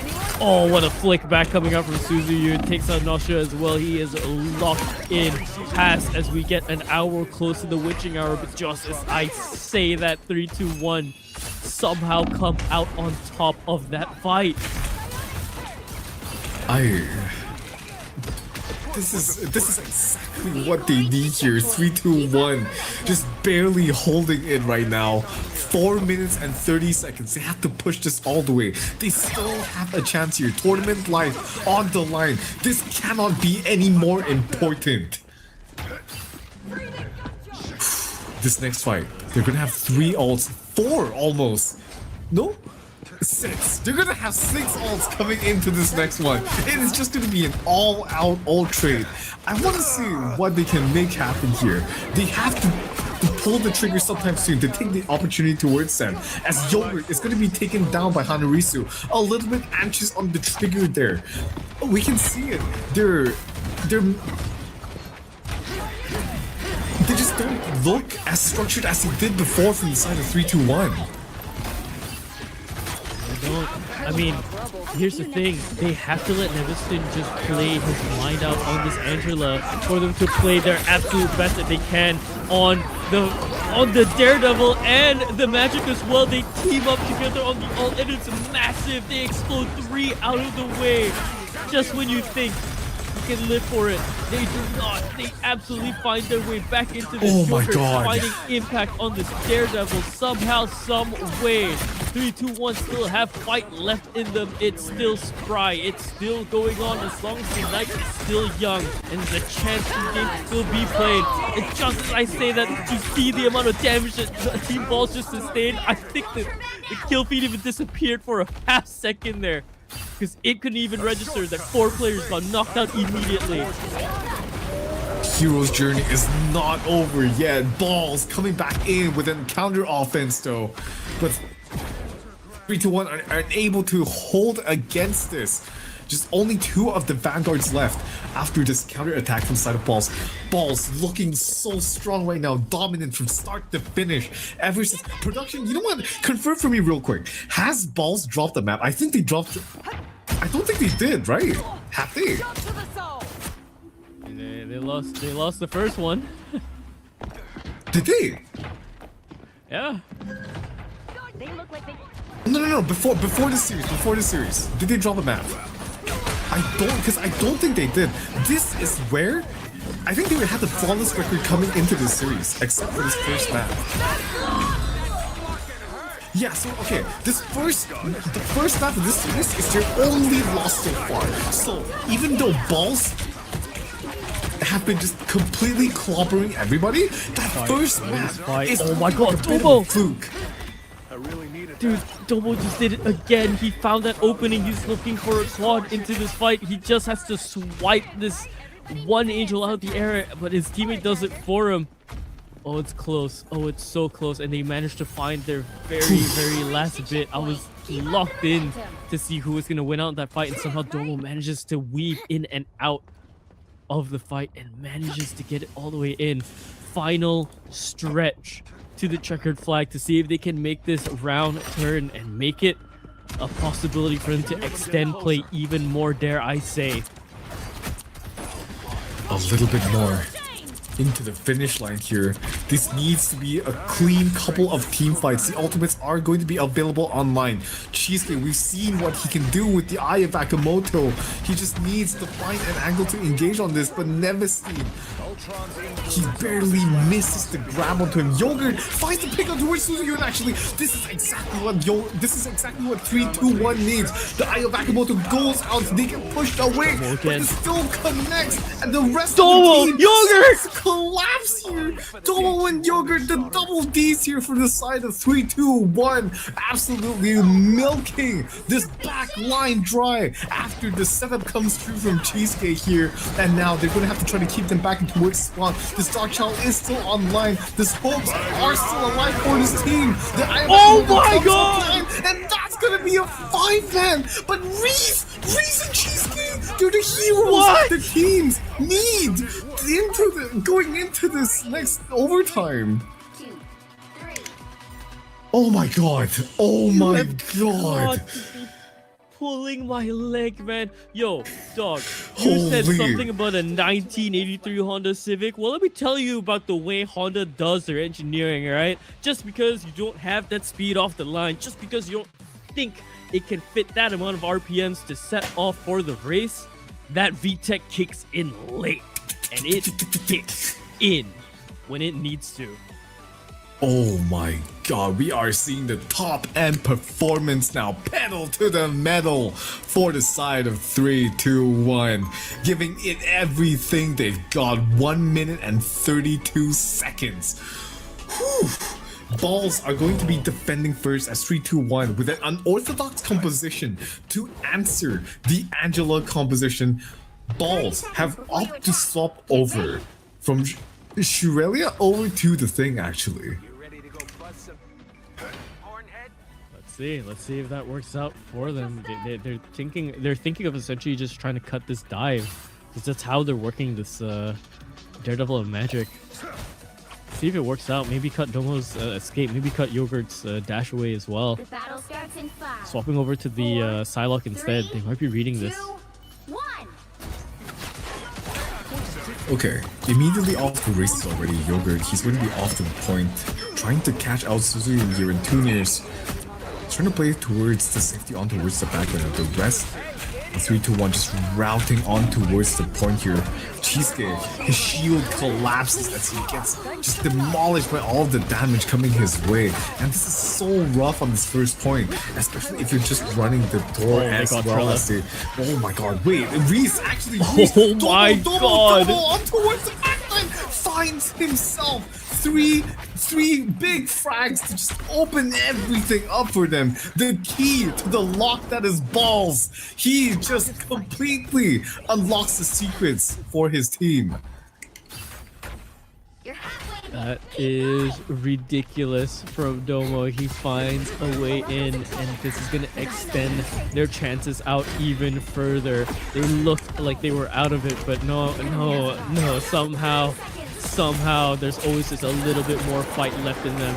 They're gonna have to try and deal with Domo now, playing angry. Reese as well is there to back him up. They've gone full melee, and it is a melee right now. Guns up for Suzu to try and stop whatever madness this is alongside Witchrella as they try and re-engage back into it, but Domo stabs a fish out of the water in the corner, finds another one with the demon, summoned up to find a rock in a hard place, and now Cheesecake looking for more picks as well as they contain the space for themselves. Suzu finds a big opening pick against Domo. Yogurt goes down as well, but Yogurt launches another offensive back alongside with their vanguards. Somehow, someway, 3, 2, 1. The countdown isn't over just yet. Trella fighting for their absolute life. No. Oh my god. Takes out Eru as well. Trella 1 HP cannot sustain. 4.37 meters left. Into the next point and they secure it. That's the first point.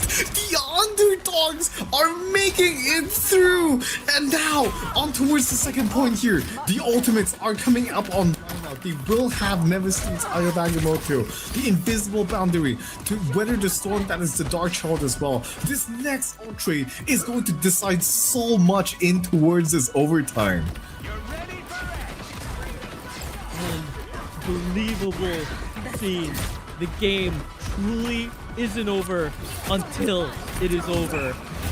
Past the halfway mark of that overtime bar as it goes, and Junior finally finds 2 that he needs. Suzuyun finds a 3rd as well. This might be it because they cannot sustain on that cart any longer. But honestly, what a standoff.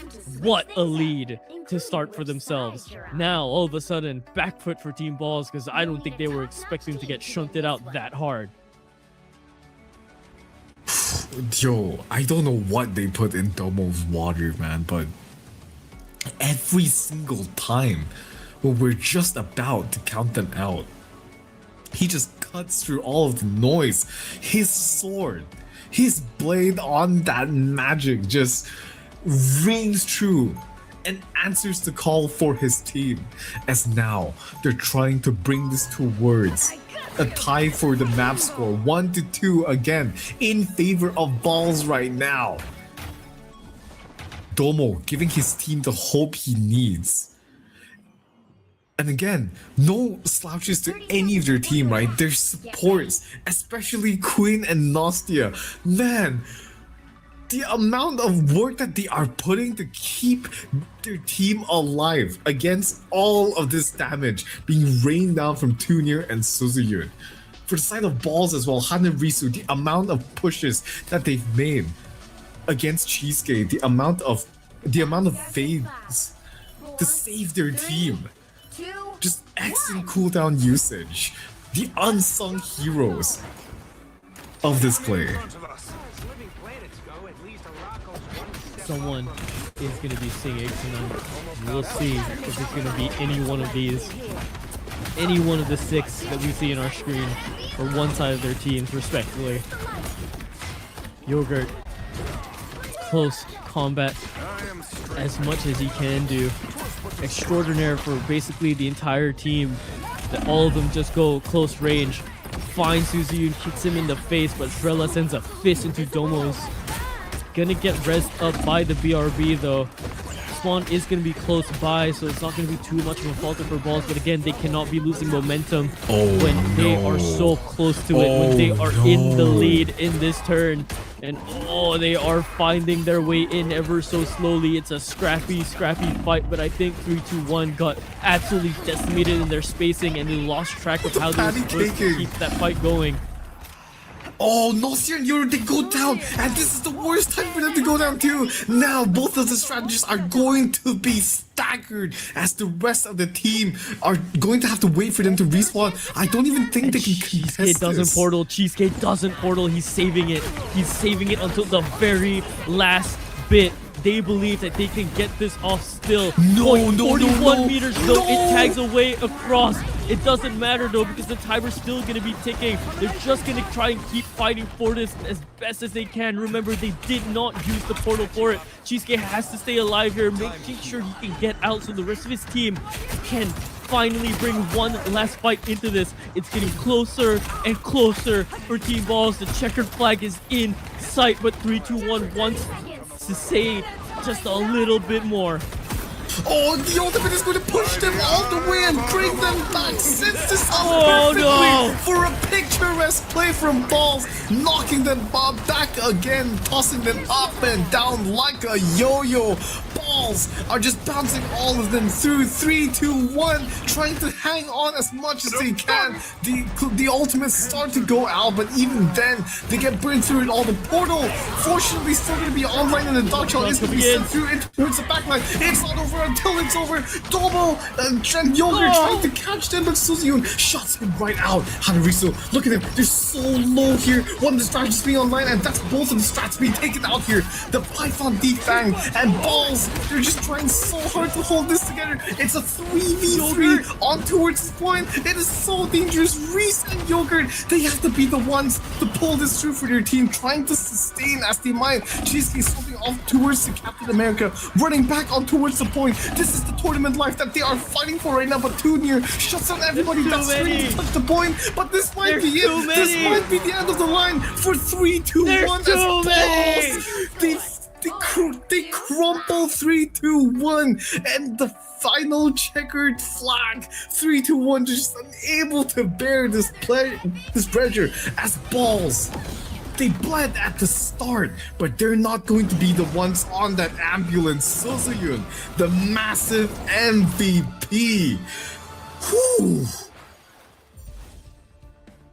A 3-1 essential first map lost into that reversal for Team Balls, but damn, did 3-2-1 finally find just a little bit more fight towards the end there to try and make things a little bit more messy in the narrative. But well, the statistics just speak for themselves. 64 and 9 for Suzune himself, 24 final hits, 55 for Nier as well. These two were such a lethal duo the entire time. 50 for Hanarisu, 46 for Eriru, Nevestine and Zrella, 47, 10 minus for Zrella, 37. But damn, did 3-2-1 try. Damn, did 3-2-1 not give up until the very, very end. Absolute chills, man. And down goes the narrative for 3-2-1 as Balls, just almost undefeated, dominant fashion throughout the entire tournament, claims their crown. All of them, they deserve this win so much out of all of the teams. I think they were one of the strongest teams coming in towards this tournament. It was either them or Walls of Employment for me. But at the end of the day, Balls, man, just way too much heat that they be packing. And 3-2-1 just melted in the face of it. It's just ridiculous scenes, man. Ridiculous scenes across the board from both teams. They played their absolute, and I really mean this, their absolute hearts out. It is such a crazy thing that you have to rest tonight in your mind for the working class tomorrow to deal with that mentally. Loss and or win for both sides. what a ridiculous sequence of games that we've had for Rivals of Atlas for these past 2 days, all for it to eventually culminate into this final showing. I mean, hey man, you gotta have a theater at this point. Oh boy, let's see here. I think if they are around still, I think we can get some final words from the winning team before we go. As we start to get closer to 2 o'clock, so if we can, let's maybe get them. Okay. Oh man, what do you want to ask? I don't even think it's in. I think it's the final words, but yeah, just get them to say this stuff. Yeah. But you're gonna be coming in anytime soon. The championship team this time around. What a showing it has been throughout the entire weekend. Hello, welcome in, all of you. Champions, welcome into the red carpet, indoctrinated into the Hall of Fame. Everybody, welcome Balls. Balls.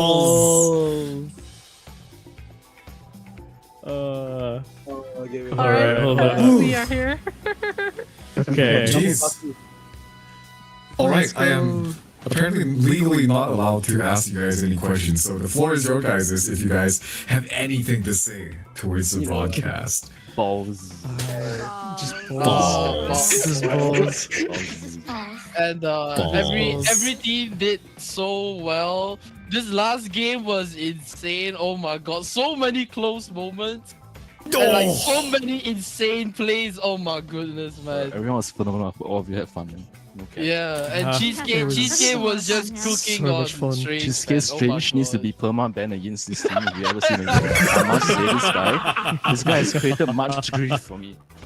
So annoying. Oh my god, Cozy want to give away. Cozy want to give away. Release our Fox, he'll release your Wolverine. I completely understand. Yeah, oh my free our God. White Fox.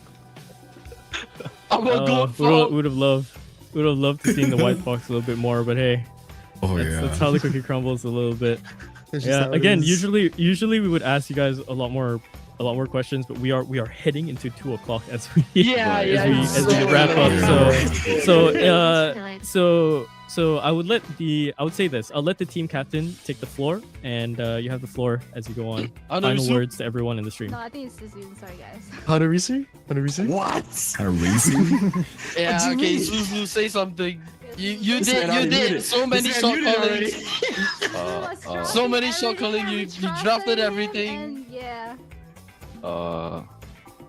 Man, I just love playing the game, bro. Hell yeah. For the love of the game. W coms. W games. The game is W always fun with coms. people, bro. Okay. But actually, this is like the Oh best yeah, thing you can ask I for. will say when we first made this team, like our scrims went so horribly wrong, and then like oh my Just god, know it these was guys. so We lost every scream. Are you serious? Until the last two. Yo! Didn't play for 3 months straight. So. Yeah. That is true. That is true. You guys did not drop a single map this entire time? Until the beginning of the series, man. Yeah. We lost every scream. They lost every fucking stream. Yeah, at the start, the first 3 scrims we lost every block, and the big change was Suzu picked up BP. From that moment on, our game just flipped 180 degrees. We won every single scrim block. There you I go. was like, no way. Every character I've played so far got less than like 10 hours, I think. There you go. Insane. There's an answer to everything. No. No. It's not wrong. Definitely It's not wrong not. to say that Suzu single-handedly carried our team to victory. Oh my god. Okay, this The is too champ much. himself. This is too much. What do you mean too much though? He actually did carry. He drafted. He did the band picks. Like everything was like it went well. It made sense. It's like oh man. That is very true. Yeah. Suzu kept us together, honestly. Exactly. He had the plans for us. He's just He shoots. the DPS, you know. He shoots, he shot calls, he cooks, he cleans. What doesn't Suzu do? Sleep. He doesn't sleep, I think. He doesn't sleep. Yeah, no, I agree. I've seen a stream notification pop up from this man at 5 o'clock in the morning before. He don't sleep, bro. Oh my god. Alright, speaking of sleep, we should all be wrapping this up sometime soon. Final words. Anything else you guys want to say? Thank you. Never played it. Thank you guys so much. Congratulations once again. GG's. Everybody. Rivals of Atlas champions. Let's go. Team balls. Let's go. Team balls. Let's go.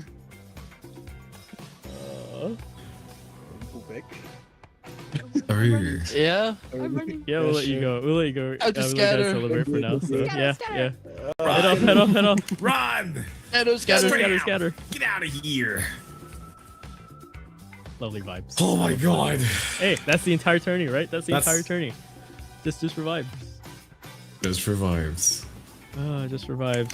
All right. Well, we're gonna set off into a raid as we go into the night. It is very late for everyone, and I hope everyone gets enough sleep for their Monday that they have to tackle, because that's every single one of them. I basically just got sick for the last few games. I can definitely tell that I was having trouble breathing. But at that point, it could be because I was streaming. So, Mace, another grand finals wrapped up for the Rivals of Atlas. For the both of us, thank you so much to the production team. Thank you so much for all the players for coming in.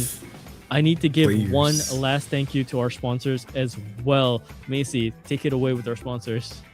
Marvel Rivals has been basically funding this entire project. Thank you so much for allowing us all of these funds to make all these cool things, as well as all the prizes too. And Musuno, make sure to check them out. They're a very interesting project that's been kind enough to lend us some support in these trying times here. And that's it. That's it for Marvel Rivals of Atlas Season 4, Just for Vibes. Bye-bye. Bye-bye. And we are good? Oh.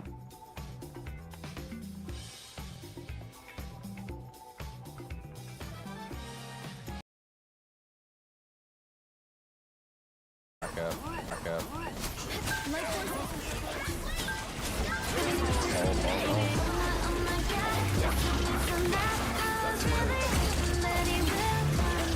Oh my god! Wait!